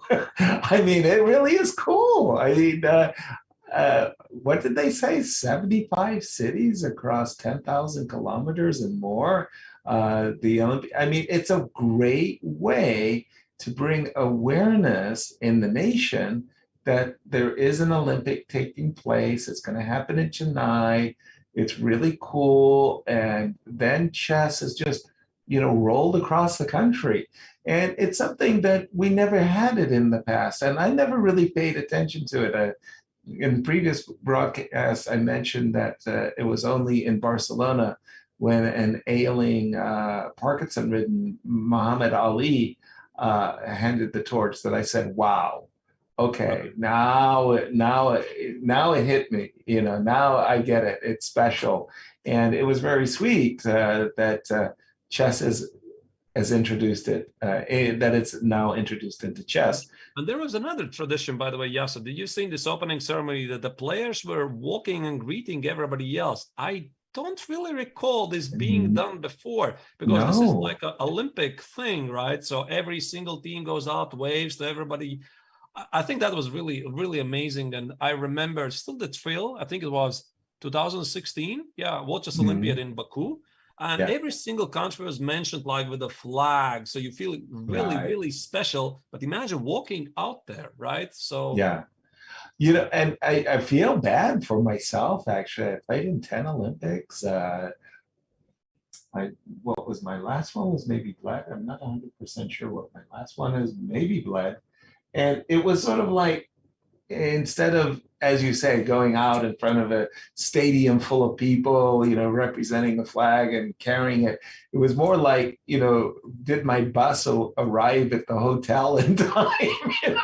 I was just kind of checking in, as opposed to really being cognizant or aware of these great opening ceremonies. And again, the opening ceremony profile that we just saw really snaps you and go, wow, the Indians really have made it extra special. Right. I think this probably then will be widely regarded as one of the best Olympiads. So for the moment, I'm not really sure if he would have to rank the Olympiads, if that is really a fair contest. In my humble opinion, I've been only in 6 Olympiads starting from year 2000. Baku Olympiad stands out for me.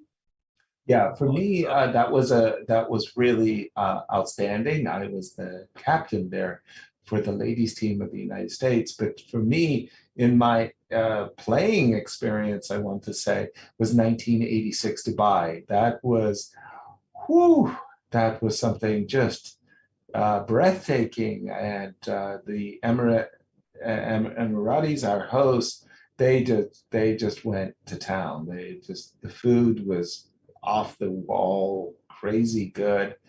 The playing conditions were awesome. It was like this enormous convention center. And when I say they had a team of volunteers, I mean they had thousands of volunteers. They wore these bright shirts so that you could, excuse me, could you do this? Wait. And it was just a fabulous time. On top of that, what the what really stood out for me about Dubai was that the round is over, right? That's it. Round is over. You go back to your hotel, you prepare your games, whatever. No, in Dubai, they really had this awesome, I want to say, food court / disco / social bar place where we could all go and meet all of these teams from all over. So like there was this literally this party place, this I don't even know what to call it, an Olympic house that you could just go and hang out with and meet a lot of people. So it was socially, it was a really great Olympiad, and that's what stood out for me about Dubai. Right. Yeah. Every Olympiad obviously is very special. Something special. Yeah. Right. That's. And by the way, there was one game, Poland, the Duda versus Alexander. So that's Poland, Serbia, by the way. Serbia leads. Duda needs to win, but I think when we left, the Duda was trying to draw. And he's never going to win that, obviously, with a G pawn. No. So the only one who is trying to press something here is Injic. Right. But yet somehow the problem is the B pawn, right? As soon as you play B5, Rook A7. Wait, is it really so obvious now? If I play now? Sorry. Okay, it is white to move. Sorry, because I was about to say, does A2 not win? Right, A2. How is this a draw? Just a second. Take it. King E8. And I play here. How is this a draw? Just King G. No, wait. King G6. I go away with the rook. How is this not a draw? Right. Could you do a series of checks? Maybe drive the black king all the way towards the queen side, so that when you win the rook, yeah, something like that. Right there. Check. King there. Right. Queen takes that's 6, how it's done. and G6, right? And usually it's just by a tempo, right? Mm-hmm. It's always these endings are just so you're narrow window. You're on the precipice of defeat, and you can just save the game. So that is a beautiful. That is actually the final game. So Injic, of course, he's not going to risk anything. He's just trying out.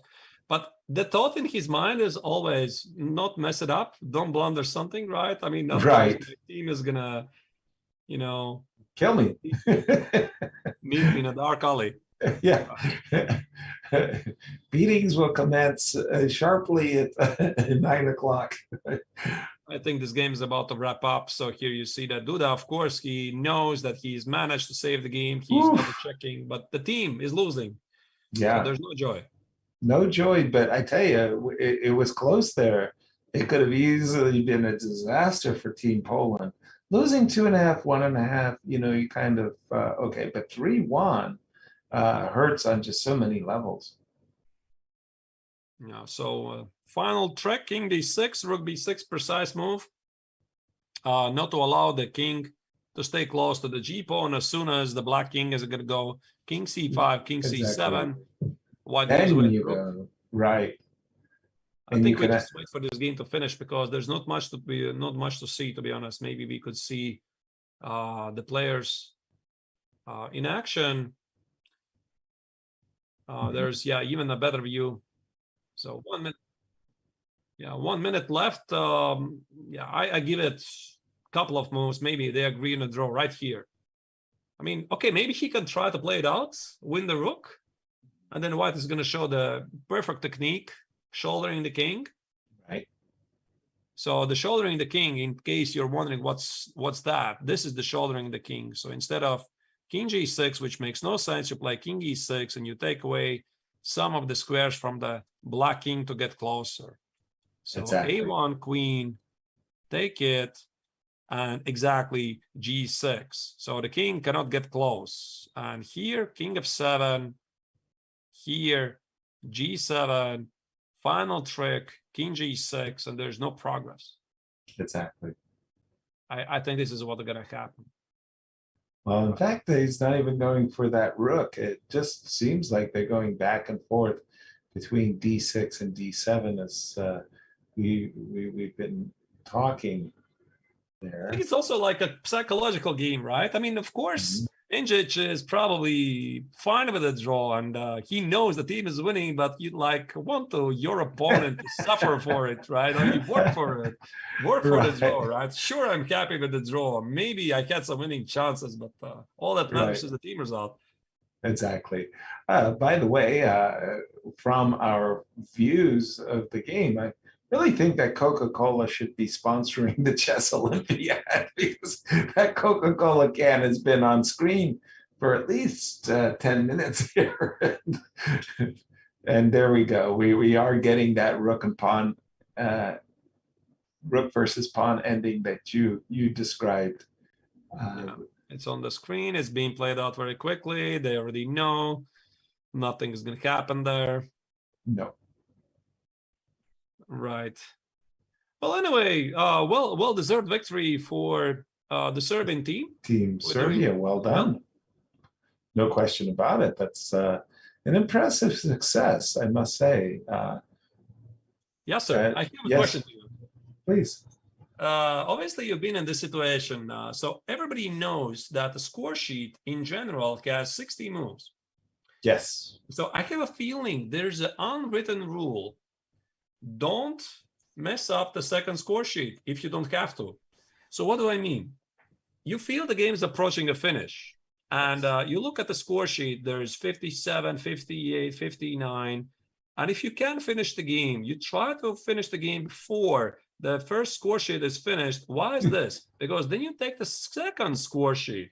You have to write first name, last name, country, kilo, date, blah, blah, blah, blah, blah. You write all of these things. You make one move, and then you shake hands. Right. It's a waste of time. Interesting that you should put it like that, because funnily enough, I had the opposite view. So one of the things that I always try to do in my career is sign my name, like with a flourish, what we would call the John Hancock signature, that is very visible and clear, and if you will, beautiful. I want when somebody says, "Could I have your autograph, Yasser?" I go, "Sure." I don't want to go YS, right? Like a kid's been waiting a half an hour for a signature where I just initial. So I try to make it really nice. Now, if my first score sheet is completely filled up, there's this little tagline at the bottom where somehow I've got to make my beautiful signature into this little narrow gap.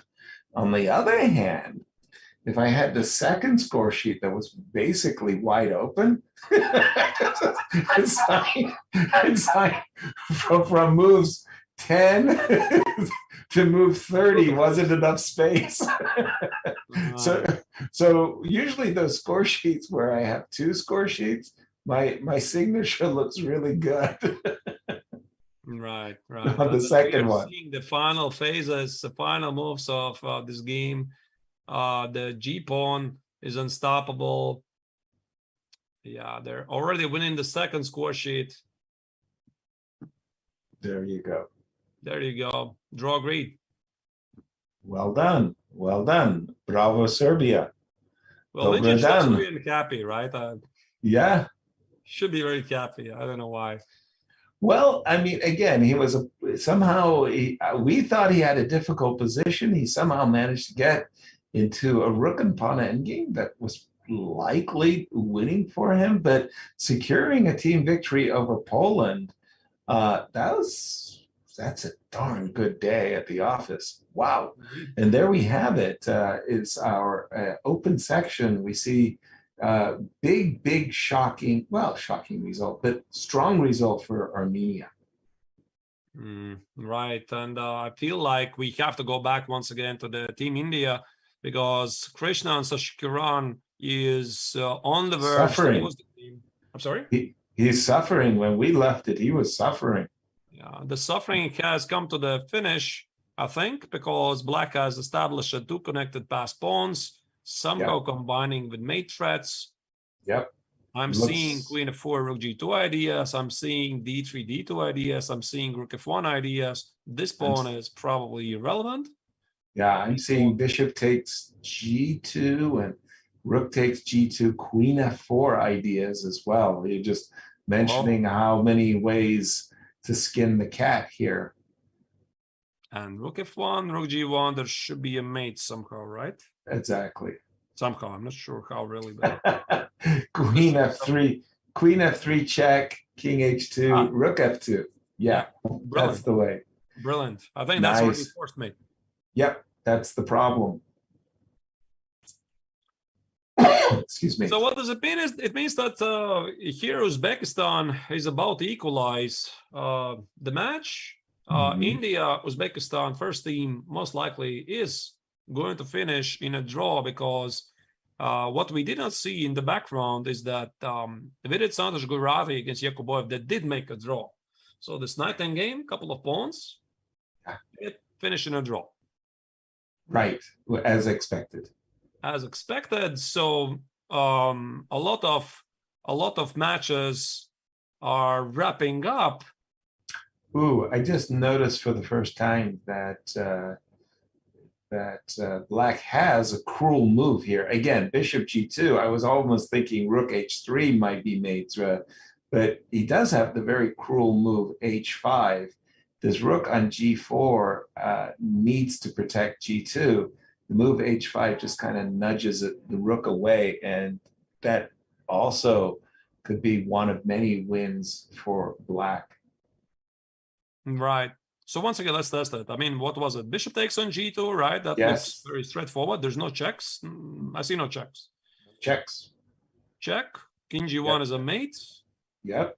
You cannot take it. That's another queen. And yep. That's very straightforward. That is it. That is it.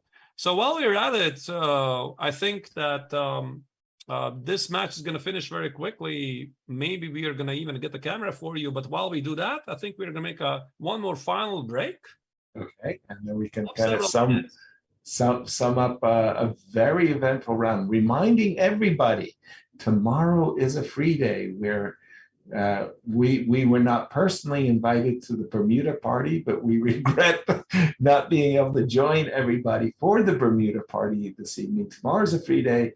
Then the coverage will, and we do have, by the way, the bishop g2 sacrifice. And maybe let's wait first for the game. Yeah. And then we go into the break, right? It's such a nice view. It is such a nice beautiful view. So there you go. Kudos to our production team in Chennai, India, for bringing us these images.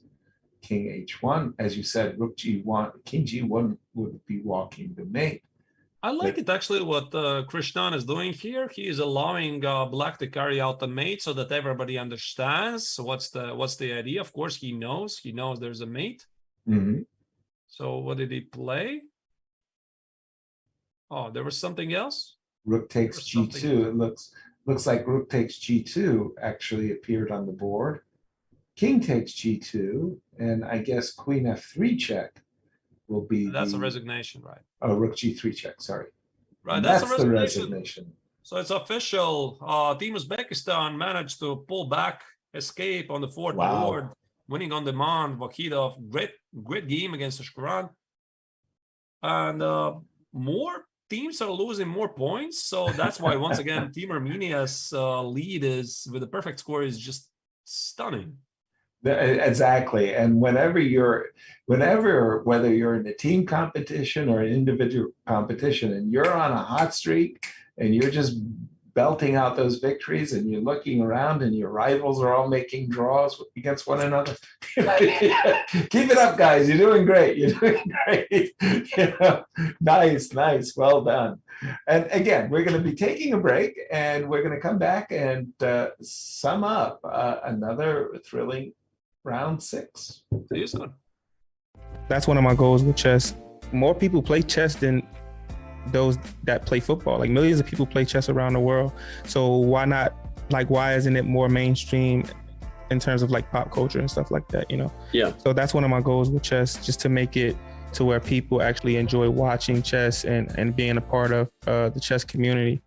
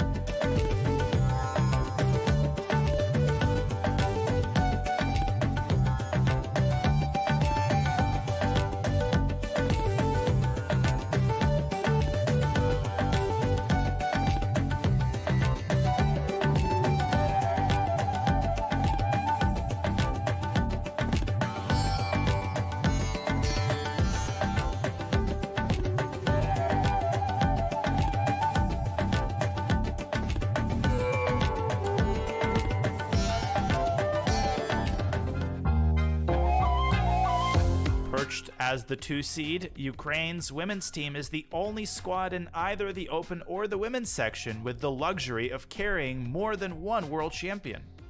Loaded with talent, this team has also dealt with adversity, rising above the difficulties in their home country and leaning on support from the chess community to get to India. One world champion on this squad is the formidable Maria Muzichuk. Crowned world champion in 2015, Maria will play the top board. Maria isn't the only talented player in her family. Her sister Anna is the highest-rated second board amongst the women's teams. Ukraine's hopes in Chennai will rest heavily on the power of the Muzichuk's 1-2 punch. On board 3 is Anna Ushenina, the other world champion in Ukraine's lineup. The team's most experienced player at age 36, Ushenina captured her world title 10 years ago. Now a decade removed from that success, she remains a pesky matchup for any opponent. In contrast to Ushenina, the youngest players on this squad are the international masters Yulia Osmak and Natalia Buksa. Each of these up-and-coming competitors round out this solid top-to-bottom roster, making Ukraine one of the favorites. The only team in the Women's Olympiad with 3 Grandmasters, Ukraine looks poised to bring home a gold medal for the first time since 2006. A national victory for Ukraine would doubtless be sweeter than ever before.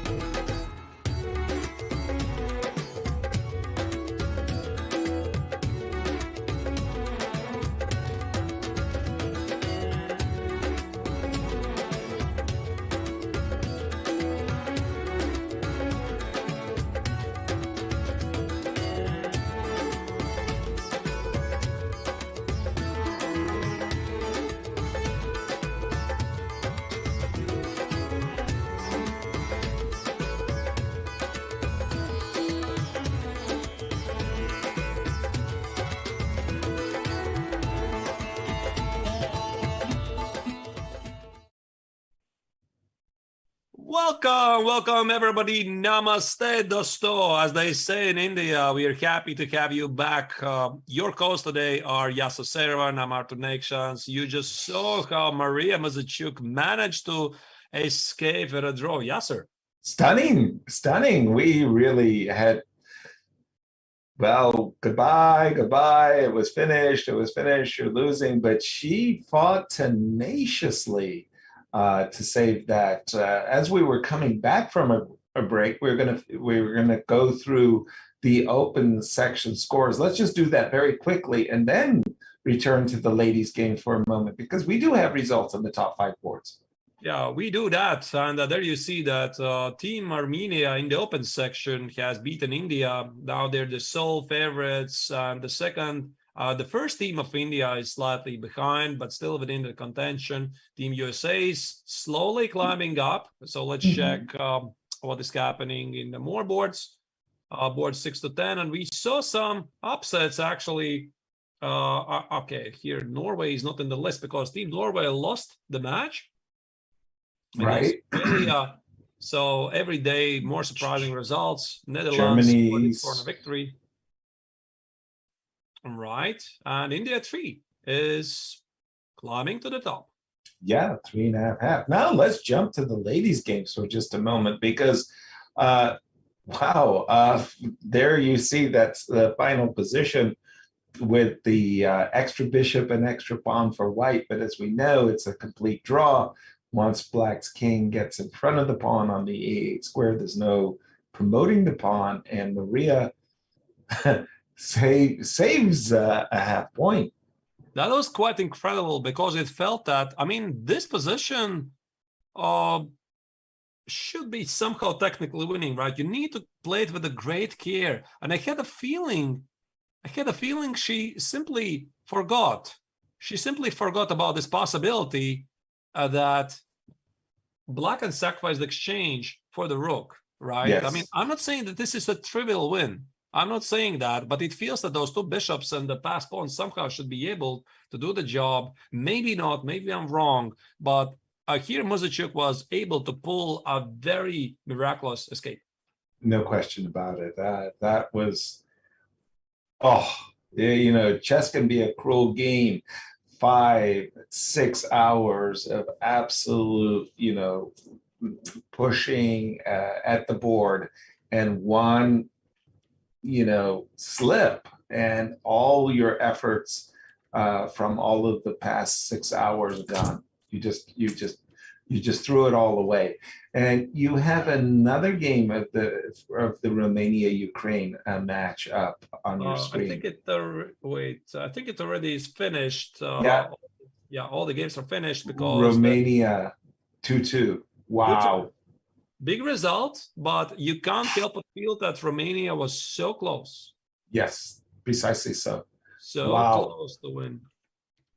And other big results. What has happened with India in the ladies? Indian team, they had a confident win, I believe, 3-1 against Georgia. So the followers, big result. Right? They share the points. And Team Azerbaijan beat Kazakhstan. Wow, what a sweep! Sorry, we don't have the graphic up. I'm just seeing the position.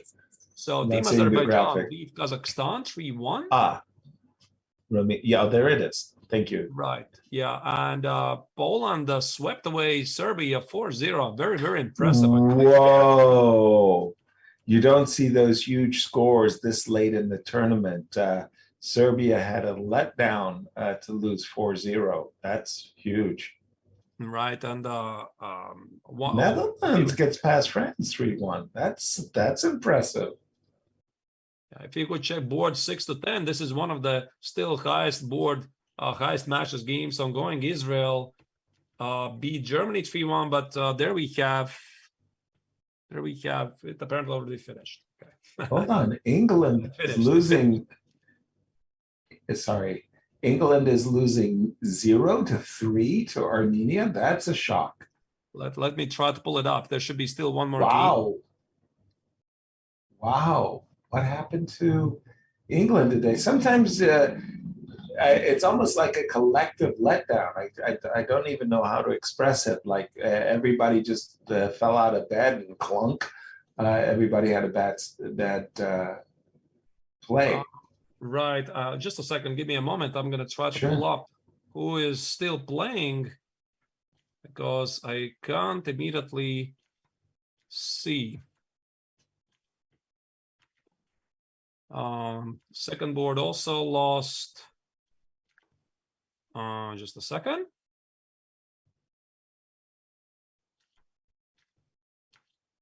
Third board, so it must be the fourth board, of course. Yeah, there's the fourth board. Whoa. No, everything's Somebody's winning. I just don't know who it is, but somebody's winning. I mean, black has like an extra piece. No, this looks like a victory to black. Just play queen e3 there, and that's an extra piece in a pawn, right? Exactly. All right. So this means most likely, if this game's still ongoing, this means it's going to be 3-1. Still major result.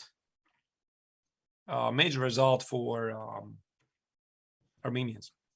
No question about it. That's a very, very big result. Again, this late in the tournament, you start to see more of the favorites colliding. The teams are much, much more evenly matched. Yo. You don't get those lopsided victories, but a 4-0 victory that I saw earlier. Wow. It should be. Let me go check out the. There we see the playing hall going out. Yep. A good time to maybe get in one of the CTAs about upcoming events coming down the pike, Archers. Yeah, just It's a completely second, different give me a file now. moment. Hold on. Yeah. Yeah. Maybe while we're checking on that, before let's check perhaps the schedule of the tournament, because there's Sure. one thing we have to remind you. I'm gonna fade it out. One thing we have to remind you is that tomorrow we are going to have a rest day. Yes, we are. That's our only rest day, in fact, for the whole Olympiad. 6 games to begin the Olympiad and then 5 to finish. And every single day we started as usual at 11:30 Central European Summer Time, which is 2:30 a.m. Pacific.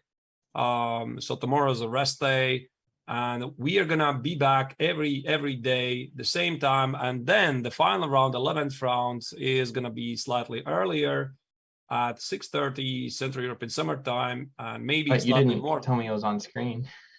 slightly more manageable time for the Americans. Well, one of those situations that the last round is always played early in order to accommodate the closing ceremony. So all the rounds start at the same time, with the exception of the final round. Yeah, talking about that collegiate championship, right? There's one thing I would like to mention is that chess.com has prepared another event for you, and that is the collegiate chess league. So once again, Chess.com is very proud to announce the fall 2022 and spring 2023 collegiate chess league seasons in partnership with NACE Star League.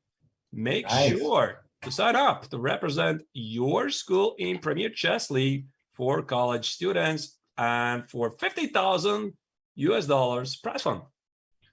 Nice. Tell you, the whole university and the whole scholarships, I mean, that is just transformative. Again, when I was applying to the university, I said I was the champion of Washington State for all ages. And they said that and the tuition will get you into school. I got no respect. Now you're a grandmaster, and boy, you get it all. A whole free ride. It's fantastic. It's really it's changed a great deal. So as we wrap things up for today, this round 6, I just want to give a shout out. Let's tip our hats this was a really extraordinarily good performance by Team Armenia to be undefeated, win all of their matches, and stand at the very, very top of the leaderboard. Bravo. Just simply bravo, Armenia. Yeah, well done. Well done. And do we have some predictions? Who they're going to face the day after tomorrow? I suspect it's going to be Armenia, USA, but I can't be absolutely sure of that. Right. Anyway, it was an absolute pleasure. Dear viewers, everybody who watched it, don't forget to come back the day after. So tomorrow is a rest day. Don't mix it up. Everybody's taking rest, including us. So we'll be back in action on Friday. Slightly different team this time, but hope you like it. And I guess this is a goodbye from us. Absolutely, Arturs. It's been my pleasure working alongside you. Thank you, everybody. Thank you. Big shout out to our chat, our audience. If it wasn't for you, we wouldn't be here. Tell everybody where you're hanging out. Let your friends know. And we'll see you on the other side of the free day. Thank you. And again, Artur, it's been my pleasure. Yeah, absolutely. Likewise. Bye-bye. I mean, it's always such a pleasant working with you, Yasser. I look towards to do it again. Yeah. All right. Lovely. Take care, everybody. See you in 2 days. Good night.